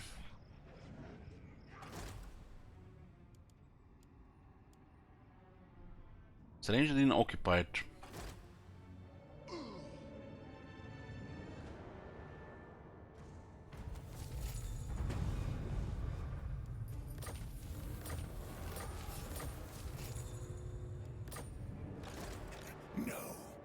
I have the forge fires glowing. This one is with the main army. Dumping. What? My anger burns bright. Valea's will binds me to you. I suppose so. The runes are ready. I'm leaving. I have the forge fires glowing. Master of runecraft. Agreed. I've cast the runes. This is Grimnir.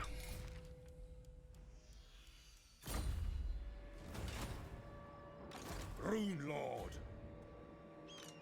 Imrik is also moving around here.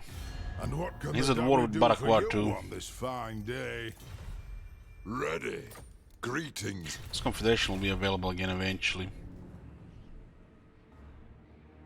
What's your orders? Just need to keep an eye on movements. There are already an army coming here. Asaf is the goddess of vengeance. And she has it for us. A little aggro.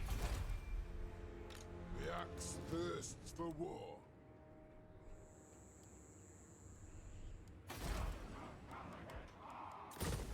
Guess we'll keep this under war zone. We're gonna get a reclination here. Aye, for the Karaz-a-Karak.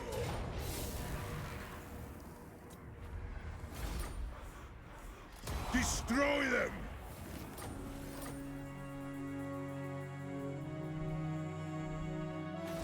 Cripple Clan Ashin. Maybe even destroy them before they get confederated by the Clan Morse. Maybe they didn't even make a contact. Does look like he has Nagashiza as well. It is time! Retake the realms! Okay. We have cannons on rank 7. Don't need archivists. Looks like she'll take Misty Mountain in 2 turns. Nothing we can do about this. We'll clear the Ashen here and then probably just guard this area here once we clear again. Maybe these guys actually make a move here if she moving forward as well.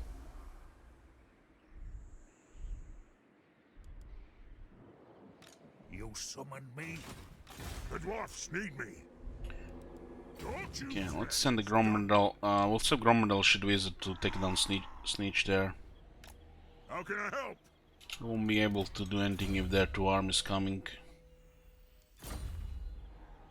Okay.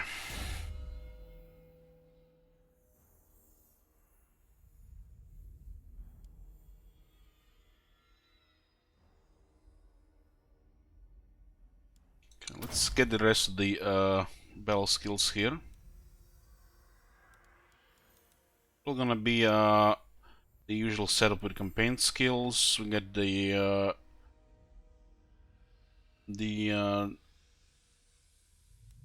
late game best battle skills and probably hard to hit. We have everything now in the veteran ones. We don't need this one. Still need this one here, and we can consider Fire and Fury, although the flame cannons don't need this. If we get the flame cannons, could be nice just for them to, you know, just nuke with the extra damage. Missile strength doesn't really buff explosions, and the flame cannons do primarily explosions. This is elite infantry, and they already fire pretty fast, so real time reduction. This is actually quite a bad skill when you think about it.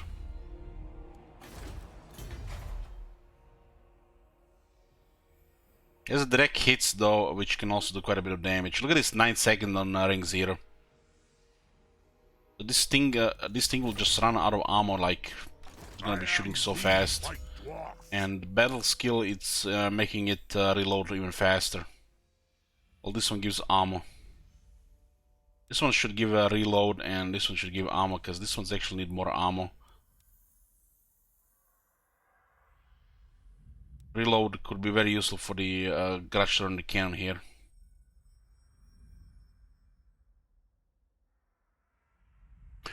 Depends what you want with the Wizard Lord. Usually going magic first is the way to go, because the Wizard Lords can do so much. I'm thinking we go Gleaming Airs and we're gonna go Fire and Fury.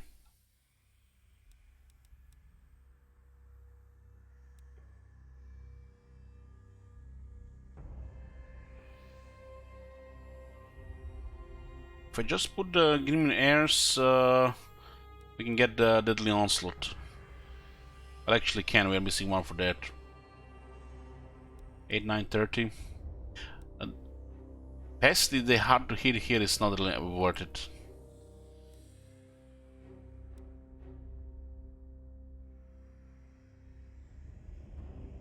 Yeah, it's not really worth it past hard to hit.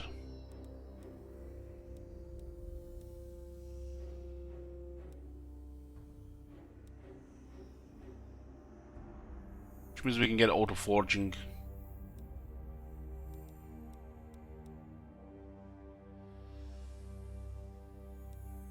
Gonna go to auto forging right now because we don't really get anything out of this currently. If you don't go Axe Lord, definitely have a room for auto forging.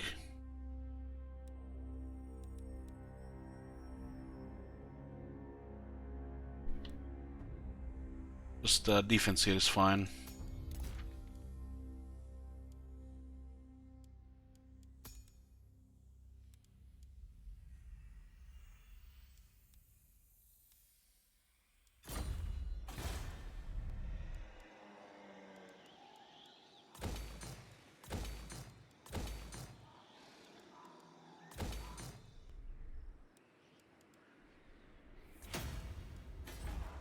It's not gonna have any money here.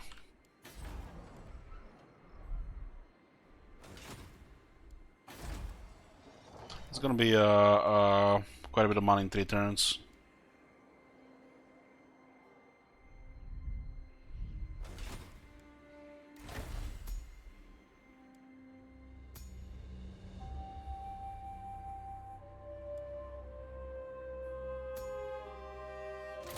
Don't need this anymore.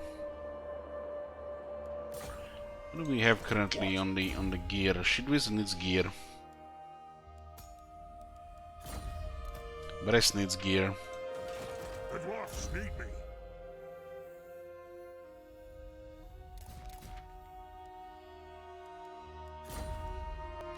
Valea's will binds me to you. Throne bearers, let's march!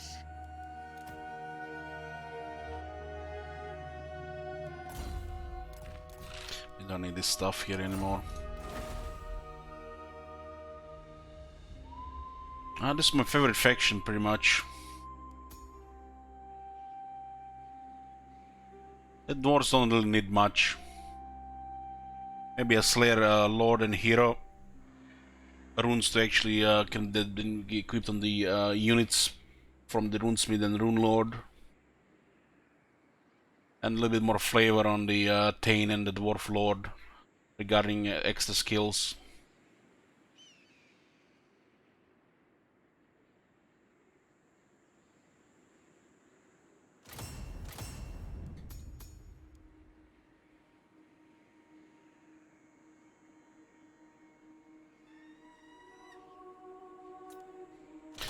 Getting a defense regeneration item on the ancient item slot. Yes.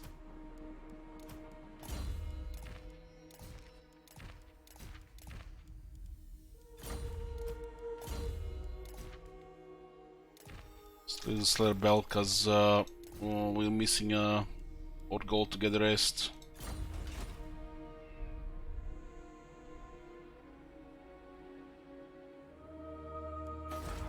This is gonna get hit, nothing we can do about it. We'll clear the scan here first. Send me to vengeance. And turn 61, we'll have tier 4 capital. But we'll probably not have money to upgrade everything. Money is just increasing, but there's a lot of things we have to upgrade at the same time. Tier 3 here, Tier 3 there, Tier 3 here, and then Tier 4 here at the same time. It's a lot. I'll leave this two as a war zone.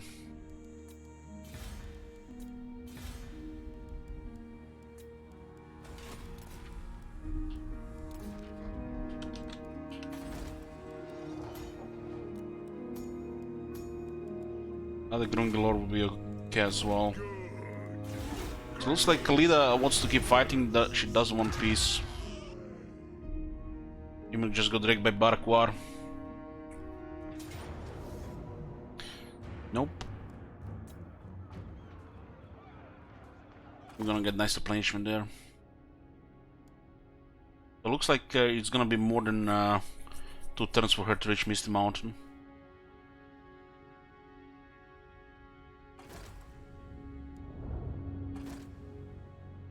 What just happened there? Did he intercept the Wicked Lord there? It looks like he did.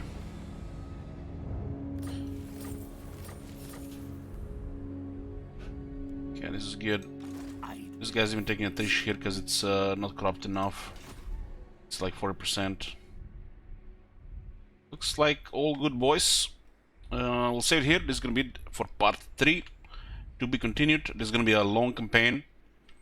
Basically, at the end of the early game, we'll be clearing some factions here, getting bigger, and there's a plan to destroy all the elves this campaign. That's the goal of the campaign: destroy all elves, occupy Nagarond and Lothern. So plenty to go, plenty to go. This basically just started here, just early game about to end. I'll see you guys next time.